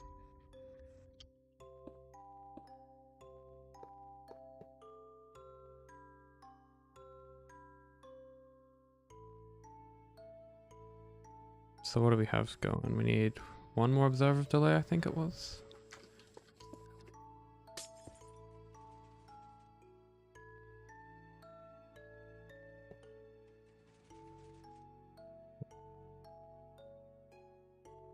Yeah, something like that.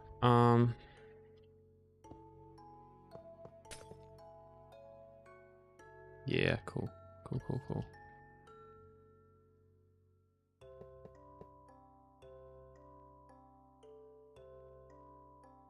That means at these gates we need blocks. But this first module's different, so I'm not gonna worry about that.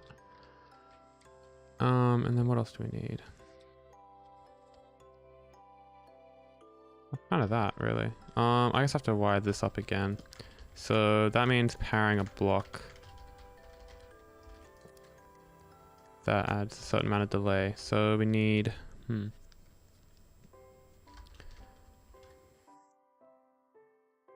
It's blue wire that we activate? No, it's red, orange one. I know my colors. I need to trigger this line. I wonder if it would be better to just have this higher a little bit. Yeah, how about we do the wiring first and then work out where to put the blue wire after.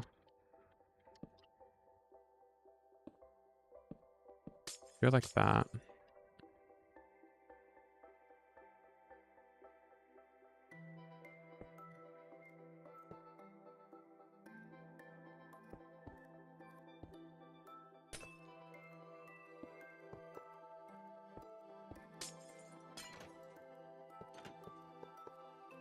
Yeah, something like that, and then you could take observer input going that a ways.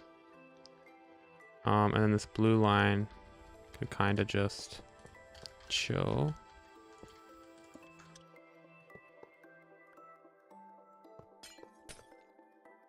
Okay, that's fine.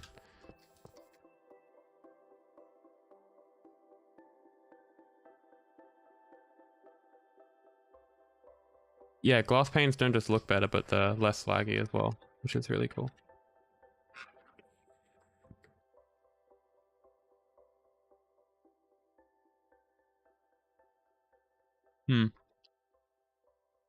Welcome to the stream, Geodude. Do you mind resending that message without implying your fond love of chickens, please?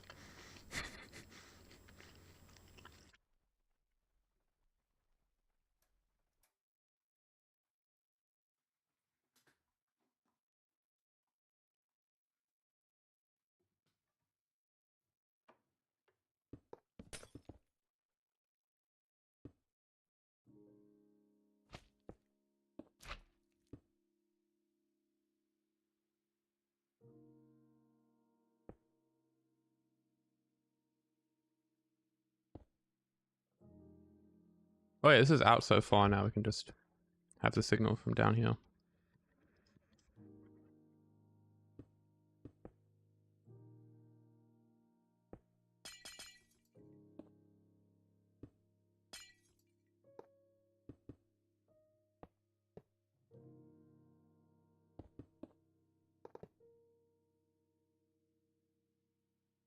Yeah, there's less like block states. And like the hitbox changes less and a couple other things.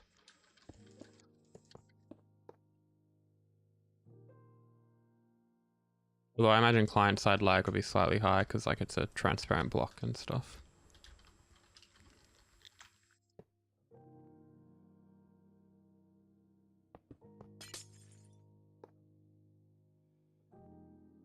Right, so just gotta power this guy.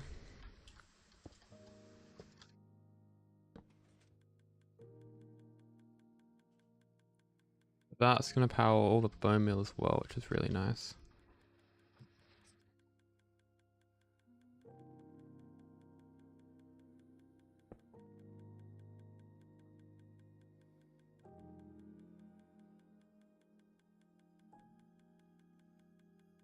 It's like the water here.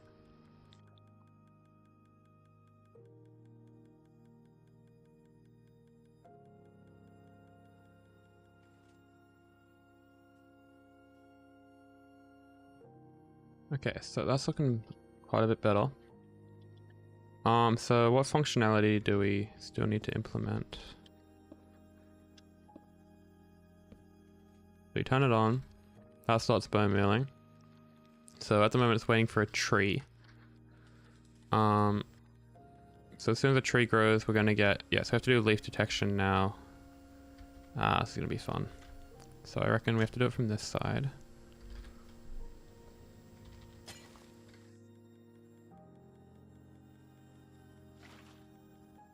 I'll use azalea leaves, I'm pretty sure they're easy to farm. So we can kind of have the signal be taken around like this.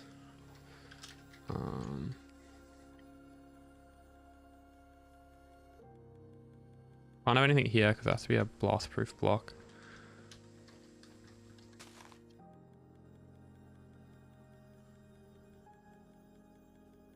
Yeah, every leaf we add adds another game tick of delay. That's why I'm like hesitant to place them down.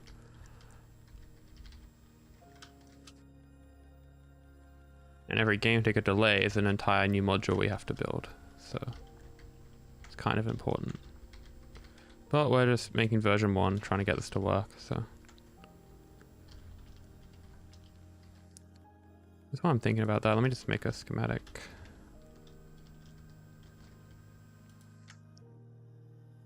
Probably a good idea.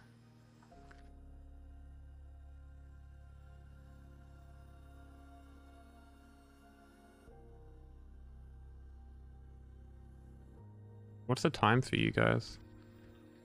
For me, it's like 2 o'clock. I won't say which 2 o'clock. You guys can work that out.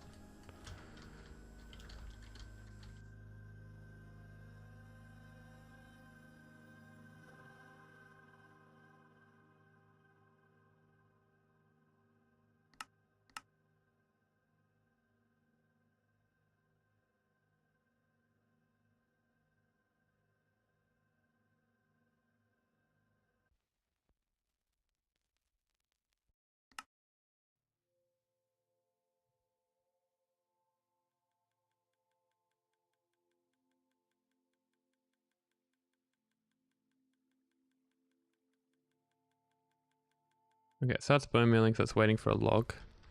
So as soon as the log does go in there, it's going to send a signal down here. These don't have to be waterlogged. Wait, what's the limit of these signals?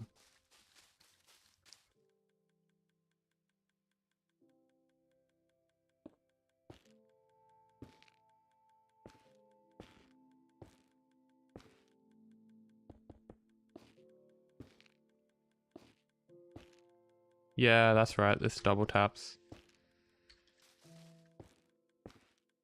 Yeah, it's always annoying. Pretty sure it's like 7 blocks it can reach.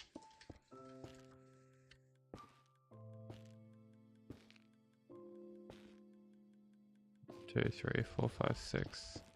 The log's 7 blocks away. Okay, so we got a long way to go.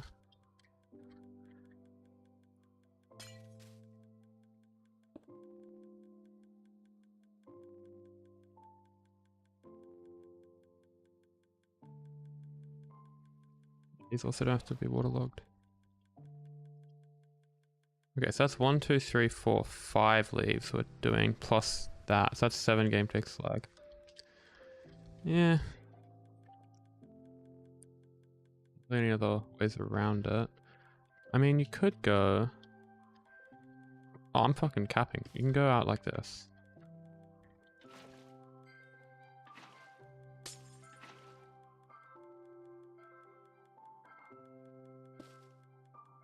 Then you can have...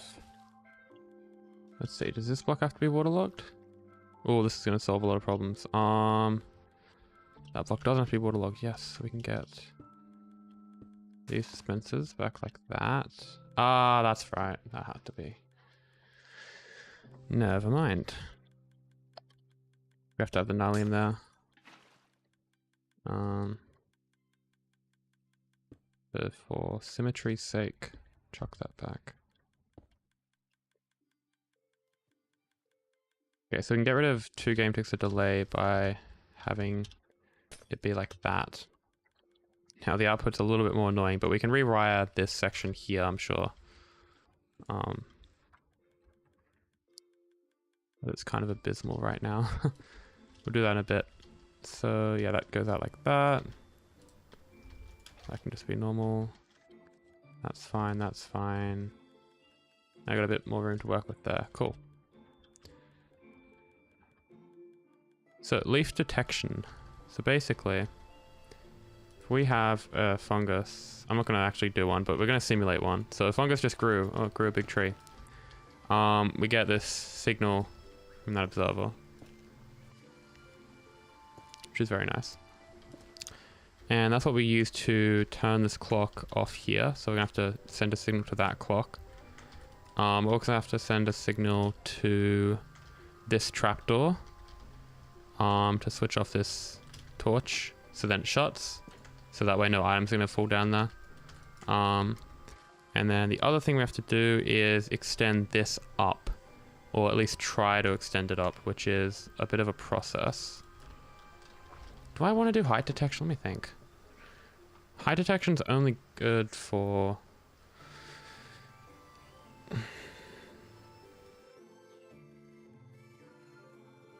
I'll do height detection. Might as well just try. Oh, it's not even that efficient there. No, it's not that efficient. Yeah. No. Yeah, I'm just thinking it's not. So we're not going to worry about taking an output from that. That's good. Yeah, so my thing is height detection is good, because in theory it's good, because it can detect when a tree's tall enough to warrant activating all these TNT dupers.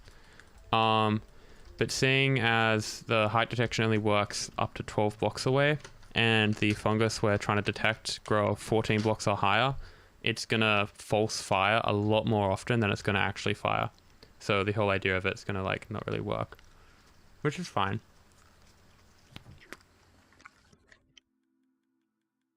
Just makes our job a little bit easier.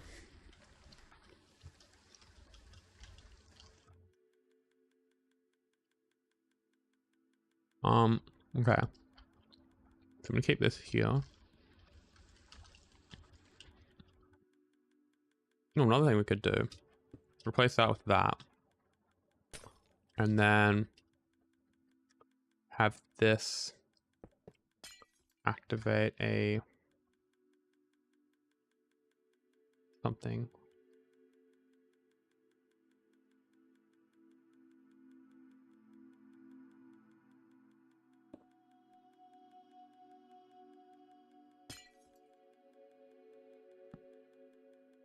We have like a slime there.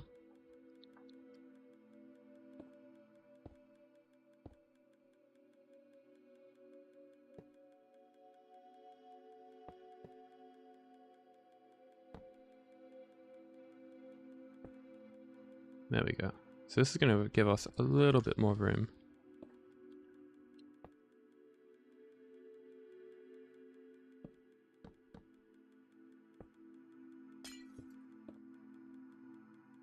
Yeah, so that's going to be the toggle, I guess, to turn the oak mode on or off. Okay, so with height detection. Oh yeah, there's one more thing we can wire. So this blue signal needs to send a pulse to this observer here, which is pretty doable. Just gotta... Yeah, it's just gotta power that. That's one note block. That's very simple. So basically all this means is that, let's just toggle this for a second. So at the moment the farm's off and the player's like, okay, this is also in the wrong state. So at the moment the farm's off and the player's like, okay, I want it to be in big oak mode. So say that was like that. So they hit this line, so this line activates, that rail pulses. It completes the circuit. Player gets in the farm detects them entering, so that hits. That's going to turn the dispenser on and activate this, so then it blocks the growth of the oak sapling, which is really cool. And then, so basically, once the tree does grow, we get the signal here. It's like our output.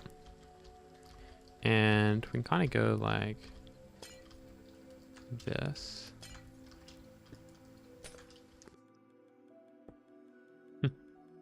That's how we can get a signal out. So we get a signal out on this note block, or somewhere around this note block. And then that needs to disable this clock. So basically it needs to activate or hit this block here, because that's going to power everything again. That's going to turn that off and that off, so that's really cool. Yeah, I sound so enthusiastic about that, don't I? So another thing we could do instead is just power Yeah, this, yeah, okay. I think this block here is a perfect block to power. Because that's gonna... Oh, that needs to be pulsed again, doesn't it? Hmm.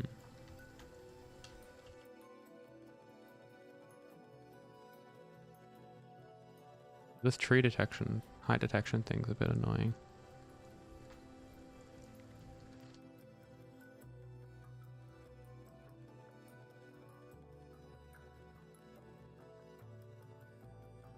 That's gonna pulse there, so we need to trigger that once.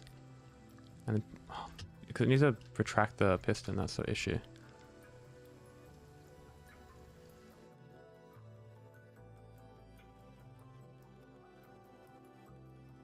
Okay, I gotta think about this a little bit more. It requires some thought.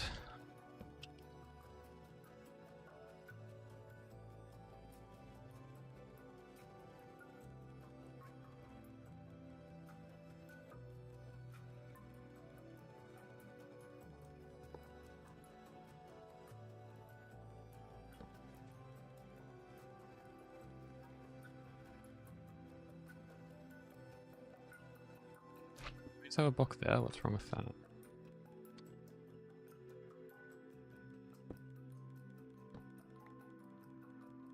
Pretty sure that's fine. Yeah, that's fine.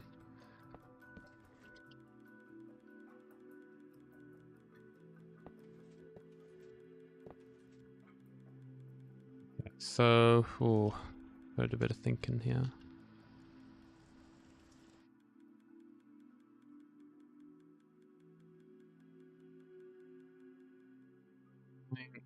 That glass floor, it isn't a hard cap. Like, that glass floor represents these redstone blocks, so we could have, like, something there, but it's just not much room to work with. Like, I'd rather not go below this red. But I mean, we could maybe raise that a bit.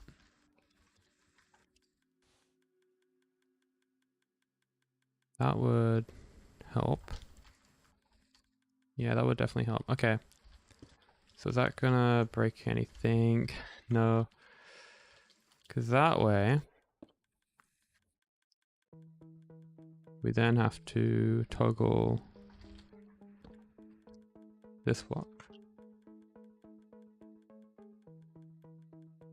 And then send a signal with this observer here.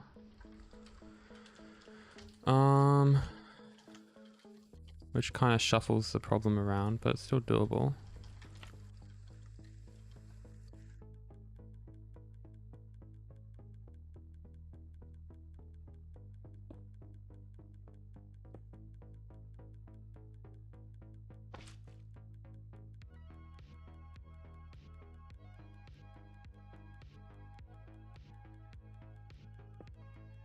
Yeah, we can go like that.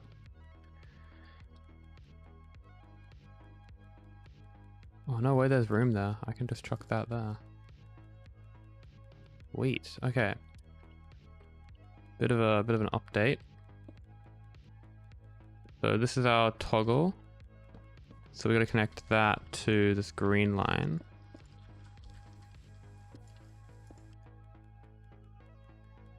Only thing is we have this slime we got to deal with. So we can do a repeater because that's not going to stick. And then I guess a rail. And these two. Like that. Okay. Oh, that is going to take it. Cool. Okay, so then that puts it in oak mode or not. And then we just need to send a signal from here to this observer. Which we can do with... We just had a note block.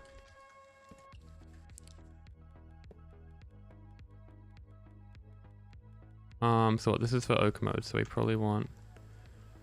No, this is just transmission.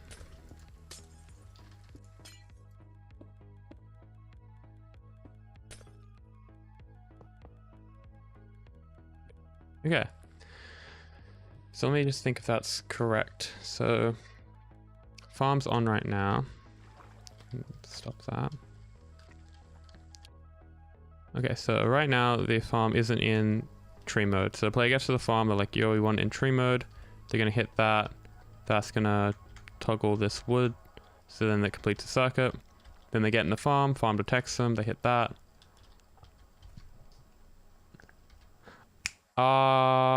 Actually that's fine. I got worried for a second. I only had that as a gravity block because I was pulsing. So we can now replace that with... What do we want to replace that with? We could put any block here. Like we could just put glass. Glass is kind of lame. We could do like just oak wood or something. Well, that might mess with the leaves. Ooh, I just had a scary thought.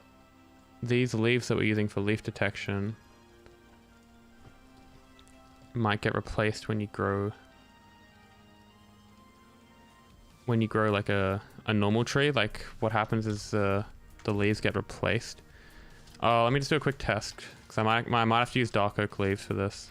Ooh, this is a worry. I'm pretty sure oak leaves can't replace dark oak leaves. Pretty sure. Because my worry is that it's going to replace the current leaves with like naturally generated leaves. And then... Let me just try and make this a bit more scientific.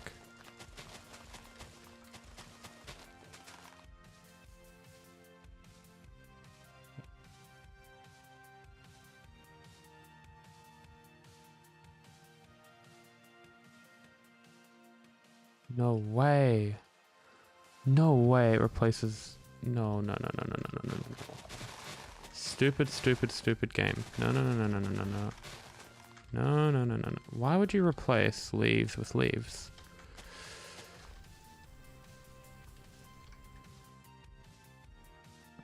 Shit. That's really bad.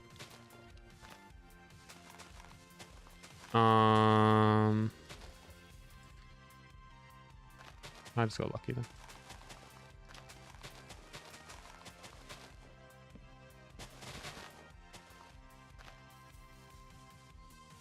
Oh, that's bad. Cause that's gonna replace the leaves. Cause you can have leaves at that height, right? At layer 1.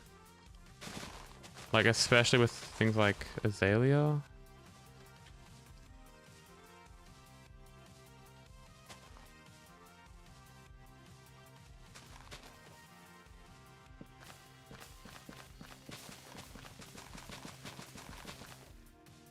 We have leaves here.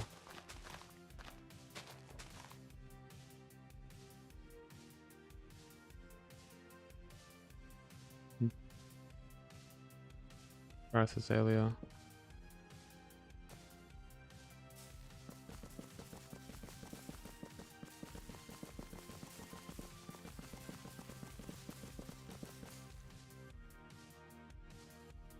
I think we might be lucky here.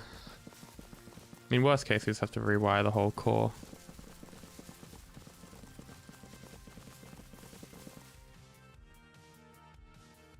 These are still distance 1, 2, and 3 leaf blocks. That's... Okay. Yeah, I panicked for a bit, because I know Ian's tree farm had that problem. Okay, so...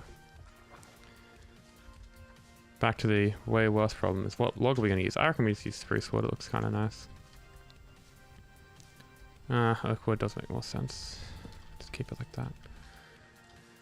Okay, so we had it like that, just fell down. Okay, so then yeah, you get a tree grows, sends a signal here, which sends it here. This is kind of cool. Although it's not actually necessary anymore.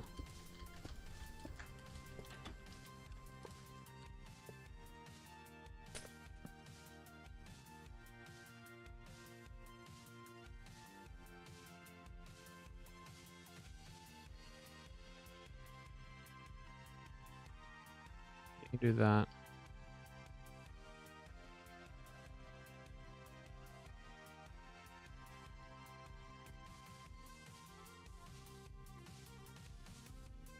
Okay, so missing a glass block there. Ah, that can't be glass. Yeah, that definitely can't be glass because that's gonna, yeah, Leave a spot for items to fall into. Why'd that just activate? What the hell? So weird. Okay. Okay.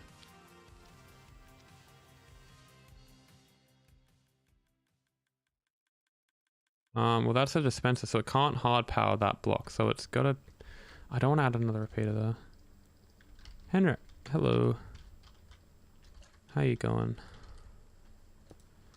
Okay, add another leaf. That's just one game tick.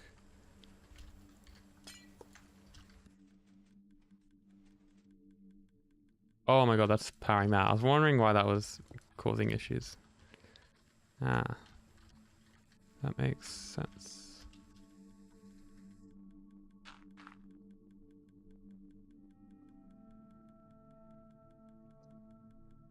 Okay, so now we get a somewhat nice output. Yeah, I'm just working on this old gal farm thing. This transport tech is really cool though. Like really cool.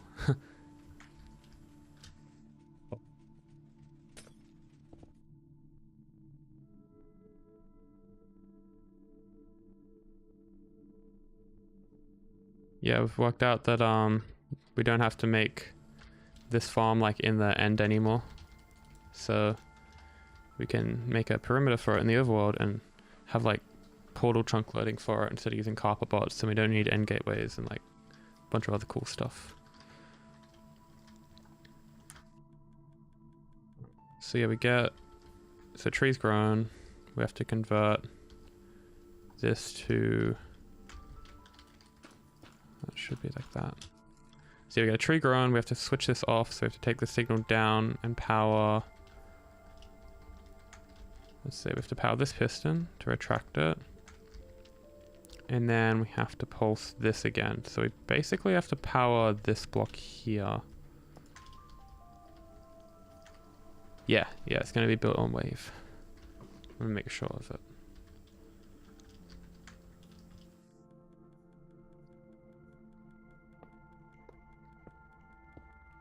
Shouldn't do it like that.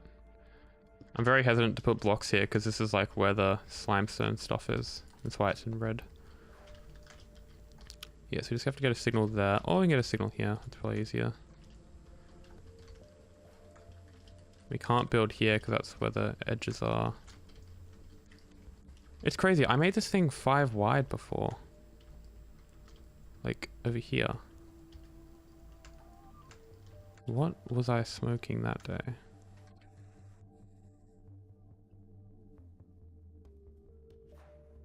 And it had height detection, although height detection isn't needed anymore.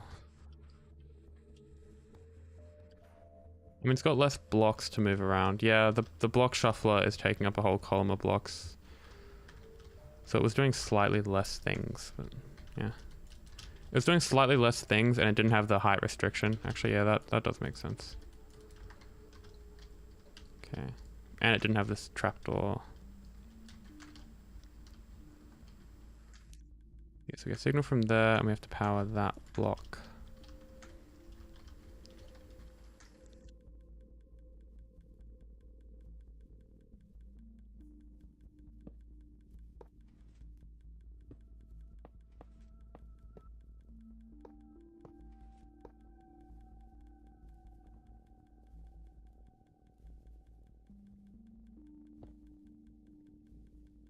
The signal also gets carried out to the TNT duping modules up here. So there's the input for that is this. And I'm not going to activate them now because it's going to make a mess. But yeah, it has to get sent up there too.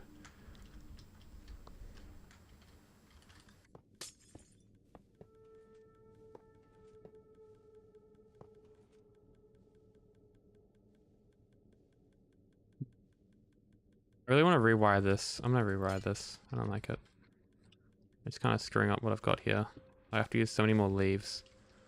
Like ideally you'd use 3 leaves so you don't get the rebounding effect. And you'd have 1 observer. And then that would carry out a rail line. And I'm just going to wire around that. Because this is a very important signal. basically the latency on this signal determines like how many modules we have to build. So very important. At the moment, 1 module, 2 modules, 3 modules, 5 modules. Gonna have to add another observer here, so that's 7. That's fine like that. And then, yeah, because these are 8 wide, whatever I build here. Oh, one sec.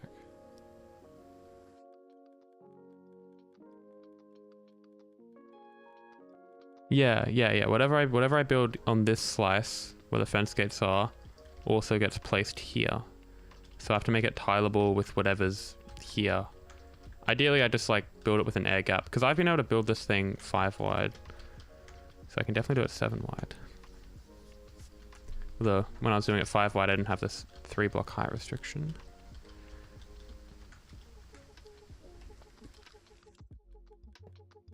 Okay, so with this, we need to get a signal to the reset ASAP. So we have this red line, orange line, whatever you want to call it. 1, 2, 3, 4, 5, 6, 7, 8, 9. So that is just too short. That's chef's kiss.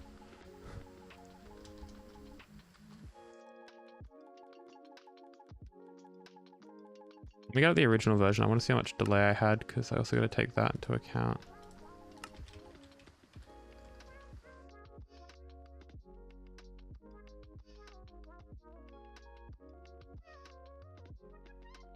Okay, so from the orange line we had 1 observer, which we already have. And currently we only have a second one. So here we have 2 observers. Okay, perfect. So we can solve our timings and we can solve our delay issue in one go.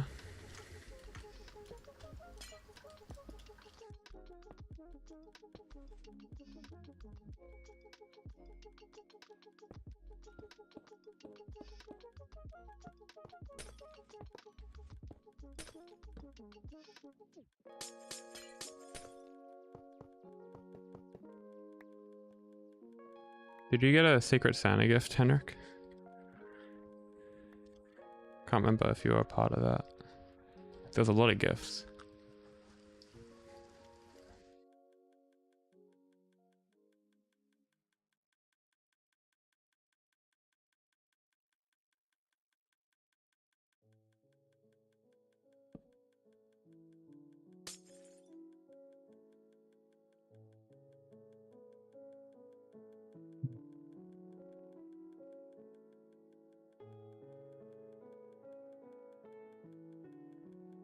Now we have to power this fella. I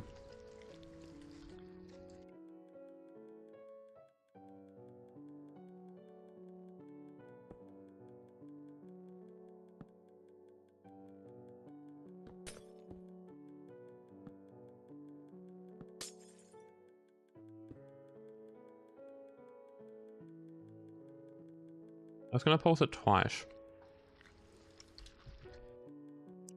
But should be fine. No, it won't be fine. It really won't be fine.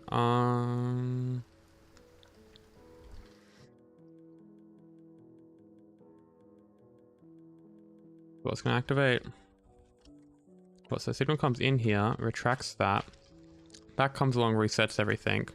Then you have this bit of delay. That's gonna trigger that once on rising edge, send a signal, again ticks later, that's gonna extend. Oh, you know what? This might be worth just testing out.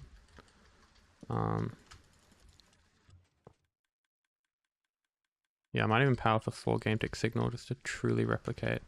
Actually, it's being powered with a 4 game tick, so it doesn't matter. Yeah, okay. Okay, so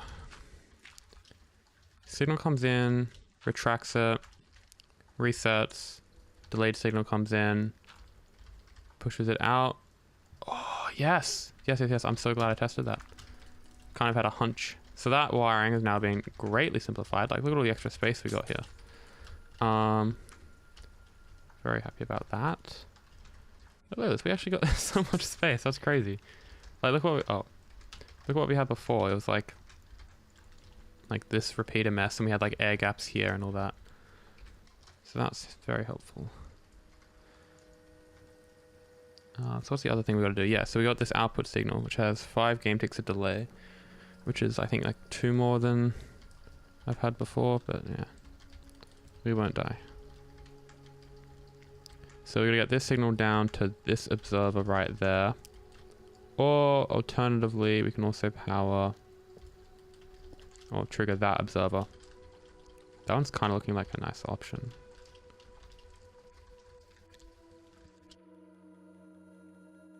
Ooh, I had a very nice idea.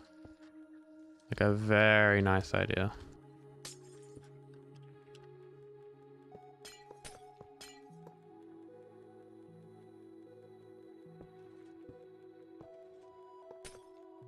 Yeah. Look at that junction. Oh my god. Then that's gonna go down. Trigger that. And then we simply... I'm gonna use a piston. What can we do instead? Just another observer, I guess. Well, oh, well, I wonder what that broke. Nothing, because the system's so robust. Okay, so it's growing trees. It's growing trees. Oh my god, we grew a tree. It stopped bone mealing. Sick. And yeah, we do need a T flip flop to make it so it doesn't double trigger, which actually could be. We could solve 2 problems in one here. Oh my god. Only problem is that's gonna trigger annoyingly. Oh.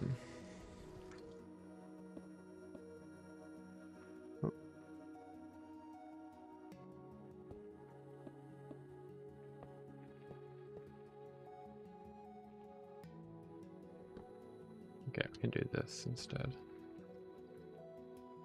Okay, so now, let's see, so all in its default state, yep, so player gets in the farm, that triggers, height detection activates, starts bone mealing. Oh, we got a sapling, we got a tree, stops bone mealing, then this piston would push up, we haven't wired that yet, that triggers that, and we don't get any further bone mealing, and it should reset, so if we do it again, starts bone mealing, stops bone mealing, tree detection. Sweet. Slowly adding functionality. So now we got to take this signal. So this is basically this channel here with the iron blocks. With the iron blocks. Yeah, this channel here with the iron blocks. It's kind of like a filtered channel from here. So this is what we're going to use to kind of activate all the other things that need to be turned off / on when the player goes by.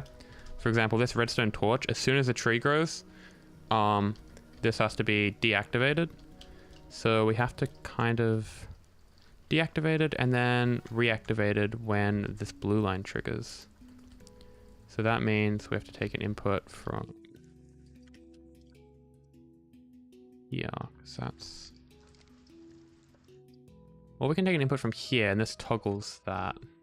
So... Gotta toggle this redstone torch. You love me, dude. The kind thing to say. Miguel, you know, I love you too, mate. Thanks for tuning into the stream. Do you know of a way to toggle this torch? All I can think of is like a redstone block connected to like some repeater. And in my head, it just seems really, really, really ugly. Also, you can't build anything here.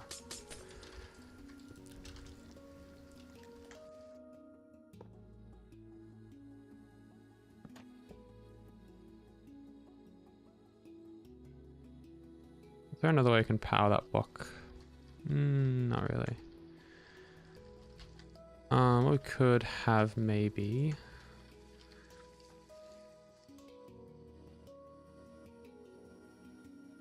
like a comparator. And then a composter. With a cake in it. With a sticky piston below it. Oh, I don't like placing on there though. So we could have a... we could just place it higher.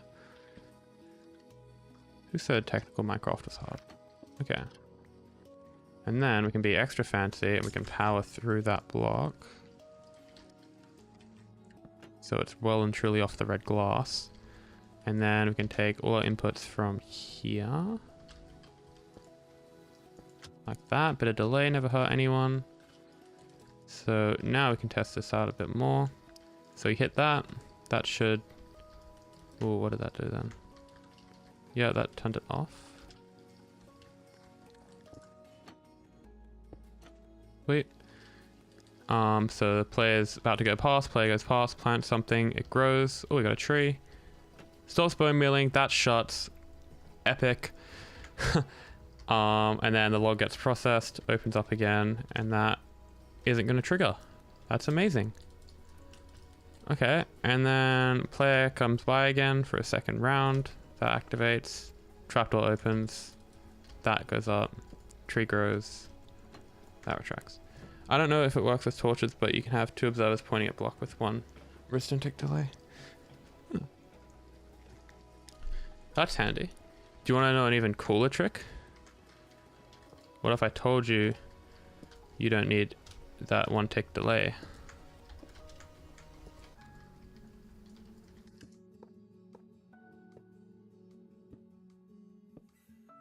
One second. Might be from the top.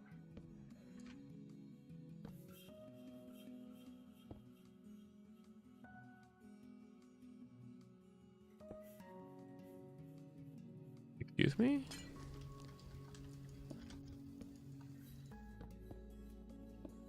Yeah, well, I know another way to do it. That's so weird.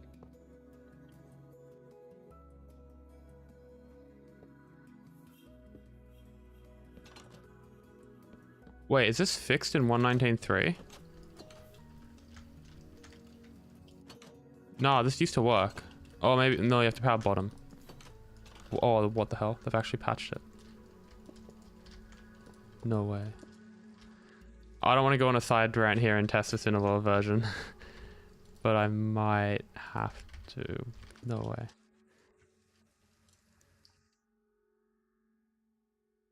I'm opening up 1.18. I don't remember this being patched. There's always a chance I could be doing this wrong, but there's this way you could turn off a torch in 2 game ticks. So it relied on like powering it, and then it schedules to be depowered, and then after it schedules to be depowered, you power it with a second observer, but at the same tick, and so it like kind of delays the scheduling off by a tick. So it's yeah, powers off. That's so weird. Okay, so we're gonna... Let's see, is OBS gonna change? OBS changed, let's go. Okay, so here we are on the WaveTech server. Now I gotta try this out.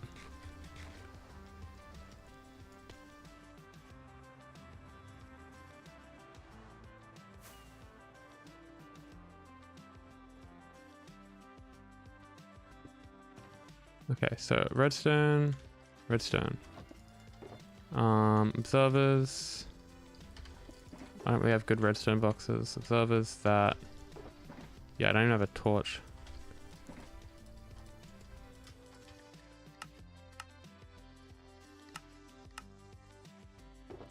Okay, so I'm running 2 instances of Minecraft right now, so I'm kind of laggy. There's no way they patched this.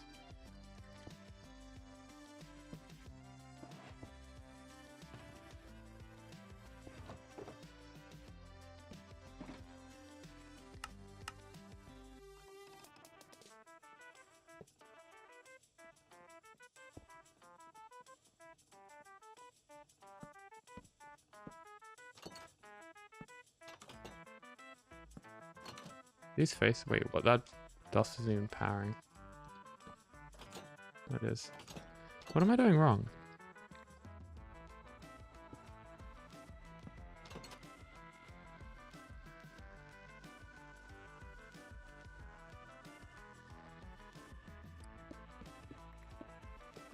Oh no, that's so weird. I thought that's how you do it. Do you need a block on top of the torch? A block on top of the torch? What do you mean?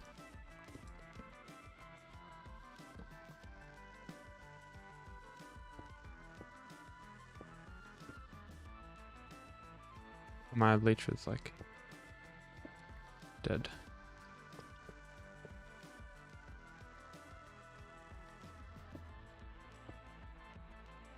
Worse is how you did it.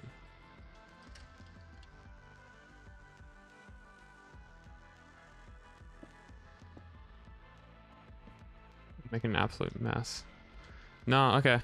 Well, that's good then. That's good that I wasn't able to like disprove that it still works. I'm not gonna look up how to do it now, but that's interesting.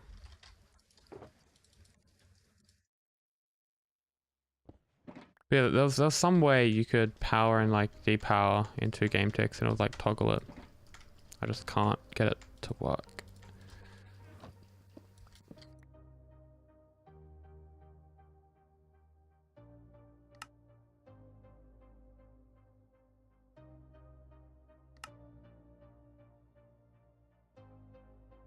Probably not a 118 thing. Yay. You test around with it. Because I definitely remember like there being like a door and like depending on where you powered the door it would work or not. And the only setup that like, unless it's like this way or something. What the heck? Was like a note block in a door?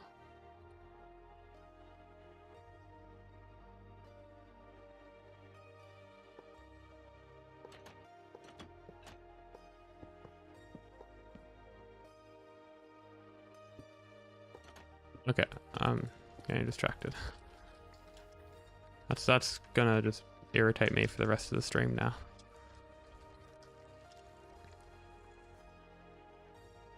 Okay, so what we gotta do is we gotta pulse this. So we get the signal and then oh, that's right. No, it's not. Don't worry. I'm exaggerating when I say irritate. I'll forget about it in like 2 seconds time. I'm just really stubborn, so yeah.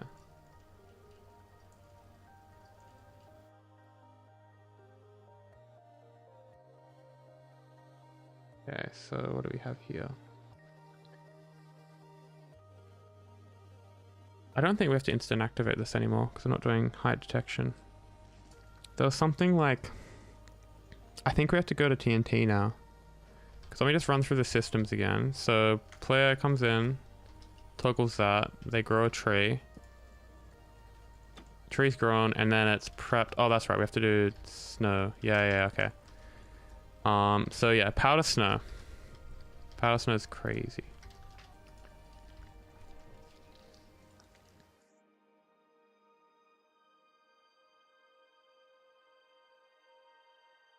That's interesting. That can't. I feel like could just do that.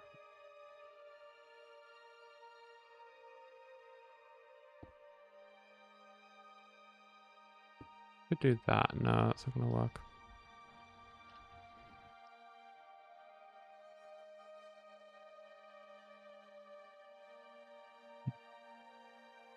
I mean, this isn't that much of an issue if we get item stuck here because I can just waterlog that. And I can do like this. Like something like that. Like that's not the end of the world. So I'm not going to worry about that rail for now. It really does want me to worry about it. No, I'm not touching the rail. Nope. Okay. So what we've got to design now is these 4 dispensers are doing the powdered snow. Oh, what was the layout you used? How do you get it?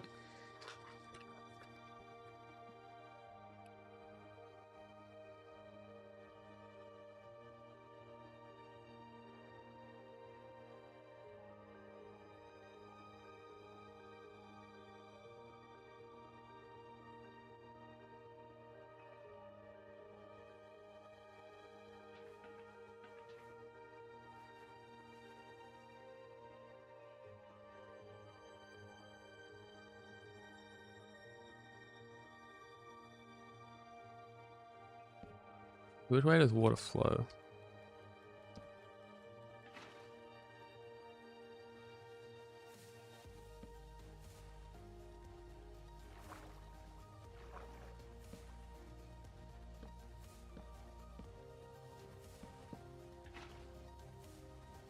That's so interesting. It doesn't... Even though it can't reach there, it still doesn't try to flow backwards. I guess because it...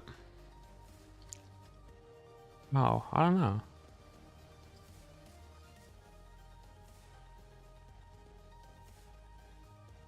Okay, so what are you saying? So torch in block, pointing to that block 1 observer facing up.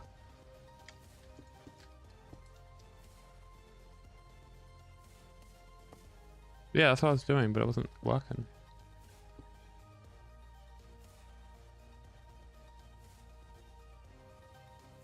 And the other connected to the side with a rail, like this.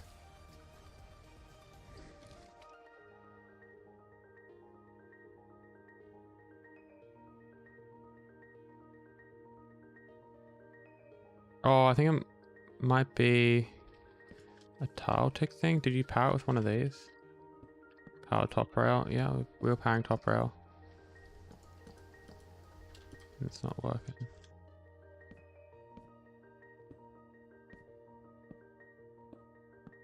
That's so weird.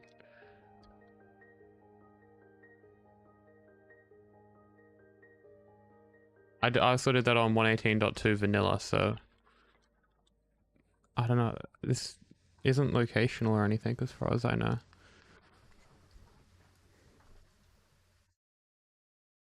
Long pulse? What do you mean long pulse? Like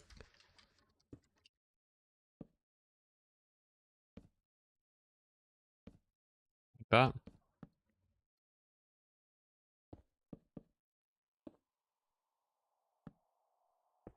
Yeah, this is... Okay, I think I got it to work. I thought you could just power the rail like this.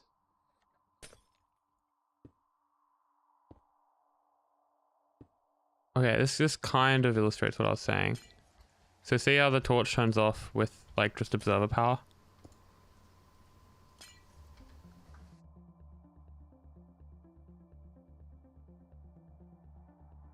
No, look, we got it to work, kind of.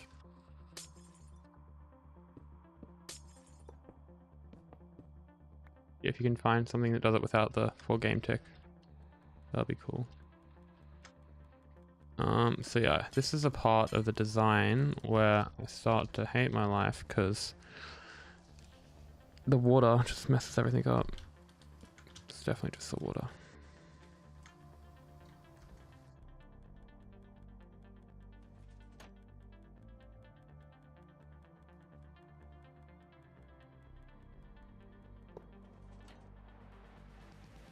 Okay, so that's the default state, cool.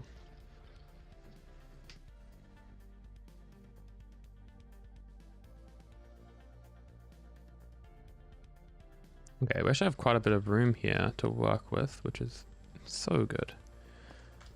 So what we have to do is this powdered snow has to be turned on as soon as you turn on the farm, basically. So that would get powered. That would have to be powered. Oh shit. Ooh. Ooh, fuck.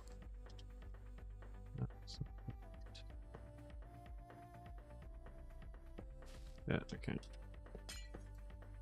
gonna bite the dust on that one. That solves 2 issues. For 1 game tick extra delay.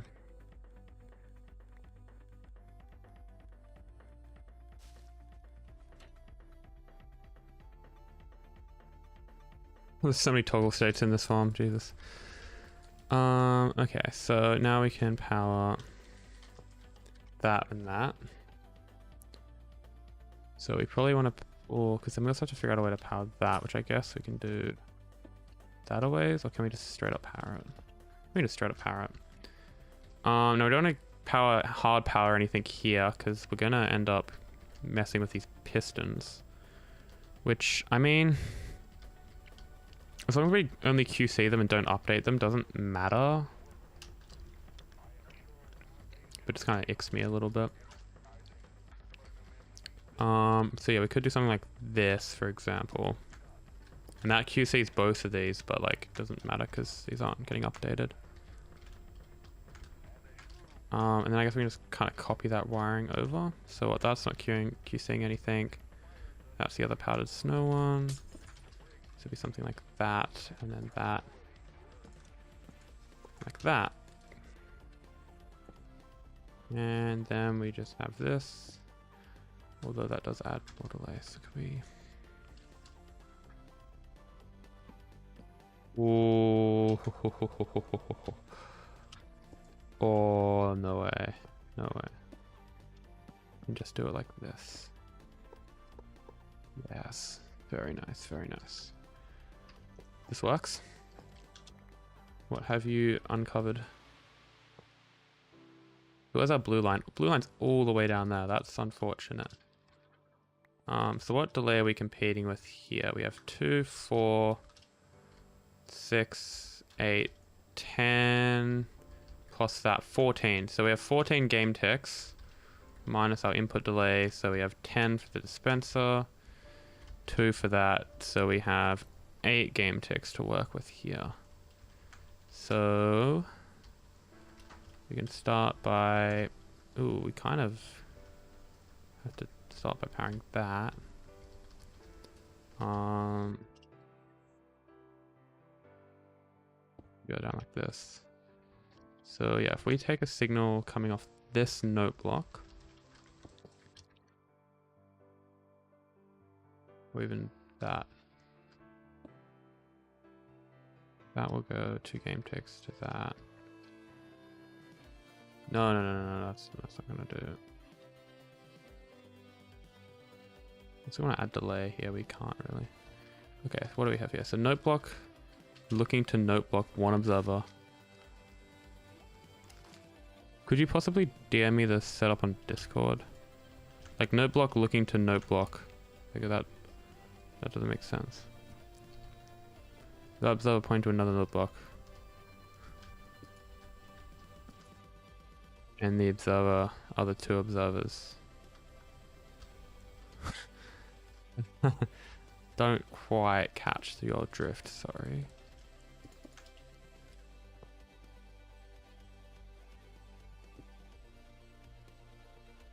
Note block looking to note block 1 observer. That observer pointing to another note block and looking to note block and the observer are the 2 observers. Yeah, thanks.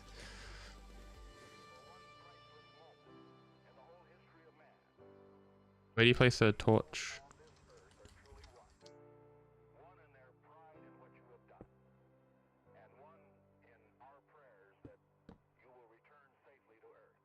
Like that?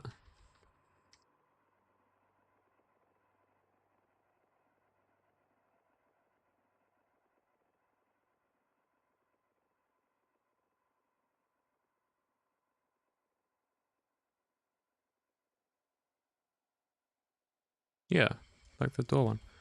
Maybe you have to power the door from like above? Wait, did that just turn off? Yes, like that. What the heck? It's definitely like how you power it. Yeah. See? Okay. That's annoying.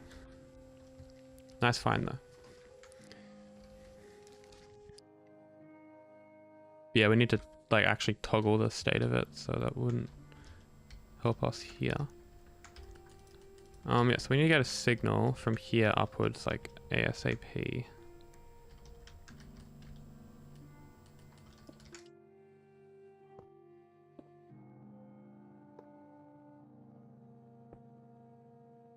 You're not annoying.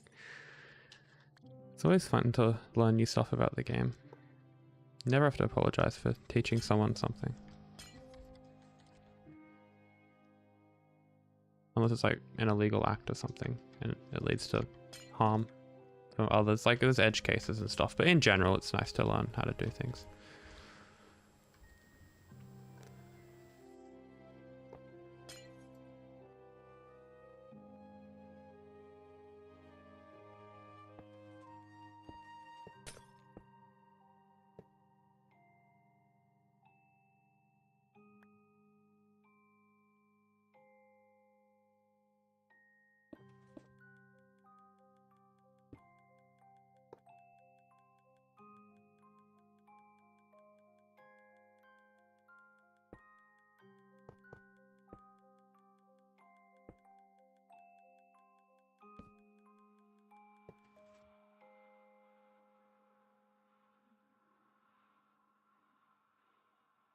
Oh, I just realized I don't have to worry about the delay.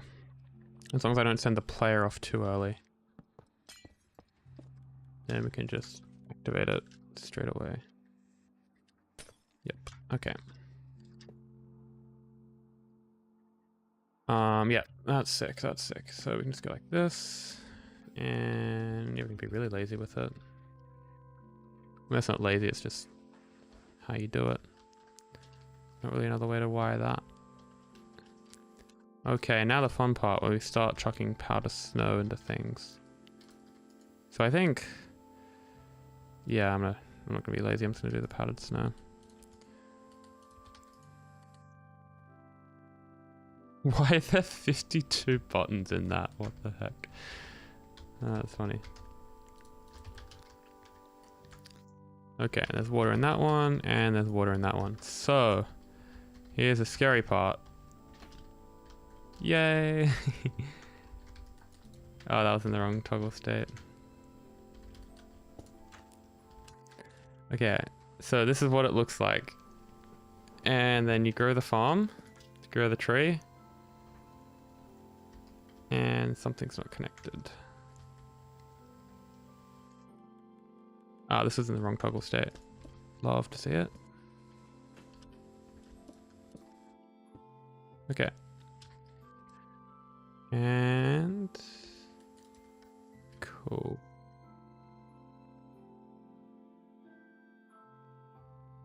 Okay, so let's try that again.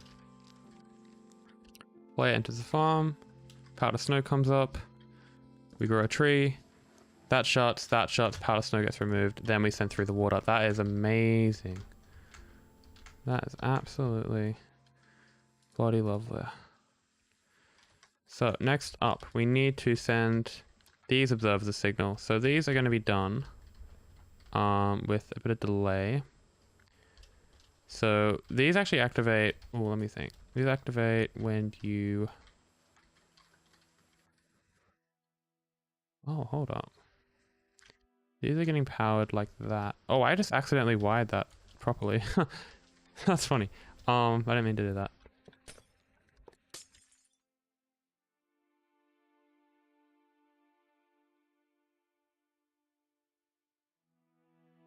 Yeah, okay, so we need to take an output from the leaves, and then that's going to turn the water on. Right, water goes on after that, yeah. So water goes on after the leaves, which goes the second time after this gets powered. So we could have something like this, where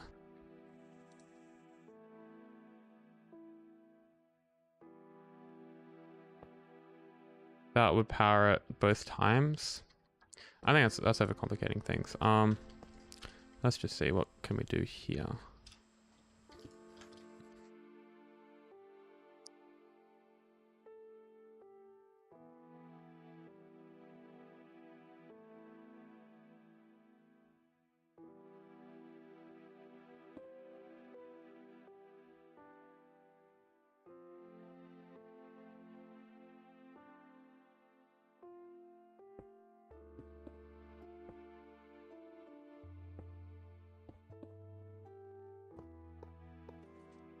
Yeah, that pulses twice. It's a bit of a shame. We can't have anything there because that's all going to get powered.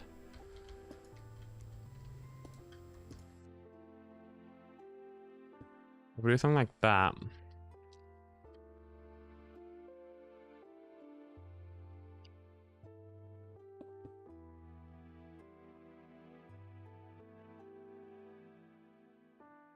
Oh, actually, we could just move that out a little bit.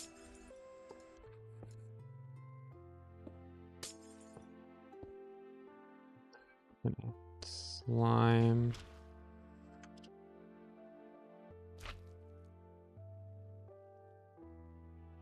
This.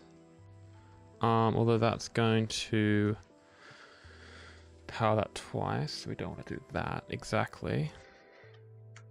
So we could do that. And that will move it up and then back down. That's like a lot of moving blocks, so I feel like we can do better. So if we only activate it when the leaves come down, then we can just take an output from the leaves, which is here. I'm going to do the output on green glass.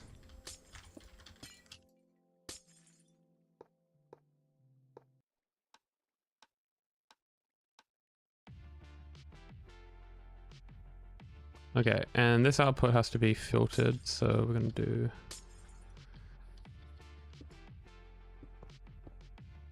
that. So then every second one we get a output, so it doesn't double trigger when we remove the leaves or remove the log. So this signal also has to get sent up there, so that's going to be done with like a bubble elevator probably.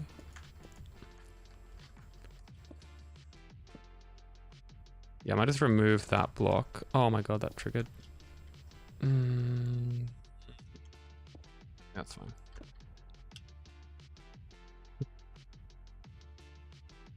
Oh my god, what happened to these doors? Yo. Wait, what happened to the red? Wait, what? Well, the redstone here got removed. Oh, I think that's when I weld edited it on accident. And broke like a bunch of stuff. Yeah. That would explain it. Yeah, I'm gonna be lazy and just place these back in. No, I'm not gonna be lazy. Carpet. Interaction update's false. Okay, what's the color scheme we got? That.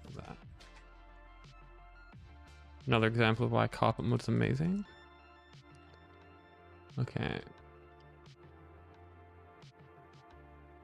Yeah, it still broke. That's fine. We're redesigning these modules anyway, so they don't use ancient dupers. Okay, so this is our filtered signal. So, in theory, we can just take this and pass it on to that.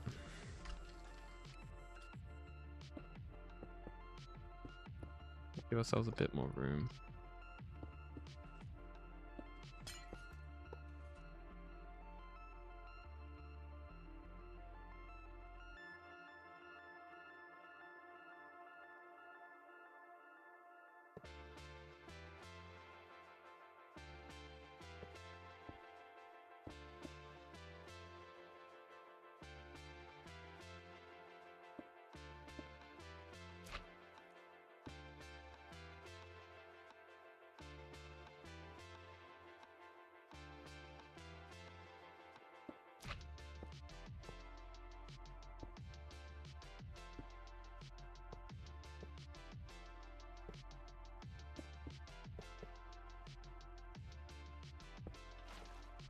We get our water there.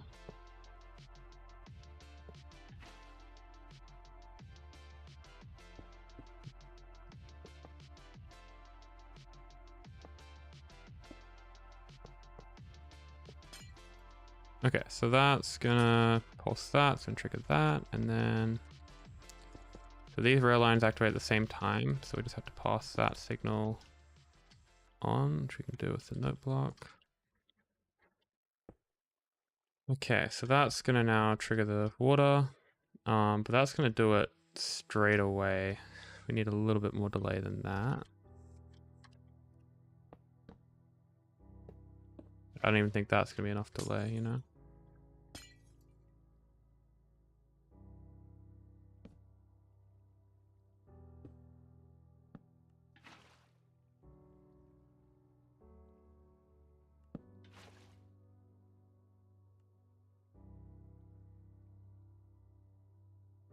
So an activation that has 1, 2, 3, 4, 5 observers of delay. So we need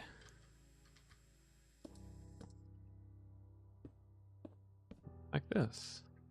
Cool. Okay. That's going to do the same thing. It's going to activate a different tile tick, but that's fine. No, if that has enough delay, I don't know. I don't believe it does. Don't believe it does, yeah. Okay, we're about to find out. So, check everything's in the right state. It for sure isn't. But that's there, that's there. That's not in the right state. Okay, yeah, so player comes along, hits that. Ah, that actually wasn't the right state. That's my bad. Powder snow grows. Oh, we get a tree. That gets trucked down. And what happened there? Ah, I forgot a block.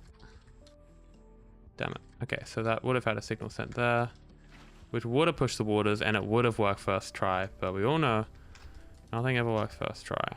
Except for that one time it did like a year ago, and I made a whole video about it. It was really cool.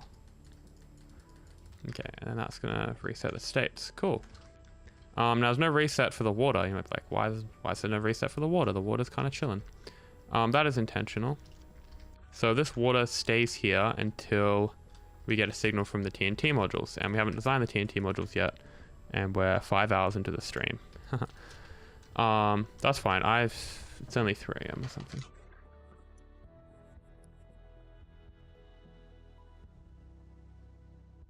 Okay. How are we all going?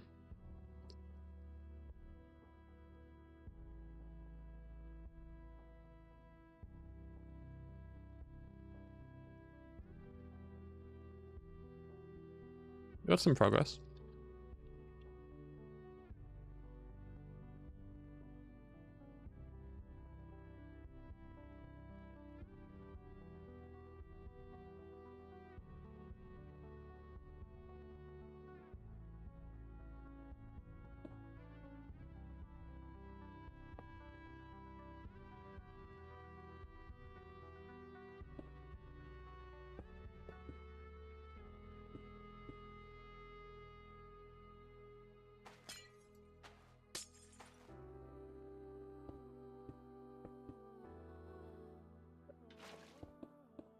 This is the fun part. Doing this logic stuff. It's all fun, otherwise why would I be doing it? It's either fun or not fun, but then it's very rewarding.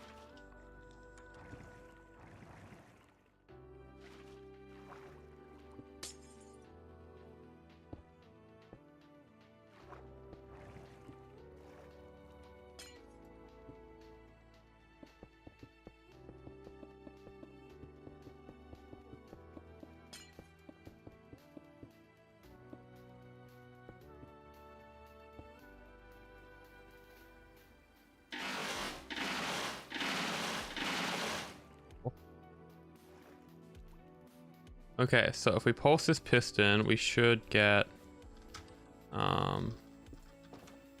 whoa, why'd that activate? That had, oh, because it keeps connecting to the glass. No. Okay, get rid of that.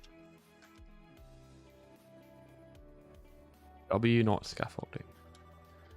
What does that mean? Is that, am I getting a win for not using scaffolding? Is that going to change shape? No. Cool, cool, cool. Okay, so I want to test this. So if we activate this piston, it should only pulse once, right?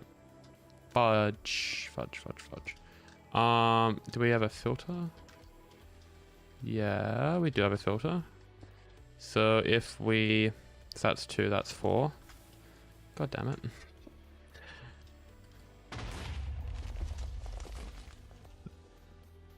I think the pulses are that close together. They're gonna combine. Let's see. Yep, sweet. Okay. So we only have one output. And that was an observer. These modules are funny. I'm not even gonna fix that because I'm gonna be designing new ones. Probably design new ones next stream because that's like a whole thing.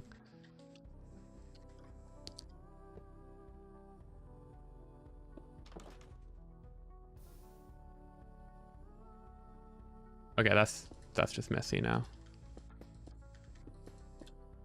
But notice because how this is retracted, these top modules aren't getting beaten up. I think that's kind of cool.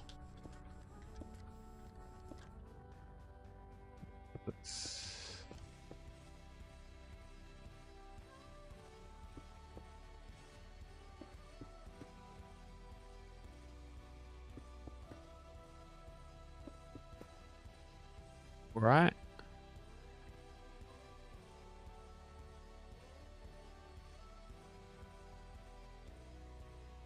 That's going to send a signal to that, which is going to activate the TNT. And then when it gets back down to the bottom, we need to take an output, which is going to drop out the water. So, where did we take the output from again? It was from the mangrove door.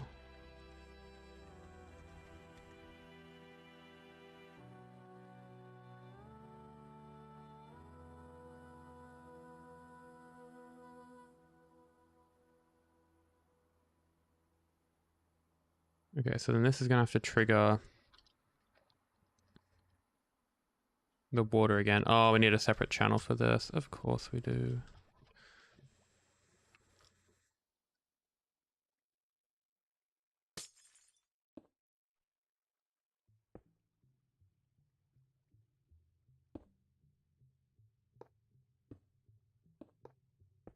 That's fine.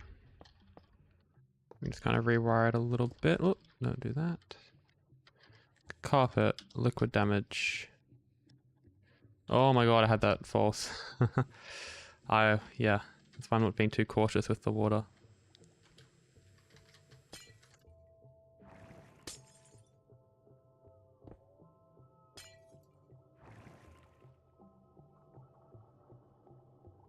Can you hear the music at all? There is definitely music. Like the top right hand of the screen says what song's playing. You guys have no idea how painful it is to set that up. Unless you've set it up before.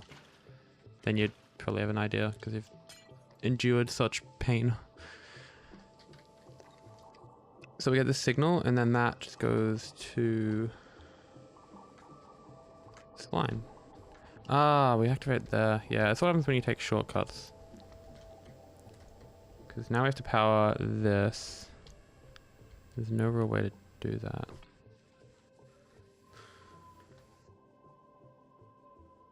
Okay, so let's move this here. That powers this. And then this observer powers these. Then this observer has to carry a signal down to that, which is then going to reset the water. So that means we need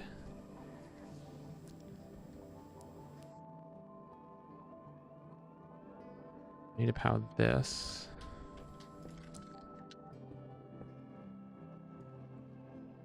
So to do that, we could go... Like without powering this door is the issue.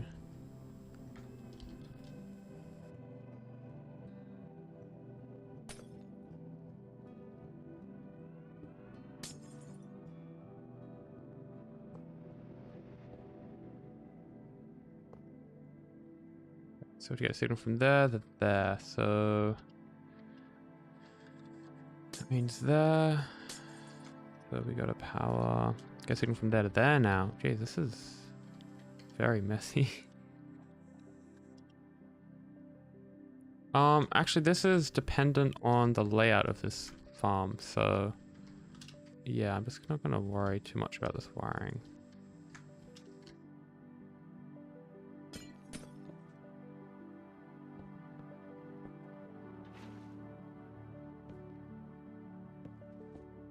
This is subject to change. Anything with involving these TNT things is subject to change. Okay, now I got quite a bit more going on. So let's try and explain this. So a tree grows, sends a signal here. That's already in the wrong state. I'm just gonna do that.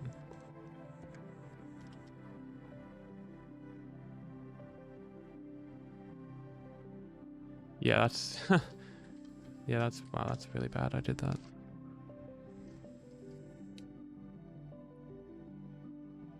But we kind of got to move this over another block.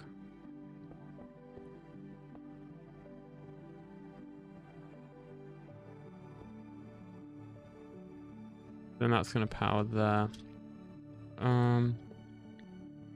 Unless we directly... Yeah, there we go.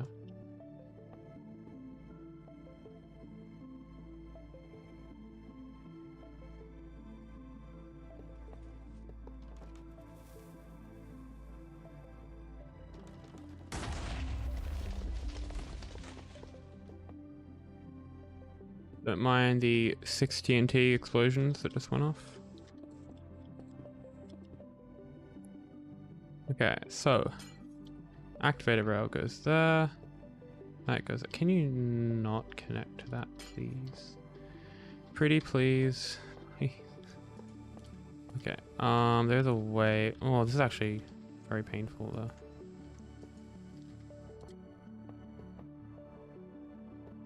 That's the one that connects. No, that's the one that connects. So you need to go like this.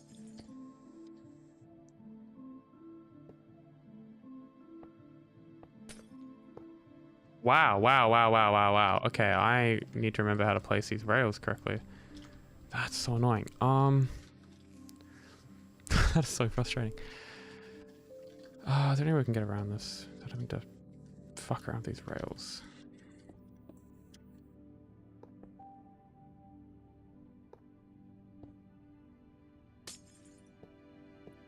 There's also extra build effort if you have to do that every time. I'm really taking build effort into account here because I'm the one that's going to be building most of this. Okay, so that gets that from there. That can be powered like that. Yeah, I'll just do that. Oh, we can do all sorts of things now.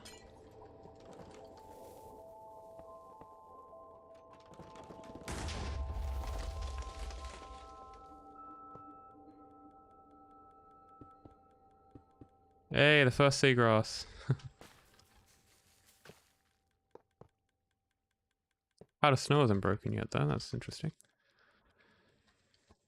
Okay, so last thing we need to connect is this. So that's going to... Yeah, that's gonna be fine.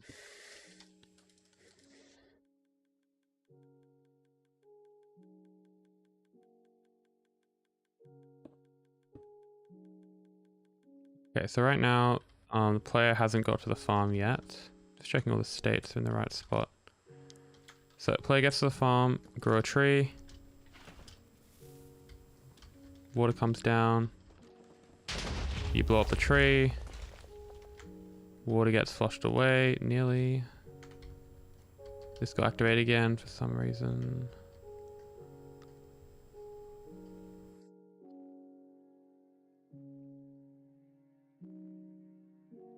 And this got activated twice. Okay, so something's been triggered twice here.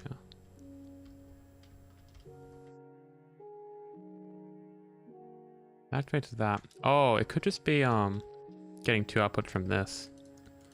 And then this is a... Oh, don't know what that would be from.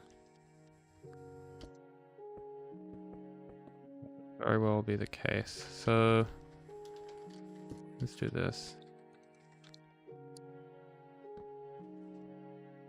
Oh, yep. Yeah, you move the log and then that resets the toggle states. Yeah. Okay, I'm pretty sure the error is just getting the wrong output from this. Okay, okay. So let's just move this out of here.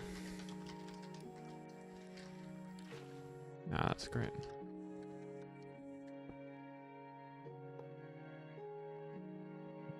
Get rid of that. Not get rid of, that's a strong word. But yeah, we can use a sticky piston there. So that will solve our powering issue. And then we just have to go,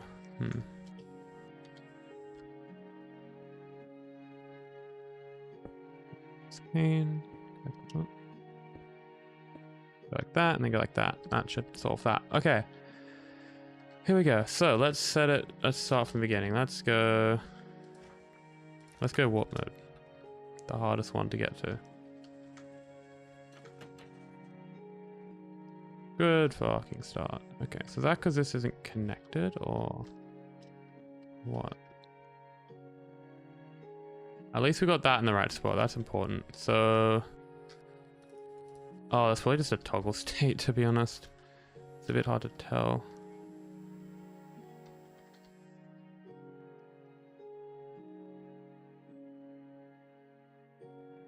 That powers. Yeah, there's nothing powering this here. I kind of forgot that. Wait, what? What's it doing?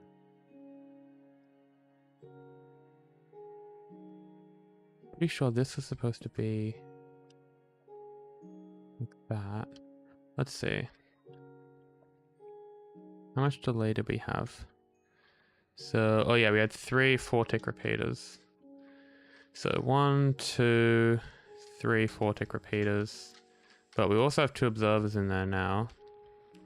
So here we had 3 4-tick repeaters directly powering. So we just need a 2-tick going into an observer, going to a 4-tick, going into that. Okay. Or even have a 4-tick, and then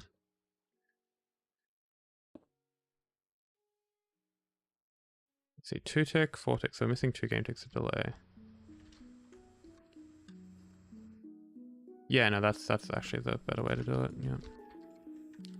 Never mind. Okay. That's a shame. I think that actually would have worked then.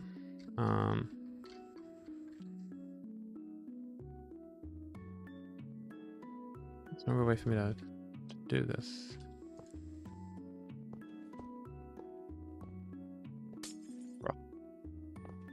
Okay. Okay, so it's in warp mode. So say we change our mind after fixing the farm and we're like, you know what? Crimson mode's kind of it.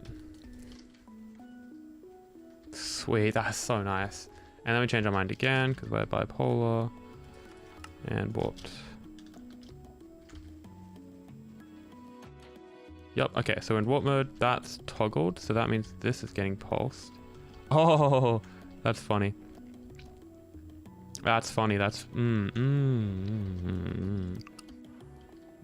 so that's hilarious. That's fixable though, that's actually very fixable. I don't know what that observer did, but I don't like it. So we just need, oh, what do we have to do? We have to, okay, so we need a block there which has repeated delay. And then we need an observer that's powering this. And we have to get a signal to that observer in 2 game ticks. Otherwise we die. We gotta fix up the toggle states later. So, has to be a supporting block there. Honestly, we just go like this, rails. If we don't want to like touch anything down there, we can go the glass pane. Oh, that's gonna, no, it's not gonna connect because it's not a wall. Very handy. So that's gonna power that, and then we get an observer, and then we finish off with a repeater here. So now this shouldn't flicker, and that's back in the right state. Wow, it fixed itself. Who would have thought? Okay, so now we've set the mode, and just to double check. Okay, yeah, we want warped. We're gonna hit warped. It's gonna go through the whole thing again. And that time it didn't work because this was in the wrong state. That's why you always check. Okay, one more time. So warped, hit the button, come over here. There we go. Ah, that flickered again. What the heck? Wait, what?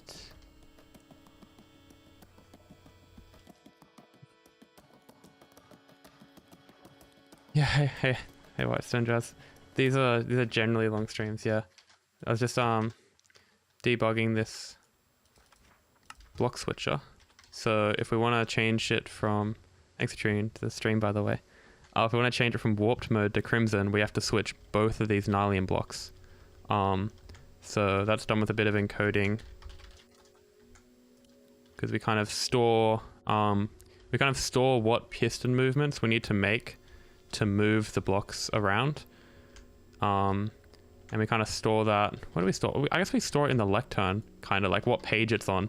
So we decode the signal strength with this. That activates a piston line, and say it needs these 2 front piston moves, or these 3 piston moves. Then it's going to activate this one because that activates all 3. Say we only need the 2 back ones. It's going to do the middle one, and then that kind of like shuffles the blocks along. So I believe I just hit the button. Yeah, hit the button. It's in. It should switch to crimson, so we tick step a little bit. It's going to retract that, and that's going to reset it to the default state, which is with the pods all right there. So that way we know exactly what order these blocks are in.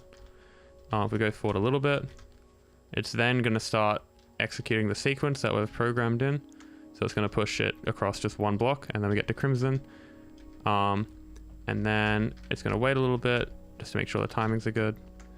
And it's going to push it across. And then all the meanwhile, we have this other system going on, which I can show. It's going to step forward a couple seconds. Okay. And then the other system is a lot more complicated than I envisioned. It uses like an ABBA circuit. I don't know if you've heard of those before. But essentially we have to block shuffle these 2 Nyliums around. Now because we just switched from crimson to crimson, it's not going to change. But say we went from warp to crimson.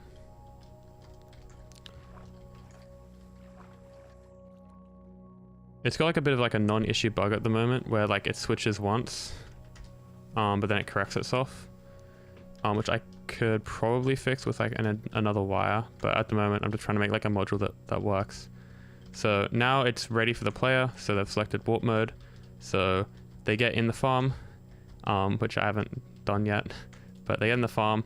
The farm detects when they enter, so they would send a signal there. And then basically this signal is going to get sent along all these modules, because it's an Ncore farm. I don't know if you're familiar with this design. So it's going to kind of like prime the farm, so it's going to do a couple things. So depending on whether or not the farm's in big oak mode, because it's a universal tree farm, it's going to push this log up. So it doesn't have to be a log, it could be any like solid block.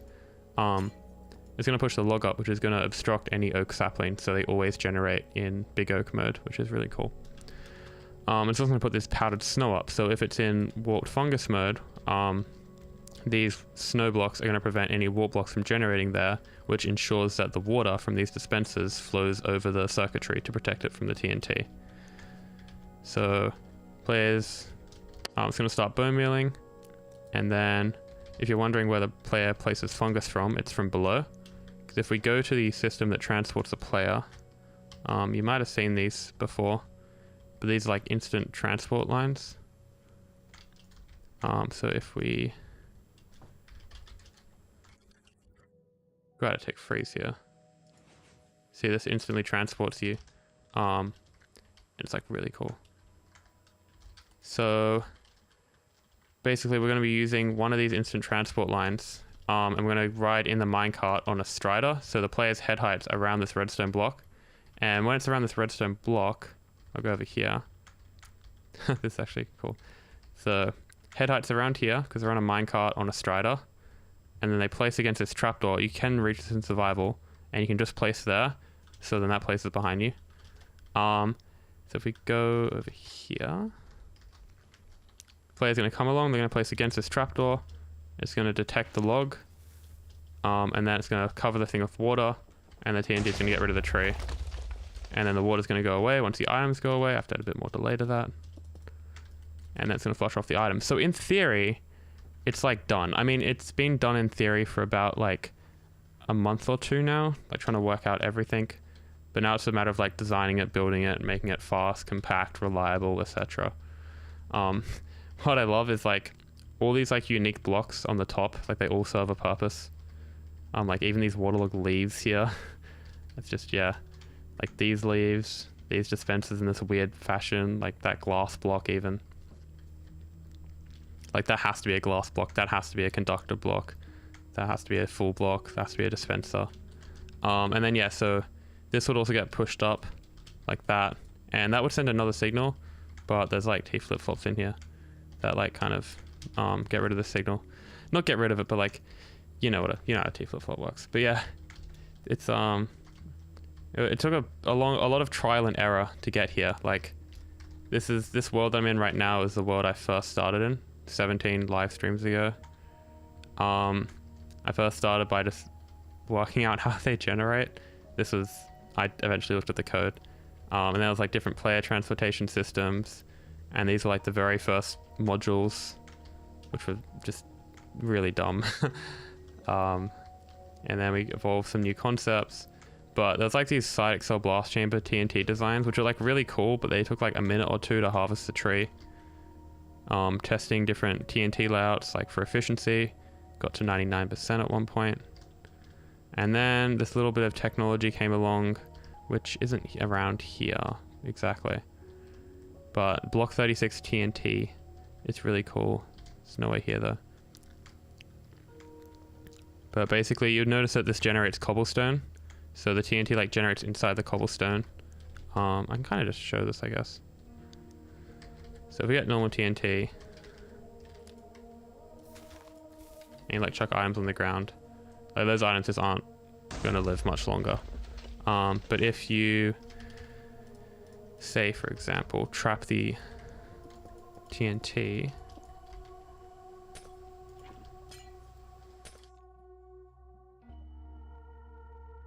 I'm trying to figure out how to make a cobblestone generator. Say you trap the TNT in a block, or just any block, it does only 1 damage to any entities near it. So it's just so overpowered.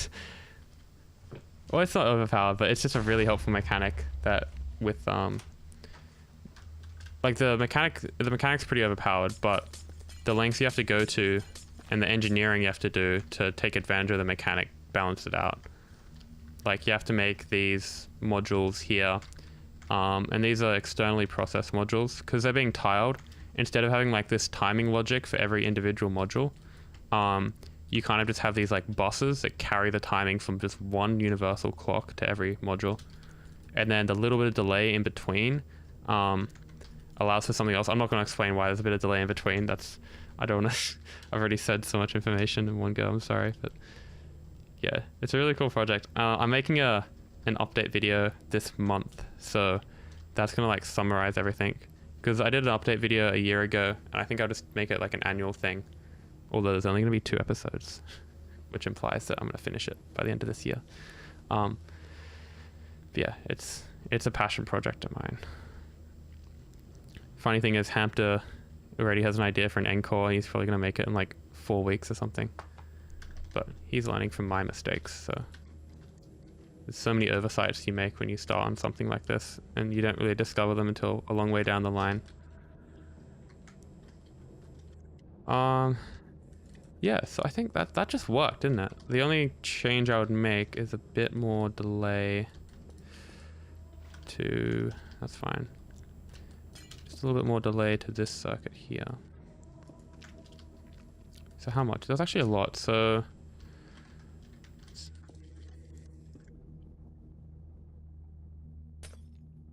we have to wait for the items to fall all the way down and then get pushed by the water.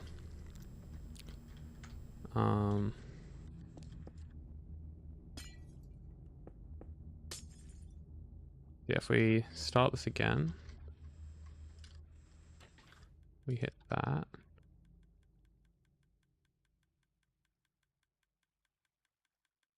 Oh, yeah, I gotta say, I love the puzzles that you put out, like the leave a dust challenge one.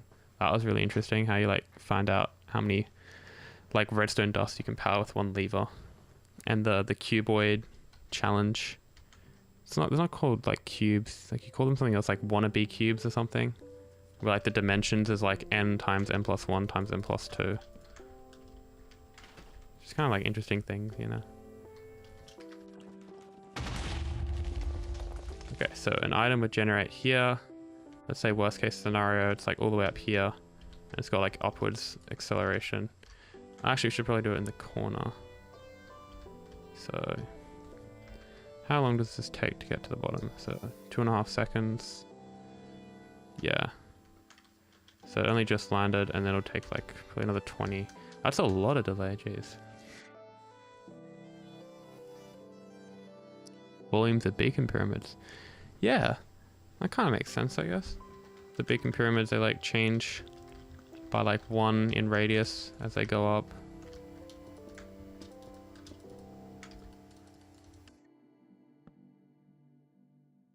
That's about 70 ticks. So like 9 4 game tick repeaters.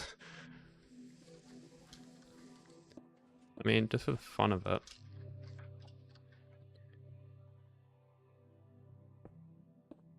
Yeah, is there any way we can get a longer delay? Because we have to wait for the TNT to explode. And that's where the 80 game ticks of delay comes from. It's just from the TNT. It takes so long to go. Yeah, no, we just have to add the 80 game ticks of delay. So that's like 1. That's so many repeaters though. No. There's gotta be a better way to do that.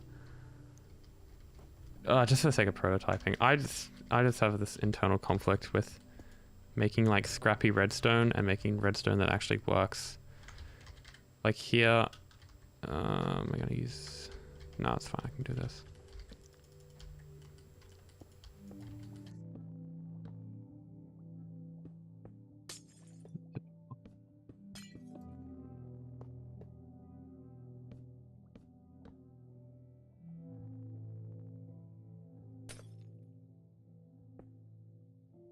Okay, so what do we have to do with this? We have to... That can't extend downwards. Oh, no. I wasn't being dumb. I was being naive.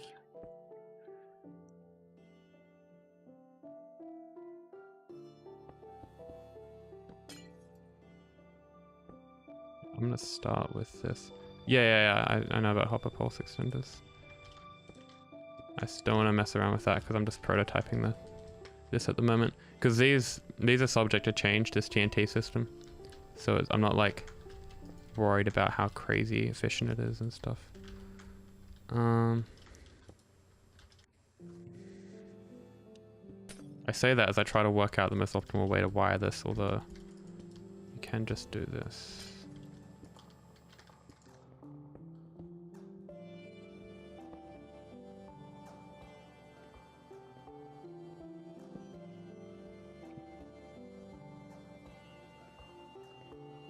So if we try that again.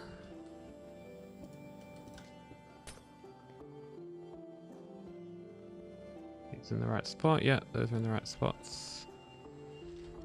So chuck it on. We've grown a tree, that's crazy. TNT's going. And yeah, I reckon that's more than enough time. In fact, we can check.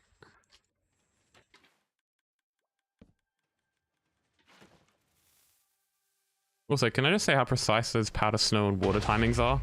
Like, that was just done on eye. Yeah, it's kind of cool. Yeah, so we get upwards velocity like that. Try with a couple different items. Okay. Don't worry about that rail. That's way out of place. Tick step 60.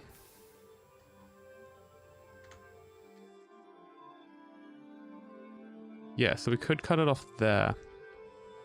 Oh, okay, that's perfect timing then. Isn't it? Tick step 20. Oh, there's delay inbuilt as well. Yeah, I forgot about that. So it's 20 too many. Okay, so it's about 28 too many. Say 32 too many. So that's 4 of these. So we could cut it down to this, I guess. I don't know where I got the 80 number from. That's kind of weird. I guess I did forget about these timings. That's fair. Okay. So get rid of this. The good thing about only activating half the modules with this is that like it's so much easier to clear out. I love the system. If you can't tell, I'm so proud of that. Like, oh, we don't actually need the module to be that tall. Like, who would have thought? Yeah. Okay. I should replace these with actual stems. Oh, look at that. It's just before the water breaks it. Okay, so this is... Oh, I actually caught it breaking not all at once. That's interesting. Yeah, so we got this. Got that. We got this. Okay, so we're gonna look at the rail because that's like worst case here. No, it landed on the thing. Okay, look at the repeater then. So 25. 25. 30, 35, 40, 50, 60, it's fine. And oh, just then we're doing that. Okay. Yeah, I'm fine with that. Okay, and then what I like to do at the end of each stream is save our progress and then just try it out with real trees. I say it's like a normal thing that I finish a module in one stream. It's not a normal thing. Yeah, the powdered snow is to prevent warp blocks from growing. If you watch the Shroomlight V2 video, I mentioned like there's only like 2 ways to manipulate how huge fungus generate, and one of those isn't really a way. That's what we're doing here with the powdered snow. Okay, so we don't need this blue stuff.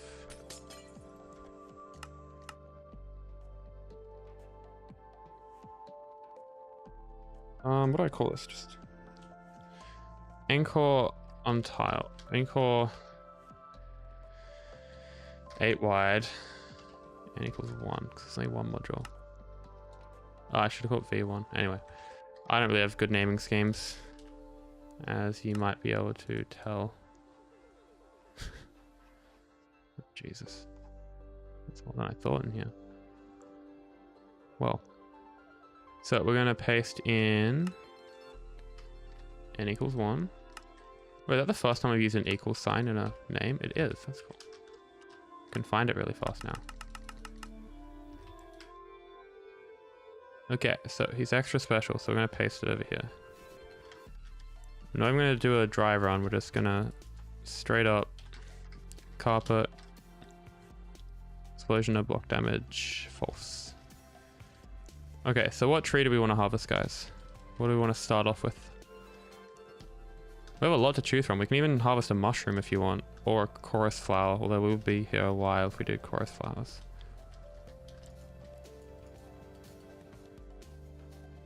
Actually, I can check this. Check that that's working. If I had enough people in chat, I'll do a poll, but I think I can just look at what you guys are suggesting. Brown mushroom. We can do brown mushroom. Okay, what do we want to do next? I'll put in mine. I definitely want to do a warp fungus. So if I want to do mushroom, don't worry about this selection panel.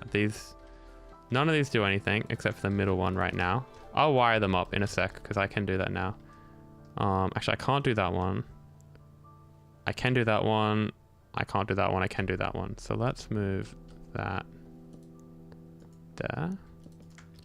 These two, like the big oak mode is that green line.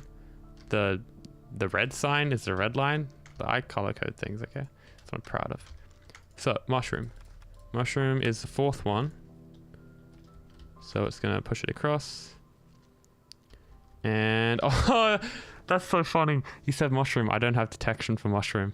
Because mushroom stems, yeah, this is a problem that I do have a solution for, but it's not optimal. That's so funny. You said that. That's the only one that doesn't work. We can still do it. I'll just activate it manually. Okay, so we've selected the mode, enter the farm. It's also unnecessary to activate these. Oh, that's right.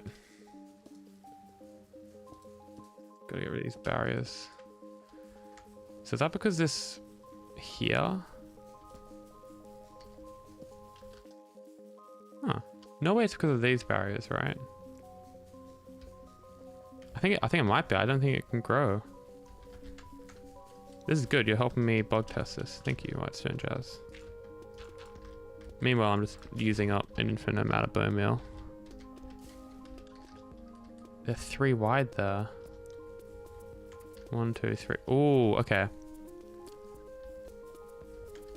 Brown mushrooms aren't gonna work at all.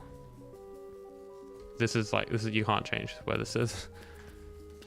I mean, that's unfortunate, but it does give me an excuse to make a separate brown mushroom farm, so I get to make an extra video. Crazy. Yeah, it seems like they need the thing clear. That's going to keep on going. I know red mushroom works. I've tested that. Well, it does take a bit of bone meal. I wonder if red mushroom works. That's so annoying, though. They grow into end portal frames, but they don't. Oh, I wonder. Could we use, like, ender chest? Like, I'm not actually going to do ender chest, but, like an indestructible block.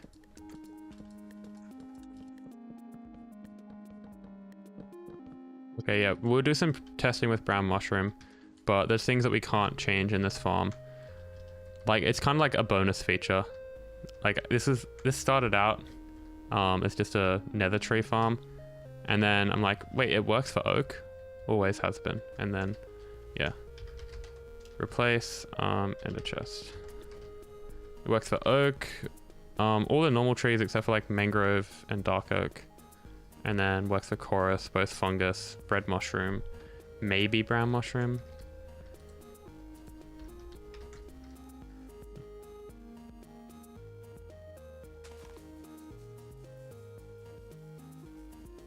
Yeah, that's interesting. Right, okay. Well, Lucky said red mushroom then. And then, okay, so how are we going to detect the mushroom growing? I mean, in theory, we could just have like a glass pane. But we needed to check this. We need to detect the state change 2 blocks over. Like, we can't have an observer there because it's going to get blown up. We can't. We might be able to directly, like, just straight up have a. Let me actually look at the outputs if I directly sense it versus none. I'll test that later. I'm just trying to think, because if you use an observer, that's going to detect literally everything that goes on there. But if you use a leaf, it's only going to detect when, like, the log comes and goes. But my thinking is, what if the log is the only thing that comes and goes, in which case the log changing and everything are the same thing, in which case an observer would work, in which case mushroom detection would be rudimentary. But that's the only thing I have to deal with, those are these mushroom stems. Another thing is, you're like, okay, how about we just activate it straight away, because like it's going to grow in 80 game ticks. Oh, actually, no, that's kind of risky, because if it doesn't grow... If it doesn't grow, you just... Yeah. So I'm just having a lot of thoughts and not translating them. So my thinking is, for mushroom mode, because it's like... It's not like the main thing that people are going to use this farm for. Like, I'm releasing another tree farm soon that's like... It's universal and it works for both... like overworld and nether tree stuff. It's like Ian's farm, but like the upgraded version, and it works for mushroom, but I'm not even advertising it as that because like no one cares about mushroom. I mean, I care about mushroom. They're kind of cool. That's why I'm kind of trying to make it work, but it doesn't have to be like 100% mushroom farm like it does for overworld and nether trees. So I'm thinking, what if instead of detecting when the mushroom grows, you just plant it down, it clocks for 80 game ticks, and you just activate the TNT dripper straight away, because then that gives you the 80 game ticks of the TNT for the mushroom to grow. And I don't know about you, but I think in 20 bone meal attempts, the mushroom's going to grow in 99% of the cases. So yeah, I'm not using that for the other tree types because there was some reason for it. I can't think of it off the top of my head. But yeah, so just a tree grew. That's crazy. Water's going to cover everything. And that wasn't that catastrophic.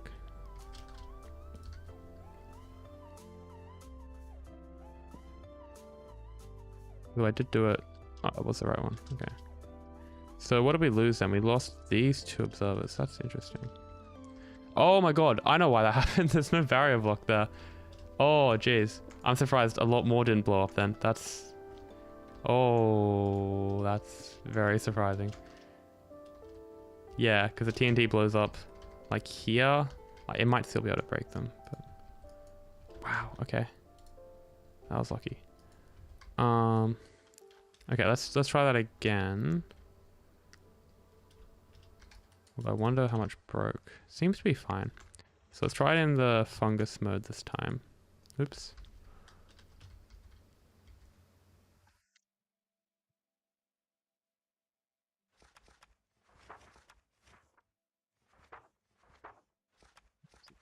What?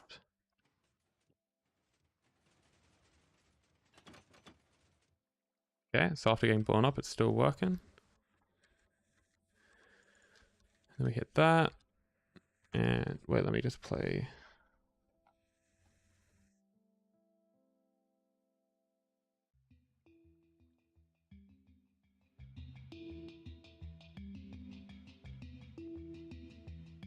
Bit of area math. Okay, so wait, did I just hit that and it's not working? Oh, I didn't save the bottom of the schematic. Wait, what? But how did I just make it work before? Wait, what? Oh my god, that's so funny. Oh, oh, that's hilarious. Okay. Oh, it also blew up the fence gates. Yeah, that was my little worry. The fence gates would get blown up. Okay, let's just paste the schematic again, and it's one use at the moment. Yeah, as soon as you get TNT involved in things, you start to come across some issues. Like everything just blowing up. Okay, so warped mode. It's already in warp mode. But that's fine, we can... I love that. Our system took so long to make. Prime it? Technically works. Oh, that was in the wrong state. That is interesting. I gotta fix up the schematic then. Okay, and then you place it against the trapdoor. This grows, that's retracted. And we get a bunch of blocks and items and stuff. And nothing's left on the platform, that's the important bit there. So is it resettable? So we clear that out. Just say these gates never broke. The thing about these gates is like, it would be nice to have gates there and not have to build an entire wall of obsidian every 8 blocks. But we're gonna have to build a wall of obsidian every 8 blocks. Such is life.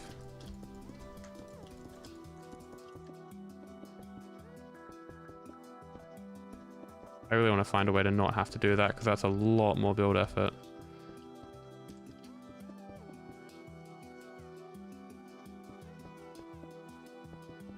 Okay, did anything else break then?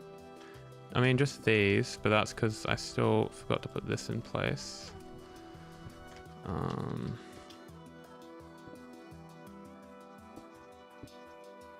That. Those are chilling. That's in the right state this time. And then we can make a little item collection pool. Yeah, look at all the items we got. I actually want to kind of test this. One sec.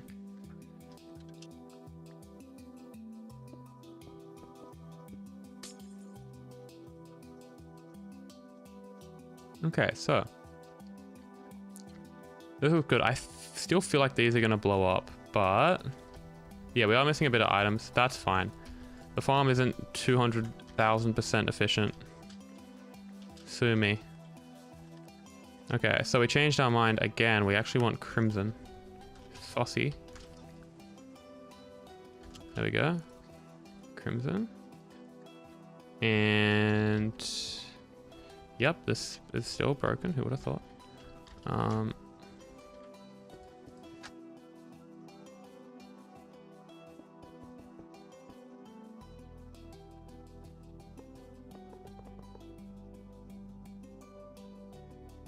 Got our friend Gus, and everything seems to be in the right state. There's so many toggle states in this thing. So that's bone milling away. We got that going. And here we go.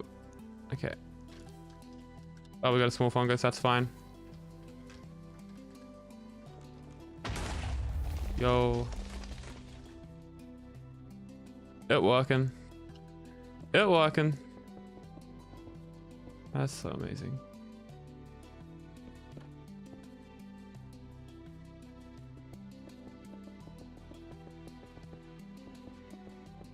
So cool. I want to try that again. Do we get weeping vines from it as well? Oh my god. I haven't got weeping vines from a nether tree farm since like my very first ones, where I had like a really weird layout and I was harvesting like weeping vines for some reason. Like it's nostalgic to get them. Oh, and that didn't blow up. Wait, so this just works. Hold up. Hold up, hold up, hold up, hold up, hold up, hold up. Hold up. Wait just a second. You're not telling me that this just worked without anything blowing up. The only thing we're missing is just that bottom log, which I know how to get rid of, but I have to do 6 hours 9 minutes into the stream and it's 4 AM, so I'm leaving that. But we can definitely tick stuff off the to-do list. Well, I can tick it because I made a comment on Discord and I'm the only one that can edit it, so yeah. But if we prime that, this is our inventory. It's empty. We got a pretty cool tree. Oh no, wait. Let me extend the walls up a little bit.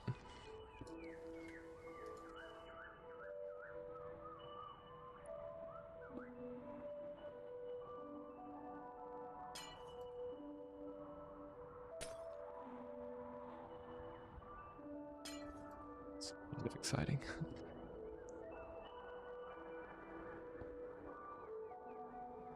Okay. But NTF. And this glass isn't breaking. Oh, actually, it might break now. But wait, the TNT... Oh, actually, we can kind of work this out. So TNT's here. So it's 1, 2, 3, 4, 5, 6. Or I don't think it'll break. Maybe the glass in the middle. We might lose like 3 glass. That's my bet. Okay. Here we go. Oh, yeah. Oh, yeah. 1 glass.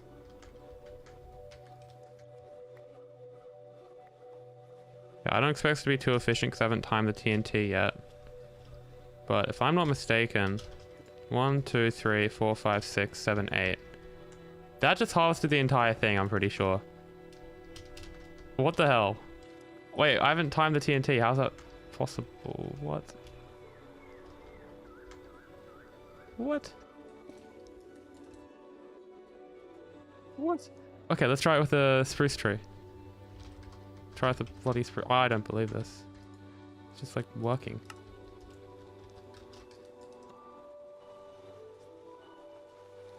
We have to replace this with something with a bit higher blast resistance. What has a bit higher blast? I'm just gonna do smooth stone.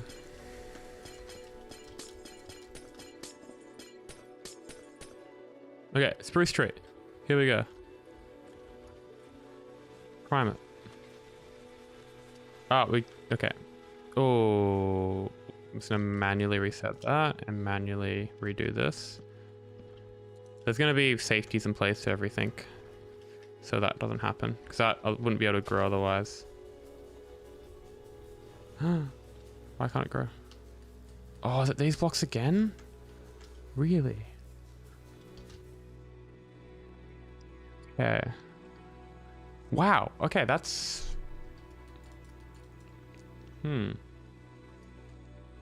Oh, I wonder if you can use like a waterlogged mangrove roots.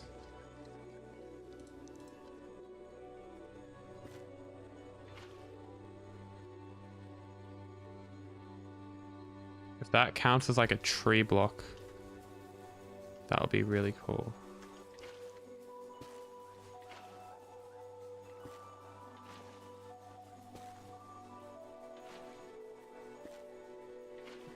Doesn't look like it. Is that just cause...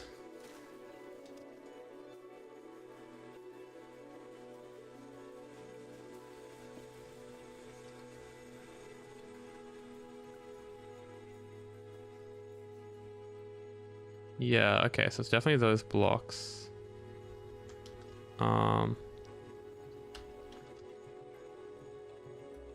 Why is that not done that? These are the type of things I expect. So why is that not updated that? Azalea leaves. Ooh. That's... No, this is definitely going to send a pulse. Why that not...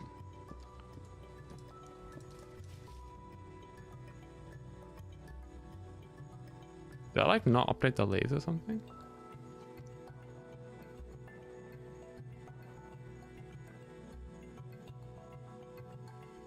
Let me try that again. That's really weird.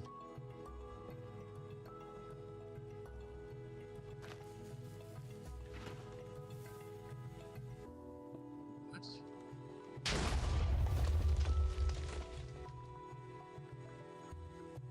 I mean, it harvested the tree.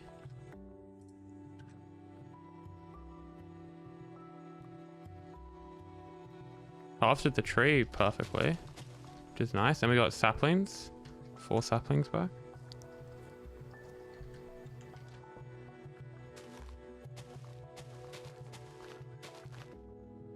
Let me check all the states.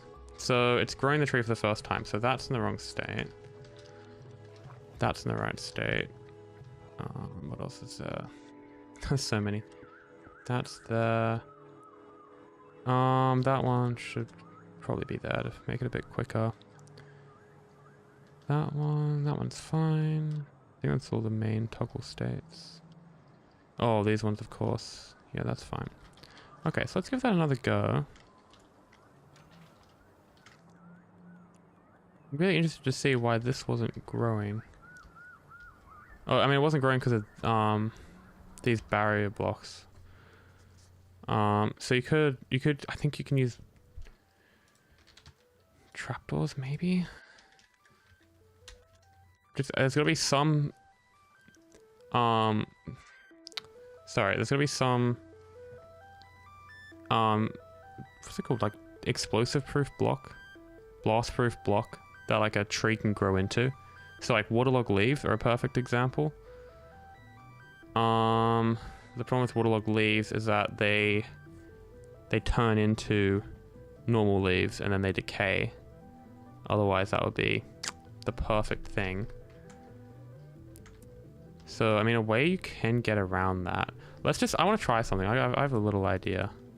Just a little thing to cook up. Also, I want to see if just hitting that twice turns it off properly. It does. Cool. Okay. So, here's my idea. So, we have our leaves, and we're going to make them... What leaves should we do? Let's just make them flowering azalea so we can really tell them apart. So we're going to do replace flowering azalea leaves.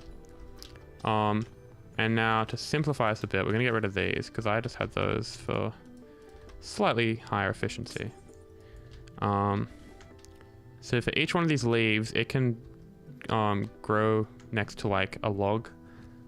It can grow next to a log, who would have thought? It can be like within 7 blocks of a log before it's going to start decaying.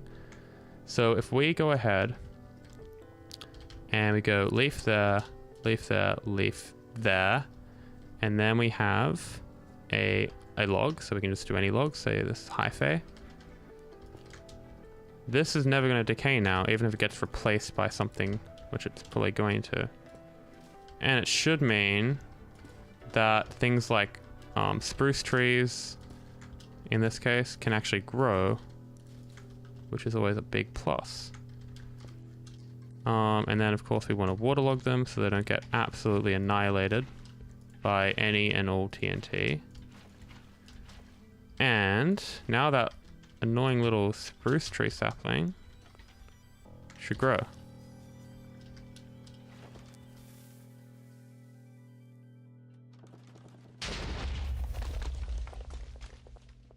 Just like that.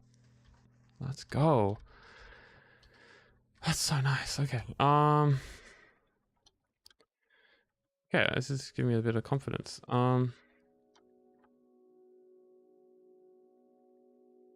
that was up with bone meal. See, I want to see how many saplings do we get back. It should be. We can just do slash log item actually. We can see how much we're losing. So prime it. Sapling. Yeah, it did it again. It didn't send an update. That's got to be a redstone issue. There's no way. That's so weird. Okay, I'm gonna add a counter. To make sure. That's so weird. It just straight up didn't send an update. What? Okay, distance 1, right? Okay, I probably replaced it too fast then. See if we can replicate that issue, because that's really weird. It's not detecting it. Ooh, okay. Yeah, that's what I was waiting for. Honestly, that's what I was waiting for. So that, okay, yep, we get it. You make loud noises when you break. Yep. You finished? Thank you. It's still going. Bro, there's no way. Okay. Stop. Okay, so what happened there is... Jesus. Like I got that on recording because I don't really know what happened there. What probably happened there is the TNT has broken the logs all the way down to the bottom. Which has exposed the bottommost block. And this is a problem that I do have a fix for, and it involves having a specialized bottom TNT module that will be bridged. Oh, I literally just said the word bridged and I see a message from you in chat. That's hilarious. I was just saying the reason why this is just blown up after working for like 20 times in a row is because the TNT is like detonated here and it's broken all of these logs. And then after it's gotten through these logs, it's found an area of the farm that isn't covered in water. So it's like, oh, I can blow this to bits, and it did. I've worked it out. There's a TNT position though that just blows up this log, but not the ones above it. So what you'd do is, of course, you can't push up every tree because of the push limit. You would... No. Where is this? Not my item trying to swim in lava. That is the funniest shit. Oh my god. Anyway, so what we would do is, if we have like a really long tree, only nether trees can get this tall, unless it's like a 2x2. If we're a long tree and we can't push it, we would have the TNT in the middle blow up first, so that would create like a little gap, and then we're able to push it up by one. So then the bottom would be flush. So with a flush bottom, no, it wouldn't even be flush, it would be here. Yeah, this is perfect. So it would be like that, the base block would be pushed up, and if you detonate TNT at just the right height, it can only detonate all of these blocks and then just get this block and definitely not get that block. So that's if you do it all right. The timings would require timing, trial and error, all that stuff, but it's doable. So that issue is resolvable. I've worked that out in theory, and that's really like the only issue that can occur now, because before, when the modules were like right next to each other, you would have like overlap issues, and those I hadn't figured out yet, which I'm glad I didn't waste any brain power on, because the instant tech is kind of solved. I mean, the glass breaking is also a trivial fix. You just replace it with like stone or something.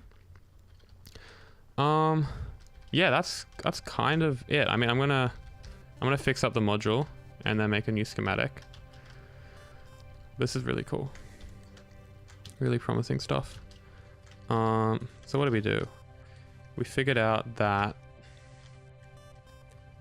these have to be waterlogged leaves.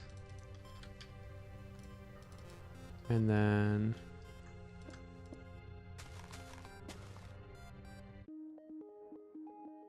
instant tech only works. Oh, and I can't do instant tech for this. I gotta have them detonate separately, which is a bit unfortunate. So with instant tech, does it only do 1 damage to everything? Is that like how it works? Because I haven't looked into it too much. Because that's like ideal block 36. If you can like spam as many modules on top of each other and they only do 1 damage, like they don't stack. Because you know what I mean, right? With like 2 block 36 modules right on top of each other. Oh, that's so good. Yeah, it's a shame it doesn't quite work for what I need here, just because this bottom log is so hard to get rid of.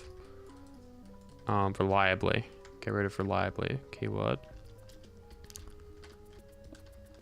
I mean, all the overworld trees don't... Oh, big oak does. Yeah, never mind. Yep, big oak. I mean, I could add a height restrictor for big oak.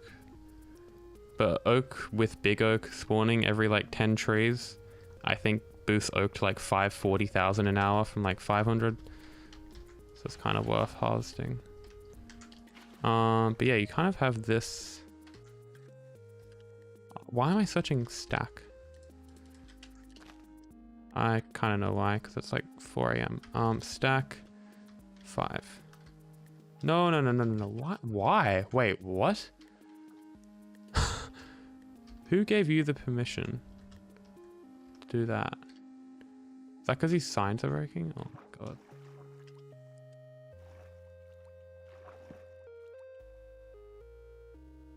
How are they normally? It's next to the roots.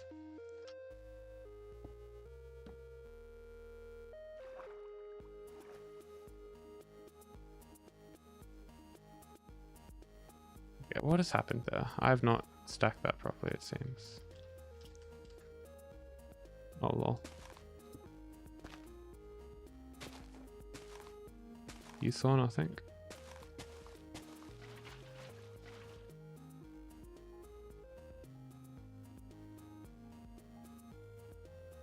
Okay, so that's looking a bit better, and these signs are less broken.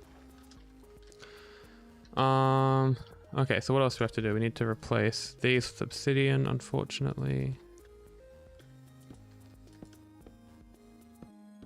I mean, the good thing about this is that we have like 1 extra slice to work with now, but it's a lot more build effort.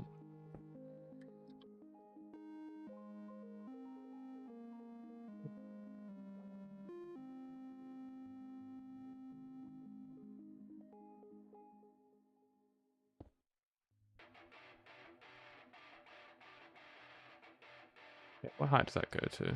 Well, that's way too high.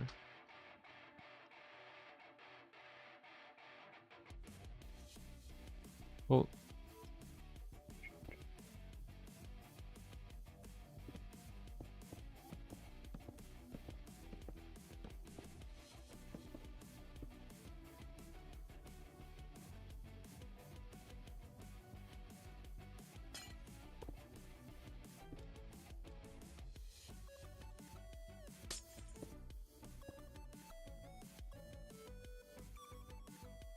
and then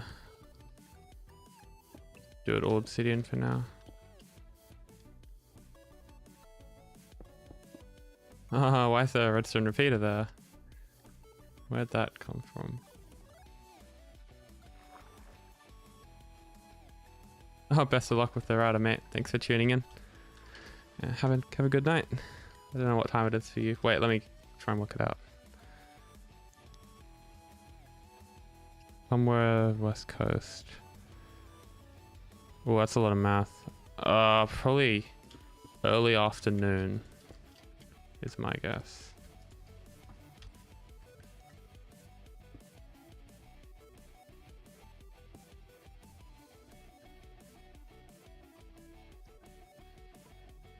Okay.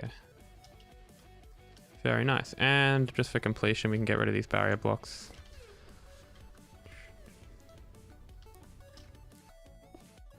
So we're not building some Prototech anymore.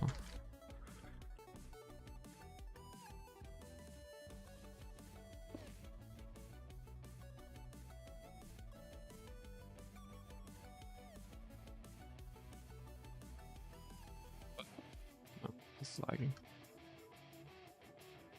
Okay, so that's looking pretty good.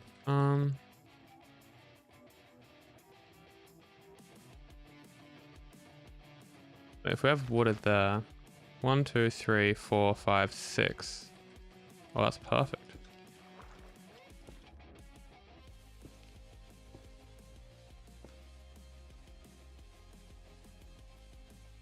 Then we can have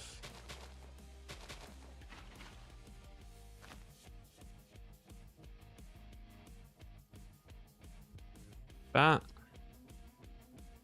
It's such a funny way of doing it.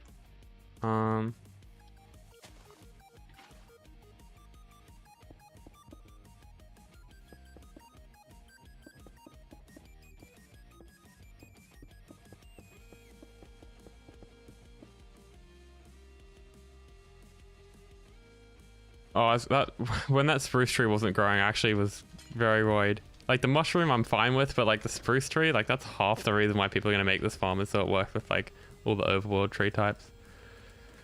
Very, very concerning. But yeah, the leaf fix. Very nice fix. Okay, can we grow these now? Nah, still can't. That's a shame. That's fine. We can still get brown mushrooms. Brown mushrooms. We can still get... Oh, can we still get brown mushrooms from like the mushroom stems? Let me hop in survival.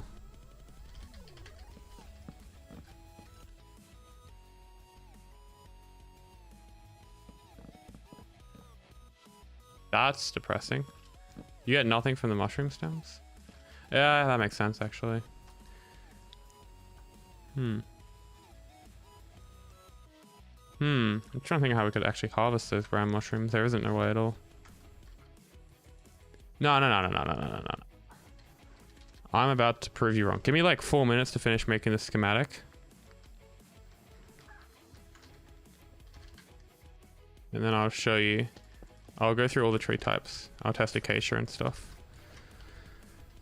Okay, that's the right box state. That's the right toggle.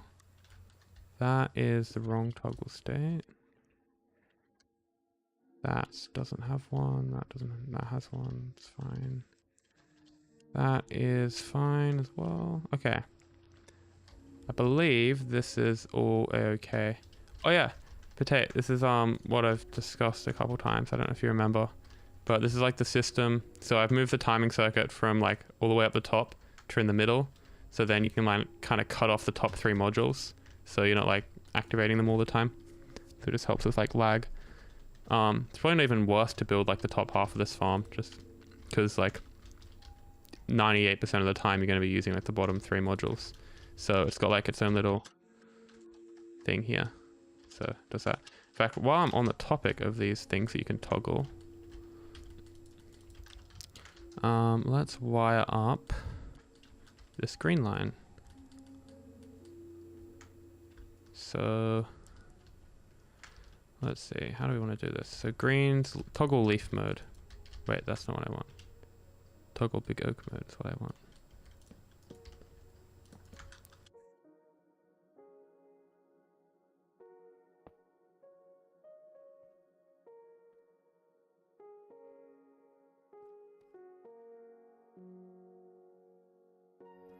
Okay, so I've got these selector panels, and then oh, that's kind of it actually. We've got big oak on, big oak off, that on, that off. Toggle 50% actually. Can't be bothered to fix that sign.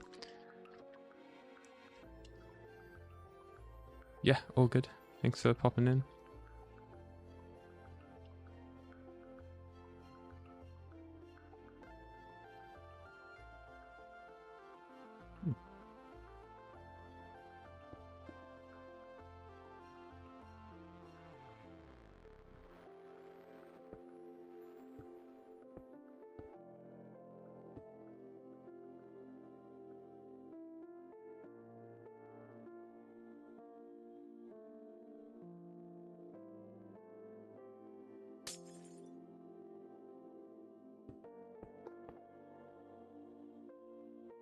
So this one here is the red line. 3.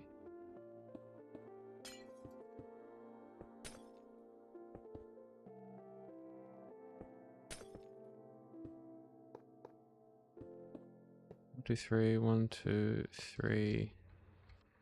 No, it's not gonna make it. 1, 2, 3.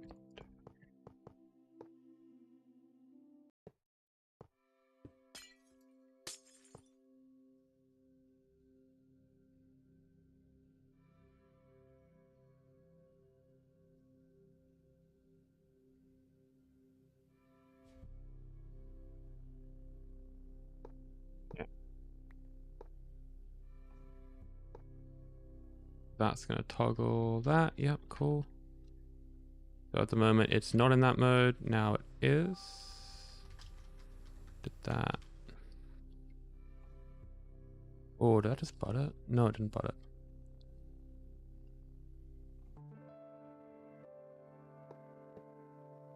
Oh, that's cool. Actually, I guess you can just go like this.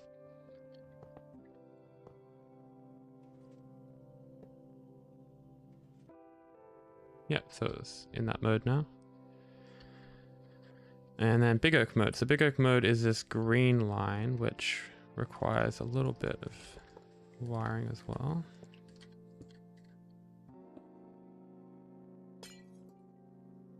One, 2, 3, 4, 5, 6, 7, 8, 9, 10. Ah.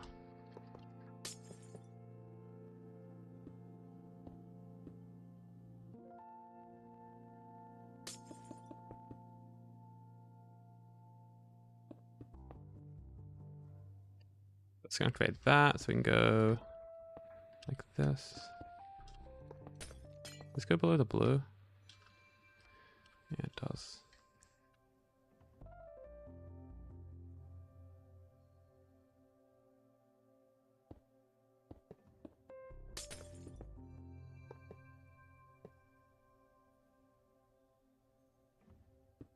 One, 2, 3, 4, 5, 6, 7, 8, 9.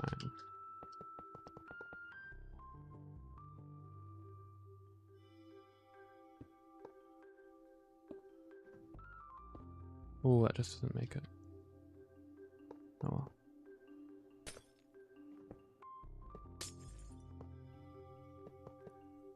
So now big oak mode should be off. Yeah, it is, and it's off. Okay, so you hit that. Yeah, it goes to being on. You hit it again. It goes off. Who would have thought? And then this one, at the moment, the slime bar is retracted, which means the efficient mode's on. But if we want to go 100% utilization, we'd chuck that on. And now I said I wasn't going to do this, but... Whoa, whoa, whoa, whoa, whoa. Is that a feature now? No way. Wait, I was just able to edit that. Wait, what? Wait, did you see that? Yeah, what the f...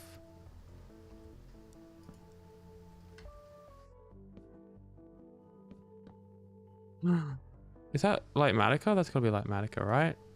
Editable signs? What the fuck?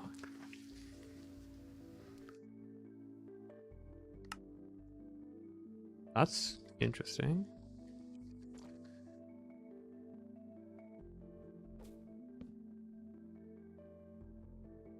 Okay.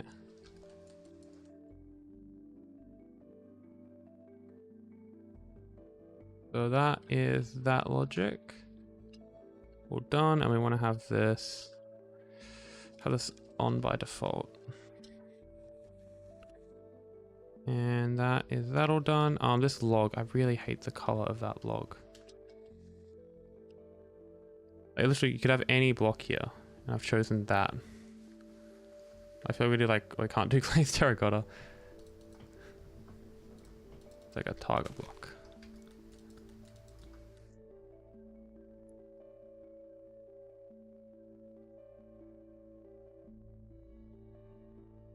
Something boring like stone. No, definitely not a light source block, because that's like...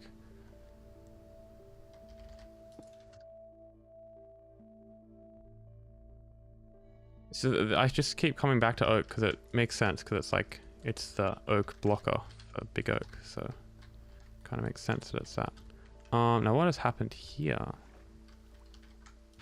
That's dirt for some reason. Okay, let me just turn this collision damage true while we do some minor testing. So this should all still work fine. I haven't changed anything around. Yeah. Let's go from UTF to warped.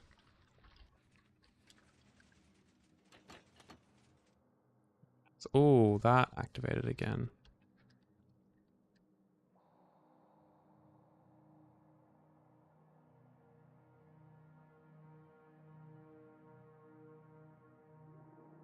Some wiring crossover going on there.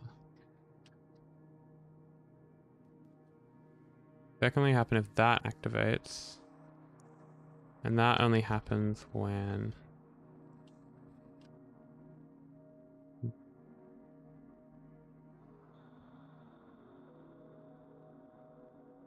Because now that's in the wrong state. Yeah, okay, that's like the last bug. What is the time? 6:38. That's hilarious.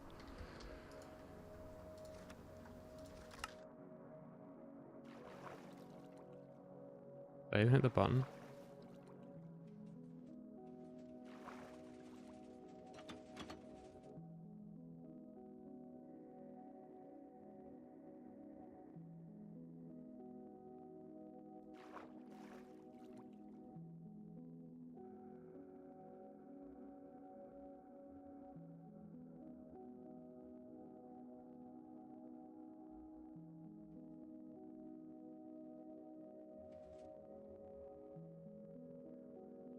We gotta be getting a signal from like here somehow. It doesn't make any sense. Yeah, it doesn't make any sense. But that activates.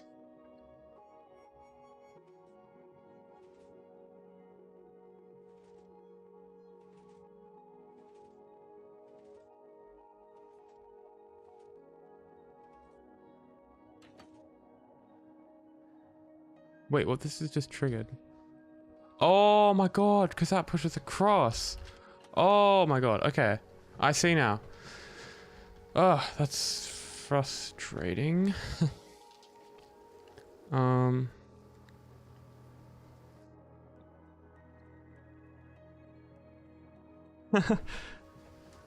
yeah, that's an issue, isn't it? Yeah, that's an issue.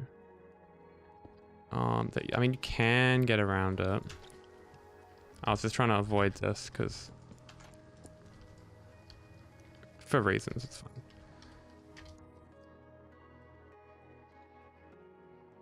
Just placing blocks on the bread is not advisable. Okay. But that should be that fixed. And we should still be in warp mode. Okay, so I think the farm is finally ready to copy again. And we're just going to add glass to the corners. Let me just see. This is all... It all looks good. Oh yeah, these gates didn't break either when we were testing, right? Yes, that's good, that's good, that's good.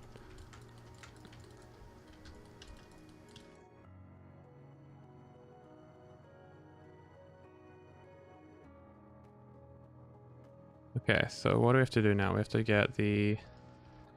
These are fine, these are fine, these are fine. And the glass in the corners.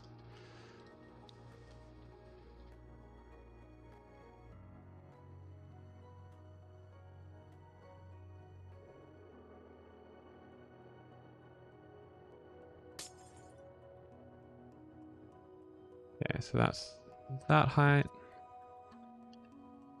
And oh, this looks really nice. Only thing left to change is bring these back to the right heights again.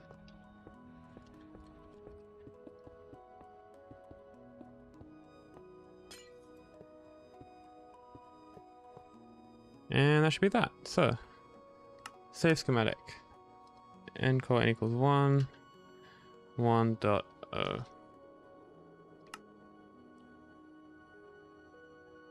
Okay, so Potate, you're watching on the replay. Let's show you this working for all the different... Let's just show you working for all the different types it currently works for.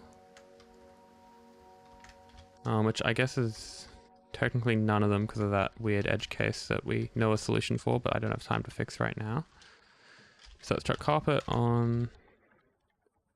So the TNT blowing up stuff. And yeah, we're just gonna go through the saplings. So this should be filled with a bit of bone meal. Okay, so we have both types of fungi, red mushrooms. Where's normal saplings now? Here we go. Oak, of course, spruce, that, jungle, acacia. No mangrove, also azalea. Wow, works for 9. That's kind of clean. Okay, so we're going to do mushrooms last because they're annoying. And we're going to do that first so I can practice switching. So at the moment we're running it in half utilization and we're not doing big oak mode. So we're going to hit that. And then this is going to chuck it in crimson mode. And then, yeah, we're going to start the farm. And it's going to grow, of course it's going to grow a big tree, that's fine.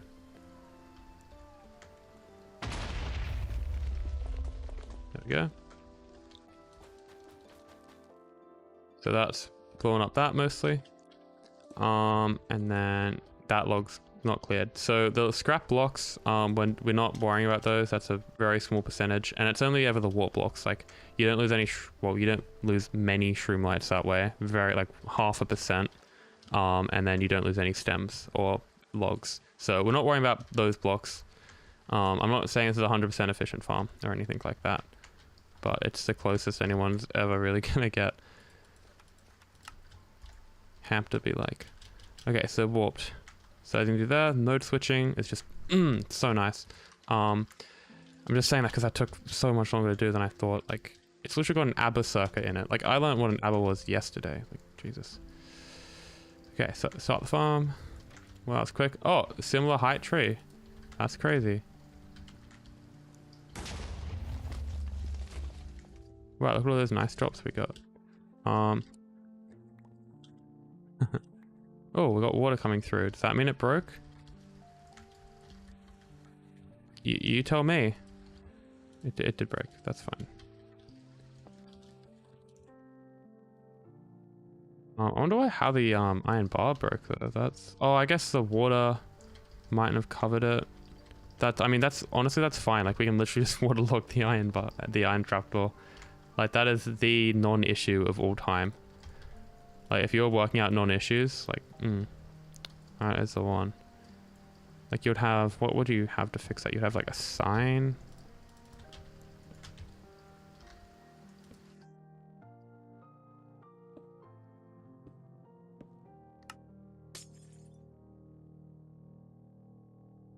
We even just have like a button.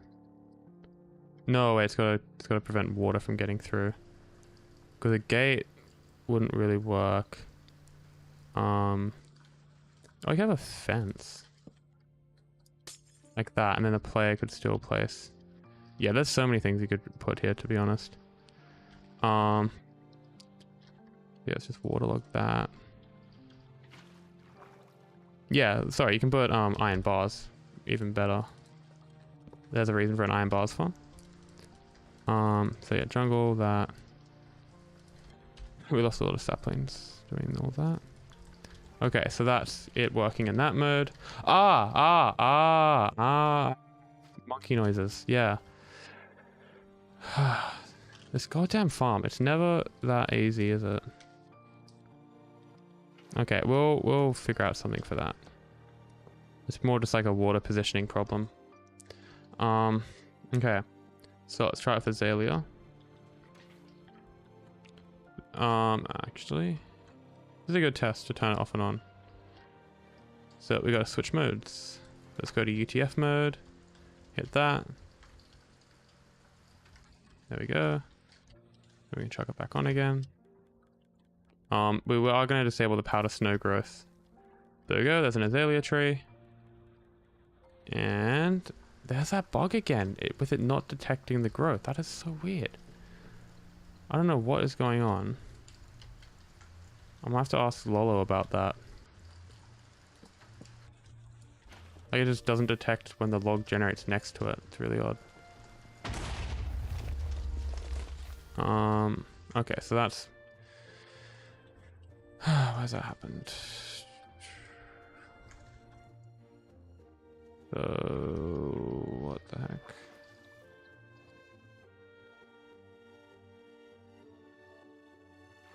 One of these modules broke somehow?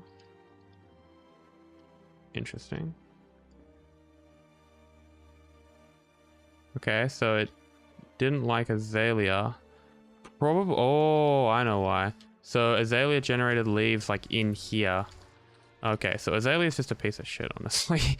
I might not bother about Azalea. If we don't count Azalea, then we can use this for chorus once again. So Azalea is annoying. I'll put ones at 1 here. So the fungus are fine. Red mushroom works, but we got to work on a detection. Azalea is just annoying. And let's move on to oak. So oak's kind of cool.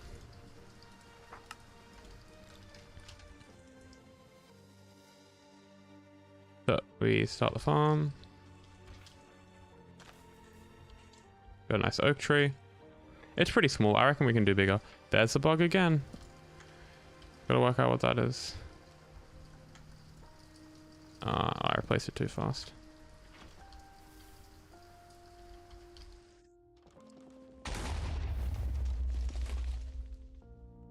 There we go. And say we want a big oak tree. Well, we put it in big oak tree mode. What the what? Wait, what? That's...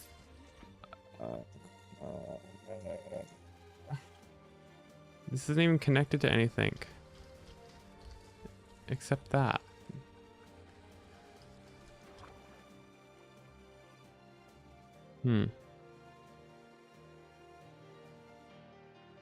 What on earth is happening right now? That was probably toggle states something.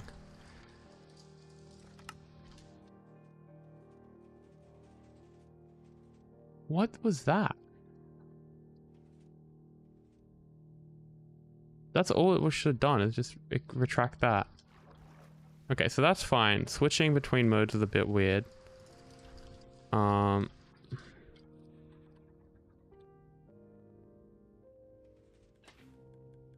Okay, so this should grow big oak now. Okay, that's just adding insult to injury right now. Are you kidding me? What? Oh, this has to be full, I'm pretty sure. So it can't spit the block up. Nah, you're kidding me. Oh my god. Yeah, I'm pretty sure that's what it has to be, and it will, of course. Yeah, let me try that again. That's definitely it. Oh my god.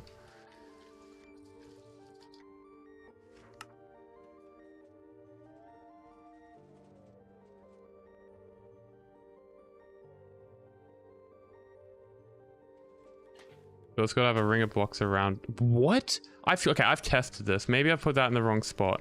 Oh, it might have to be in a particular corner, which is going to make it rotational.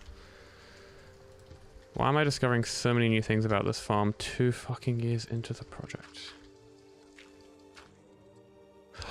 Oh! Oh my god, I'm dumb. I'm so dumb. I'm using wood. It doesn't check for wood. Oh my god. Okay. I was so worried for a second. Yeah, it can't be wood. It literally can't be wood. It can be anything but wood, really. Okay, let's just use these deep slate tiles. Yeah, okay. Jeez, I was worried for a second. Okay, chocolate in UTF mode. Do that. Big oak mode. Yep, okay. And then we go start the farm. There we go, okay. So see what I mean about how long it takes to bone mill? It's like ridiculous. There we go, we got a big oak. And for some reason this isn't detecting these growing. Like it's a literal leaf. I have to look into that. So weird. But yeah, so that retracts as you saw. And then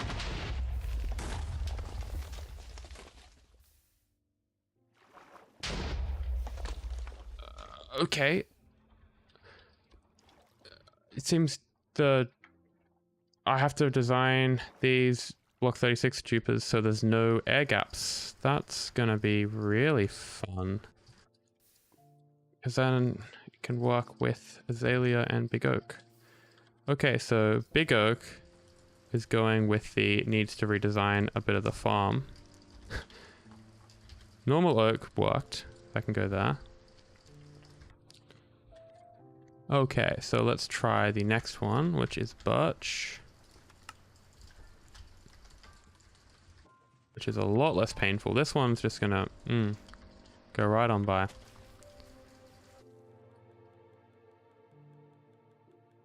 Oh, I think I might know what the problem is. Let me have a look at the schematic for a second.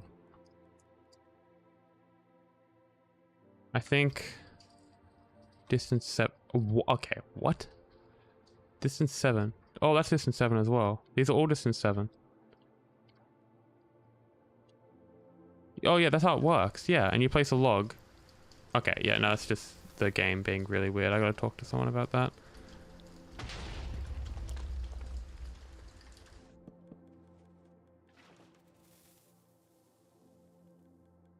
Yeah, that's so peculiar.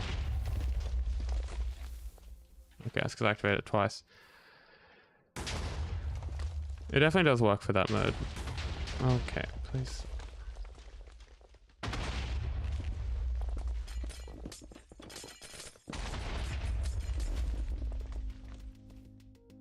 Nice way to end. Yep, okay, still going.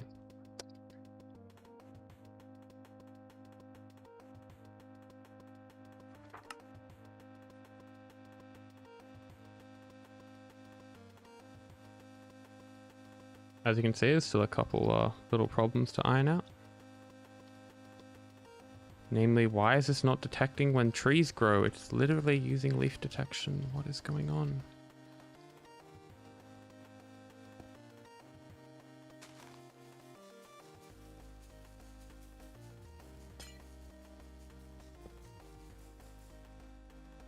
Okay, it pulsed.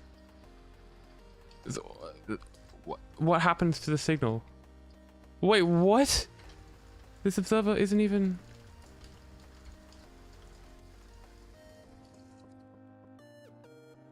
Wait. It's gotta be in the wrong state. There's no... It literally pulsed.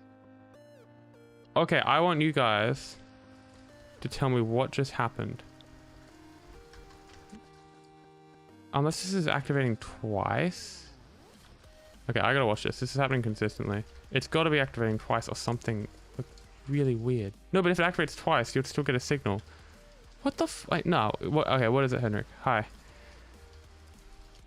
How is that leaf? Because that started at 7, changed to 4. So this is guaranteed gone off. If this goes off, it sends a signal here, which means this guarantees goes off. If this guarantees goes off, then this powers that. And then that powers these, which would activate...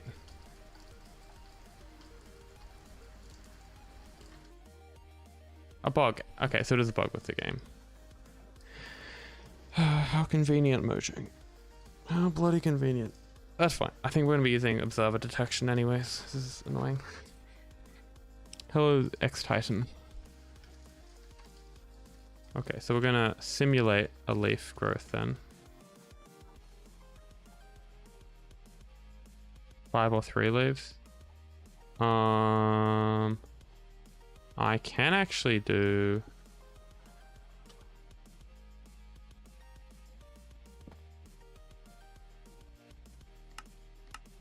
I can actually do 3. I'm pretty sure. Oh, it does that. Actually, that's fine. Yeah, that's fine, because we rewired it. Okay. Yeah, okay, so this should be reliable now. So what are we up to? We're up to birch. Okay, we've got a lot of crap in our inventory. Trying to sort out which trees are going to work and which are going to be painful. So these are fine. These are untested. Oak was fine. That's fine. That's fine. This works. Just got to rewire. These are annoying. That's big oak. And yeah, we're up to birch. So chuck it in UTF mode. That's going to swap over.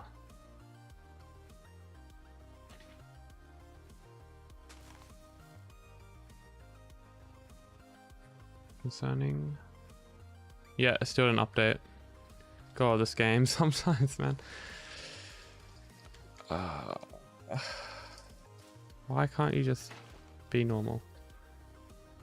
Okay, yeah, that just glitched.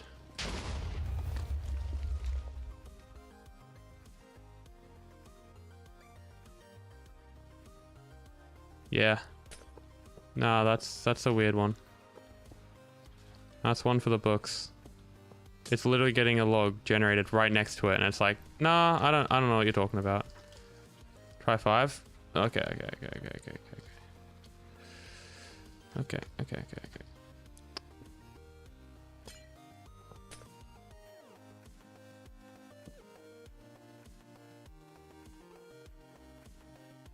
Yeah, that looks right. That needs to be replaced. Surprised that didn't blow up. That's kind of reassuring. Let's also add this stop at the end. Okay.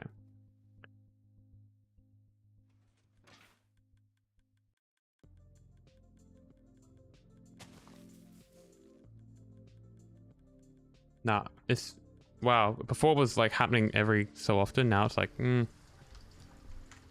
good.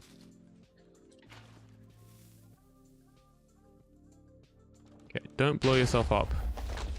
Yay. And it resets as well. That's so cool. Okay, so birch is fine. So now we just have jungle, acacia decided to piss off, and spruce. So it's already in the correct mode. We just got to prime it. Let's do jungle. I don't think I've done jungle yet. That's the most pissed jungle tree. Yeah, it didn't detect it either. That's fine. We'll just manually trigger it for now. Because it works with nether trees. Yeah, so that's happening because we haven't done the TNT alignment for the bottom. I'm not worried about that at all. Not worried at all. It's fine. Why do we have no schematics?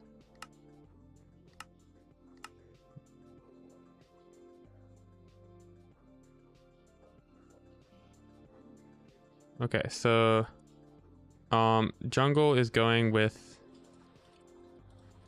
actually oak should be in this column. So this is, I guess it should go here. This is like, it's gonna eventually work. I just need to like change a couple things. This is like, I need to change a lot of things. So jungle can kind of go like just here. So yeah.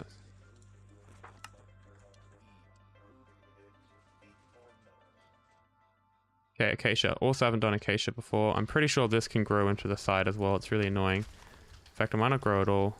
Yeah. Bloody acacia. This might be directional. I'm gonna have to look at how acacia grows. And then lucky last is spruce, which I've tested. That grows nicely. It might blow itself up. We'll see. Yeah. Let's go. Oh, that's the issue. Oh, that's amazing. It waterlogs. Yeah, I didn't have this problem in 118 when I envisioned this. So it waterlogs that. I mean, that's the easiest fix of the century, though. Oh, if that's what's causing a majority of the issues.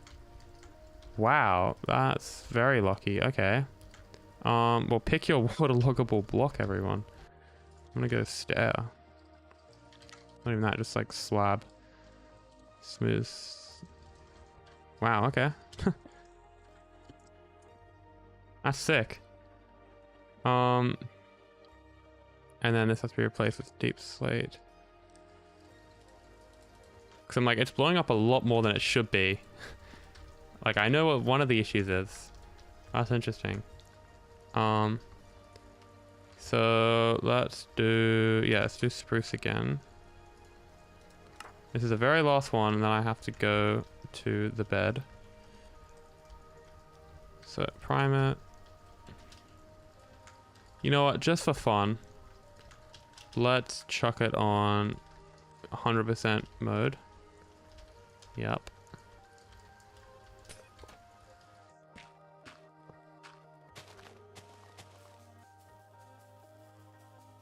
Oh no, it might not be able to grow. Lamau. I wonder why. Is there really not enough space for it to grow? That's so cat. Okay, what about jungle?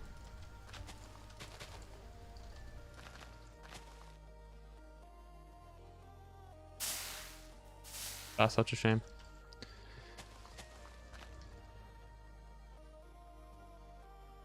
No, it's gonna break. He shows regions in it.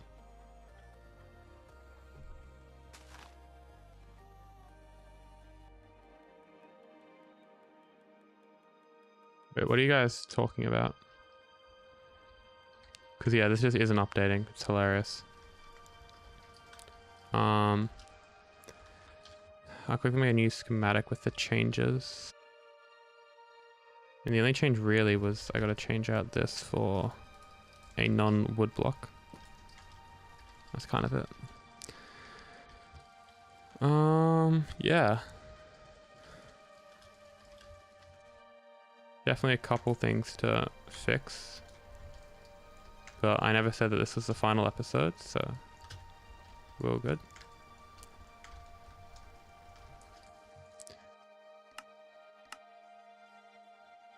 So the 3x3 region centered on one of the corners where there can't be anything except leaves and logs.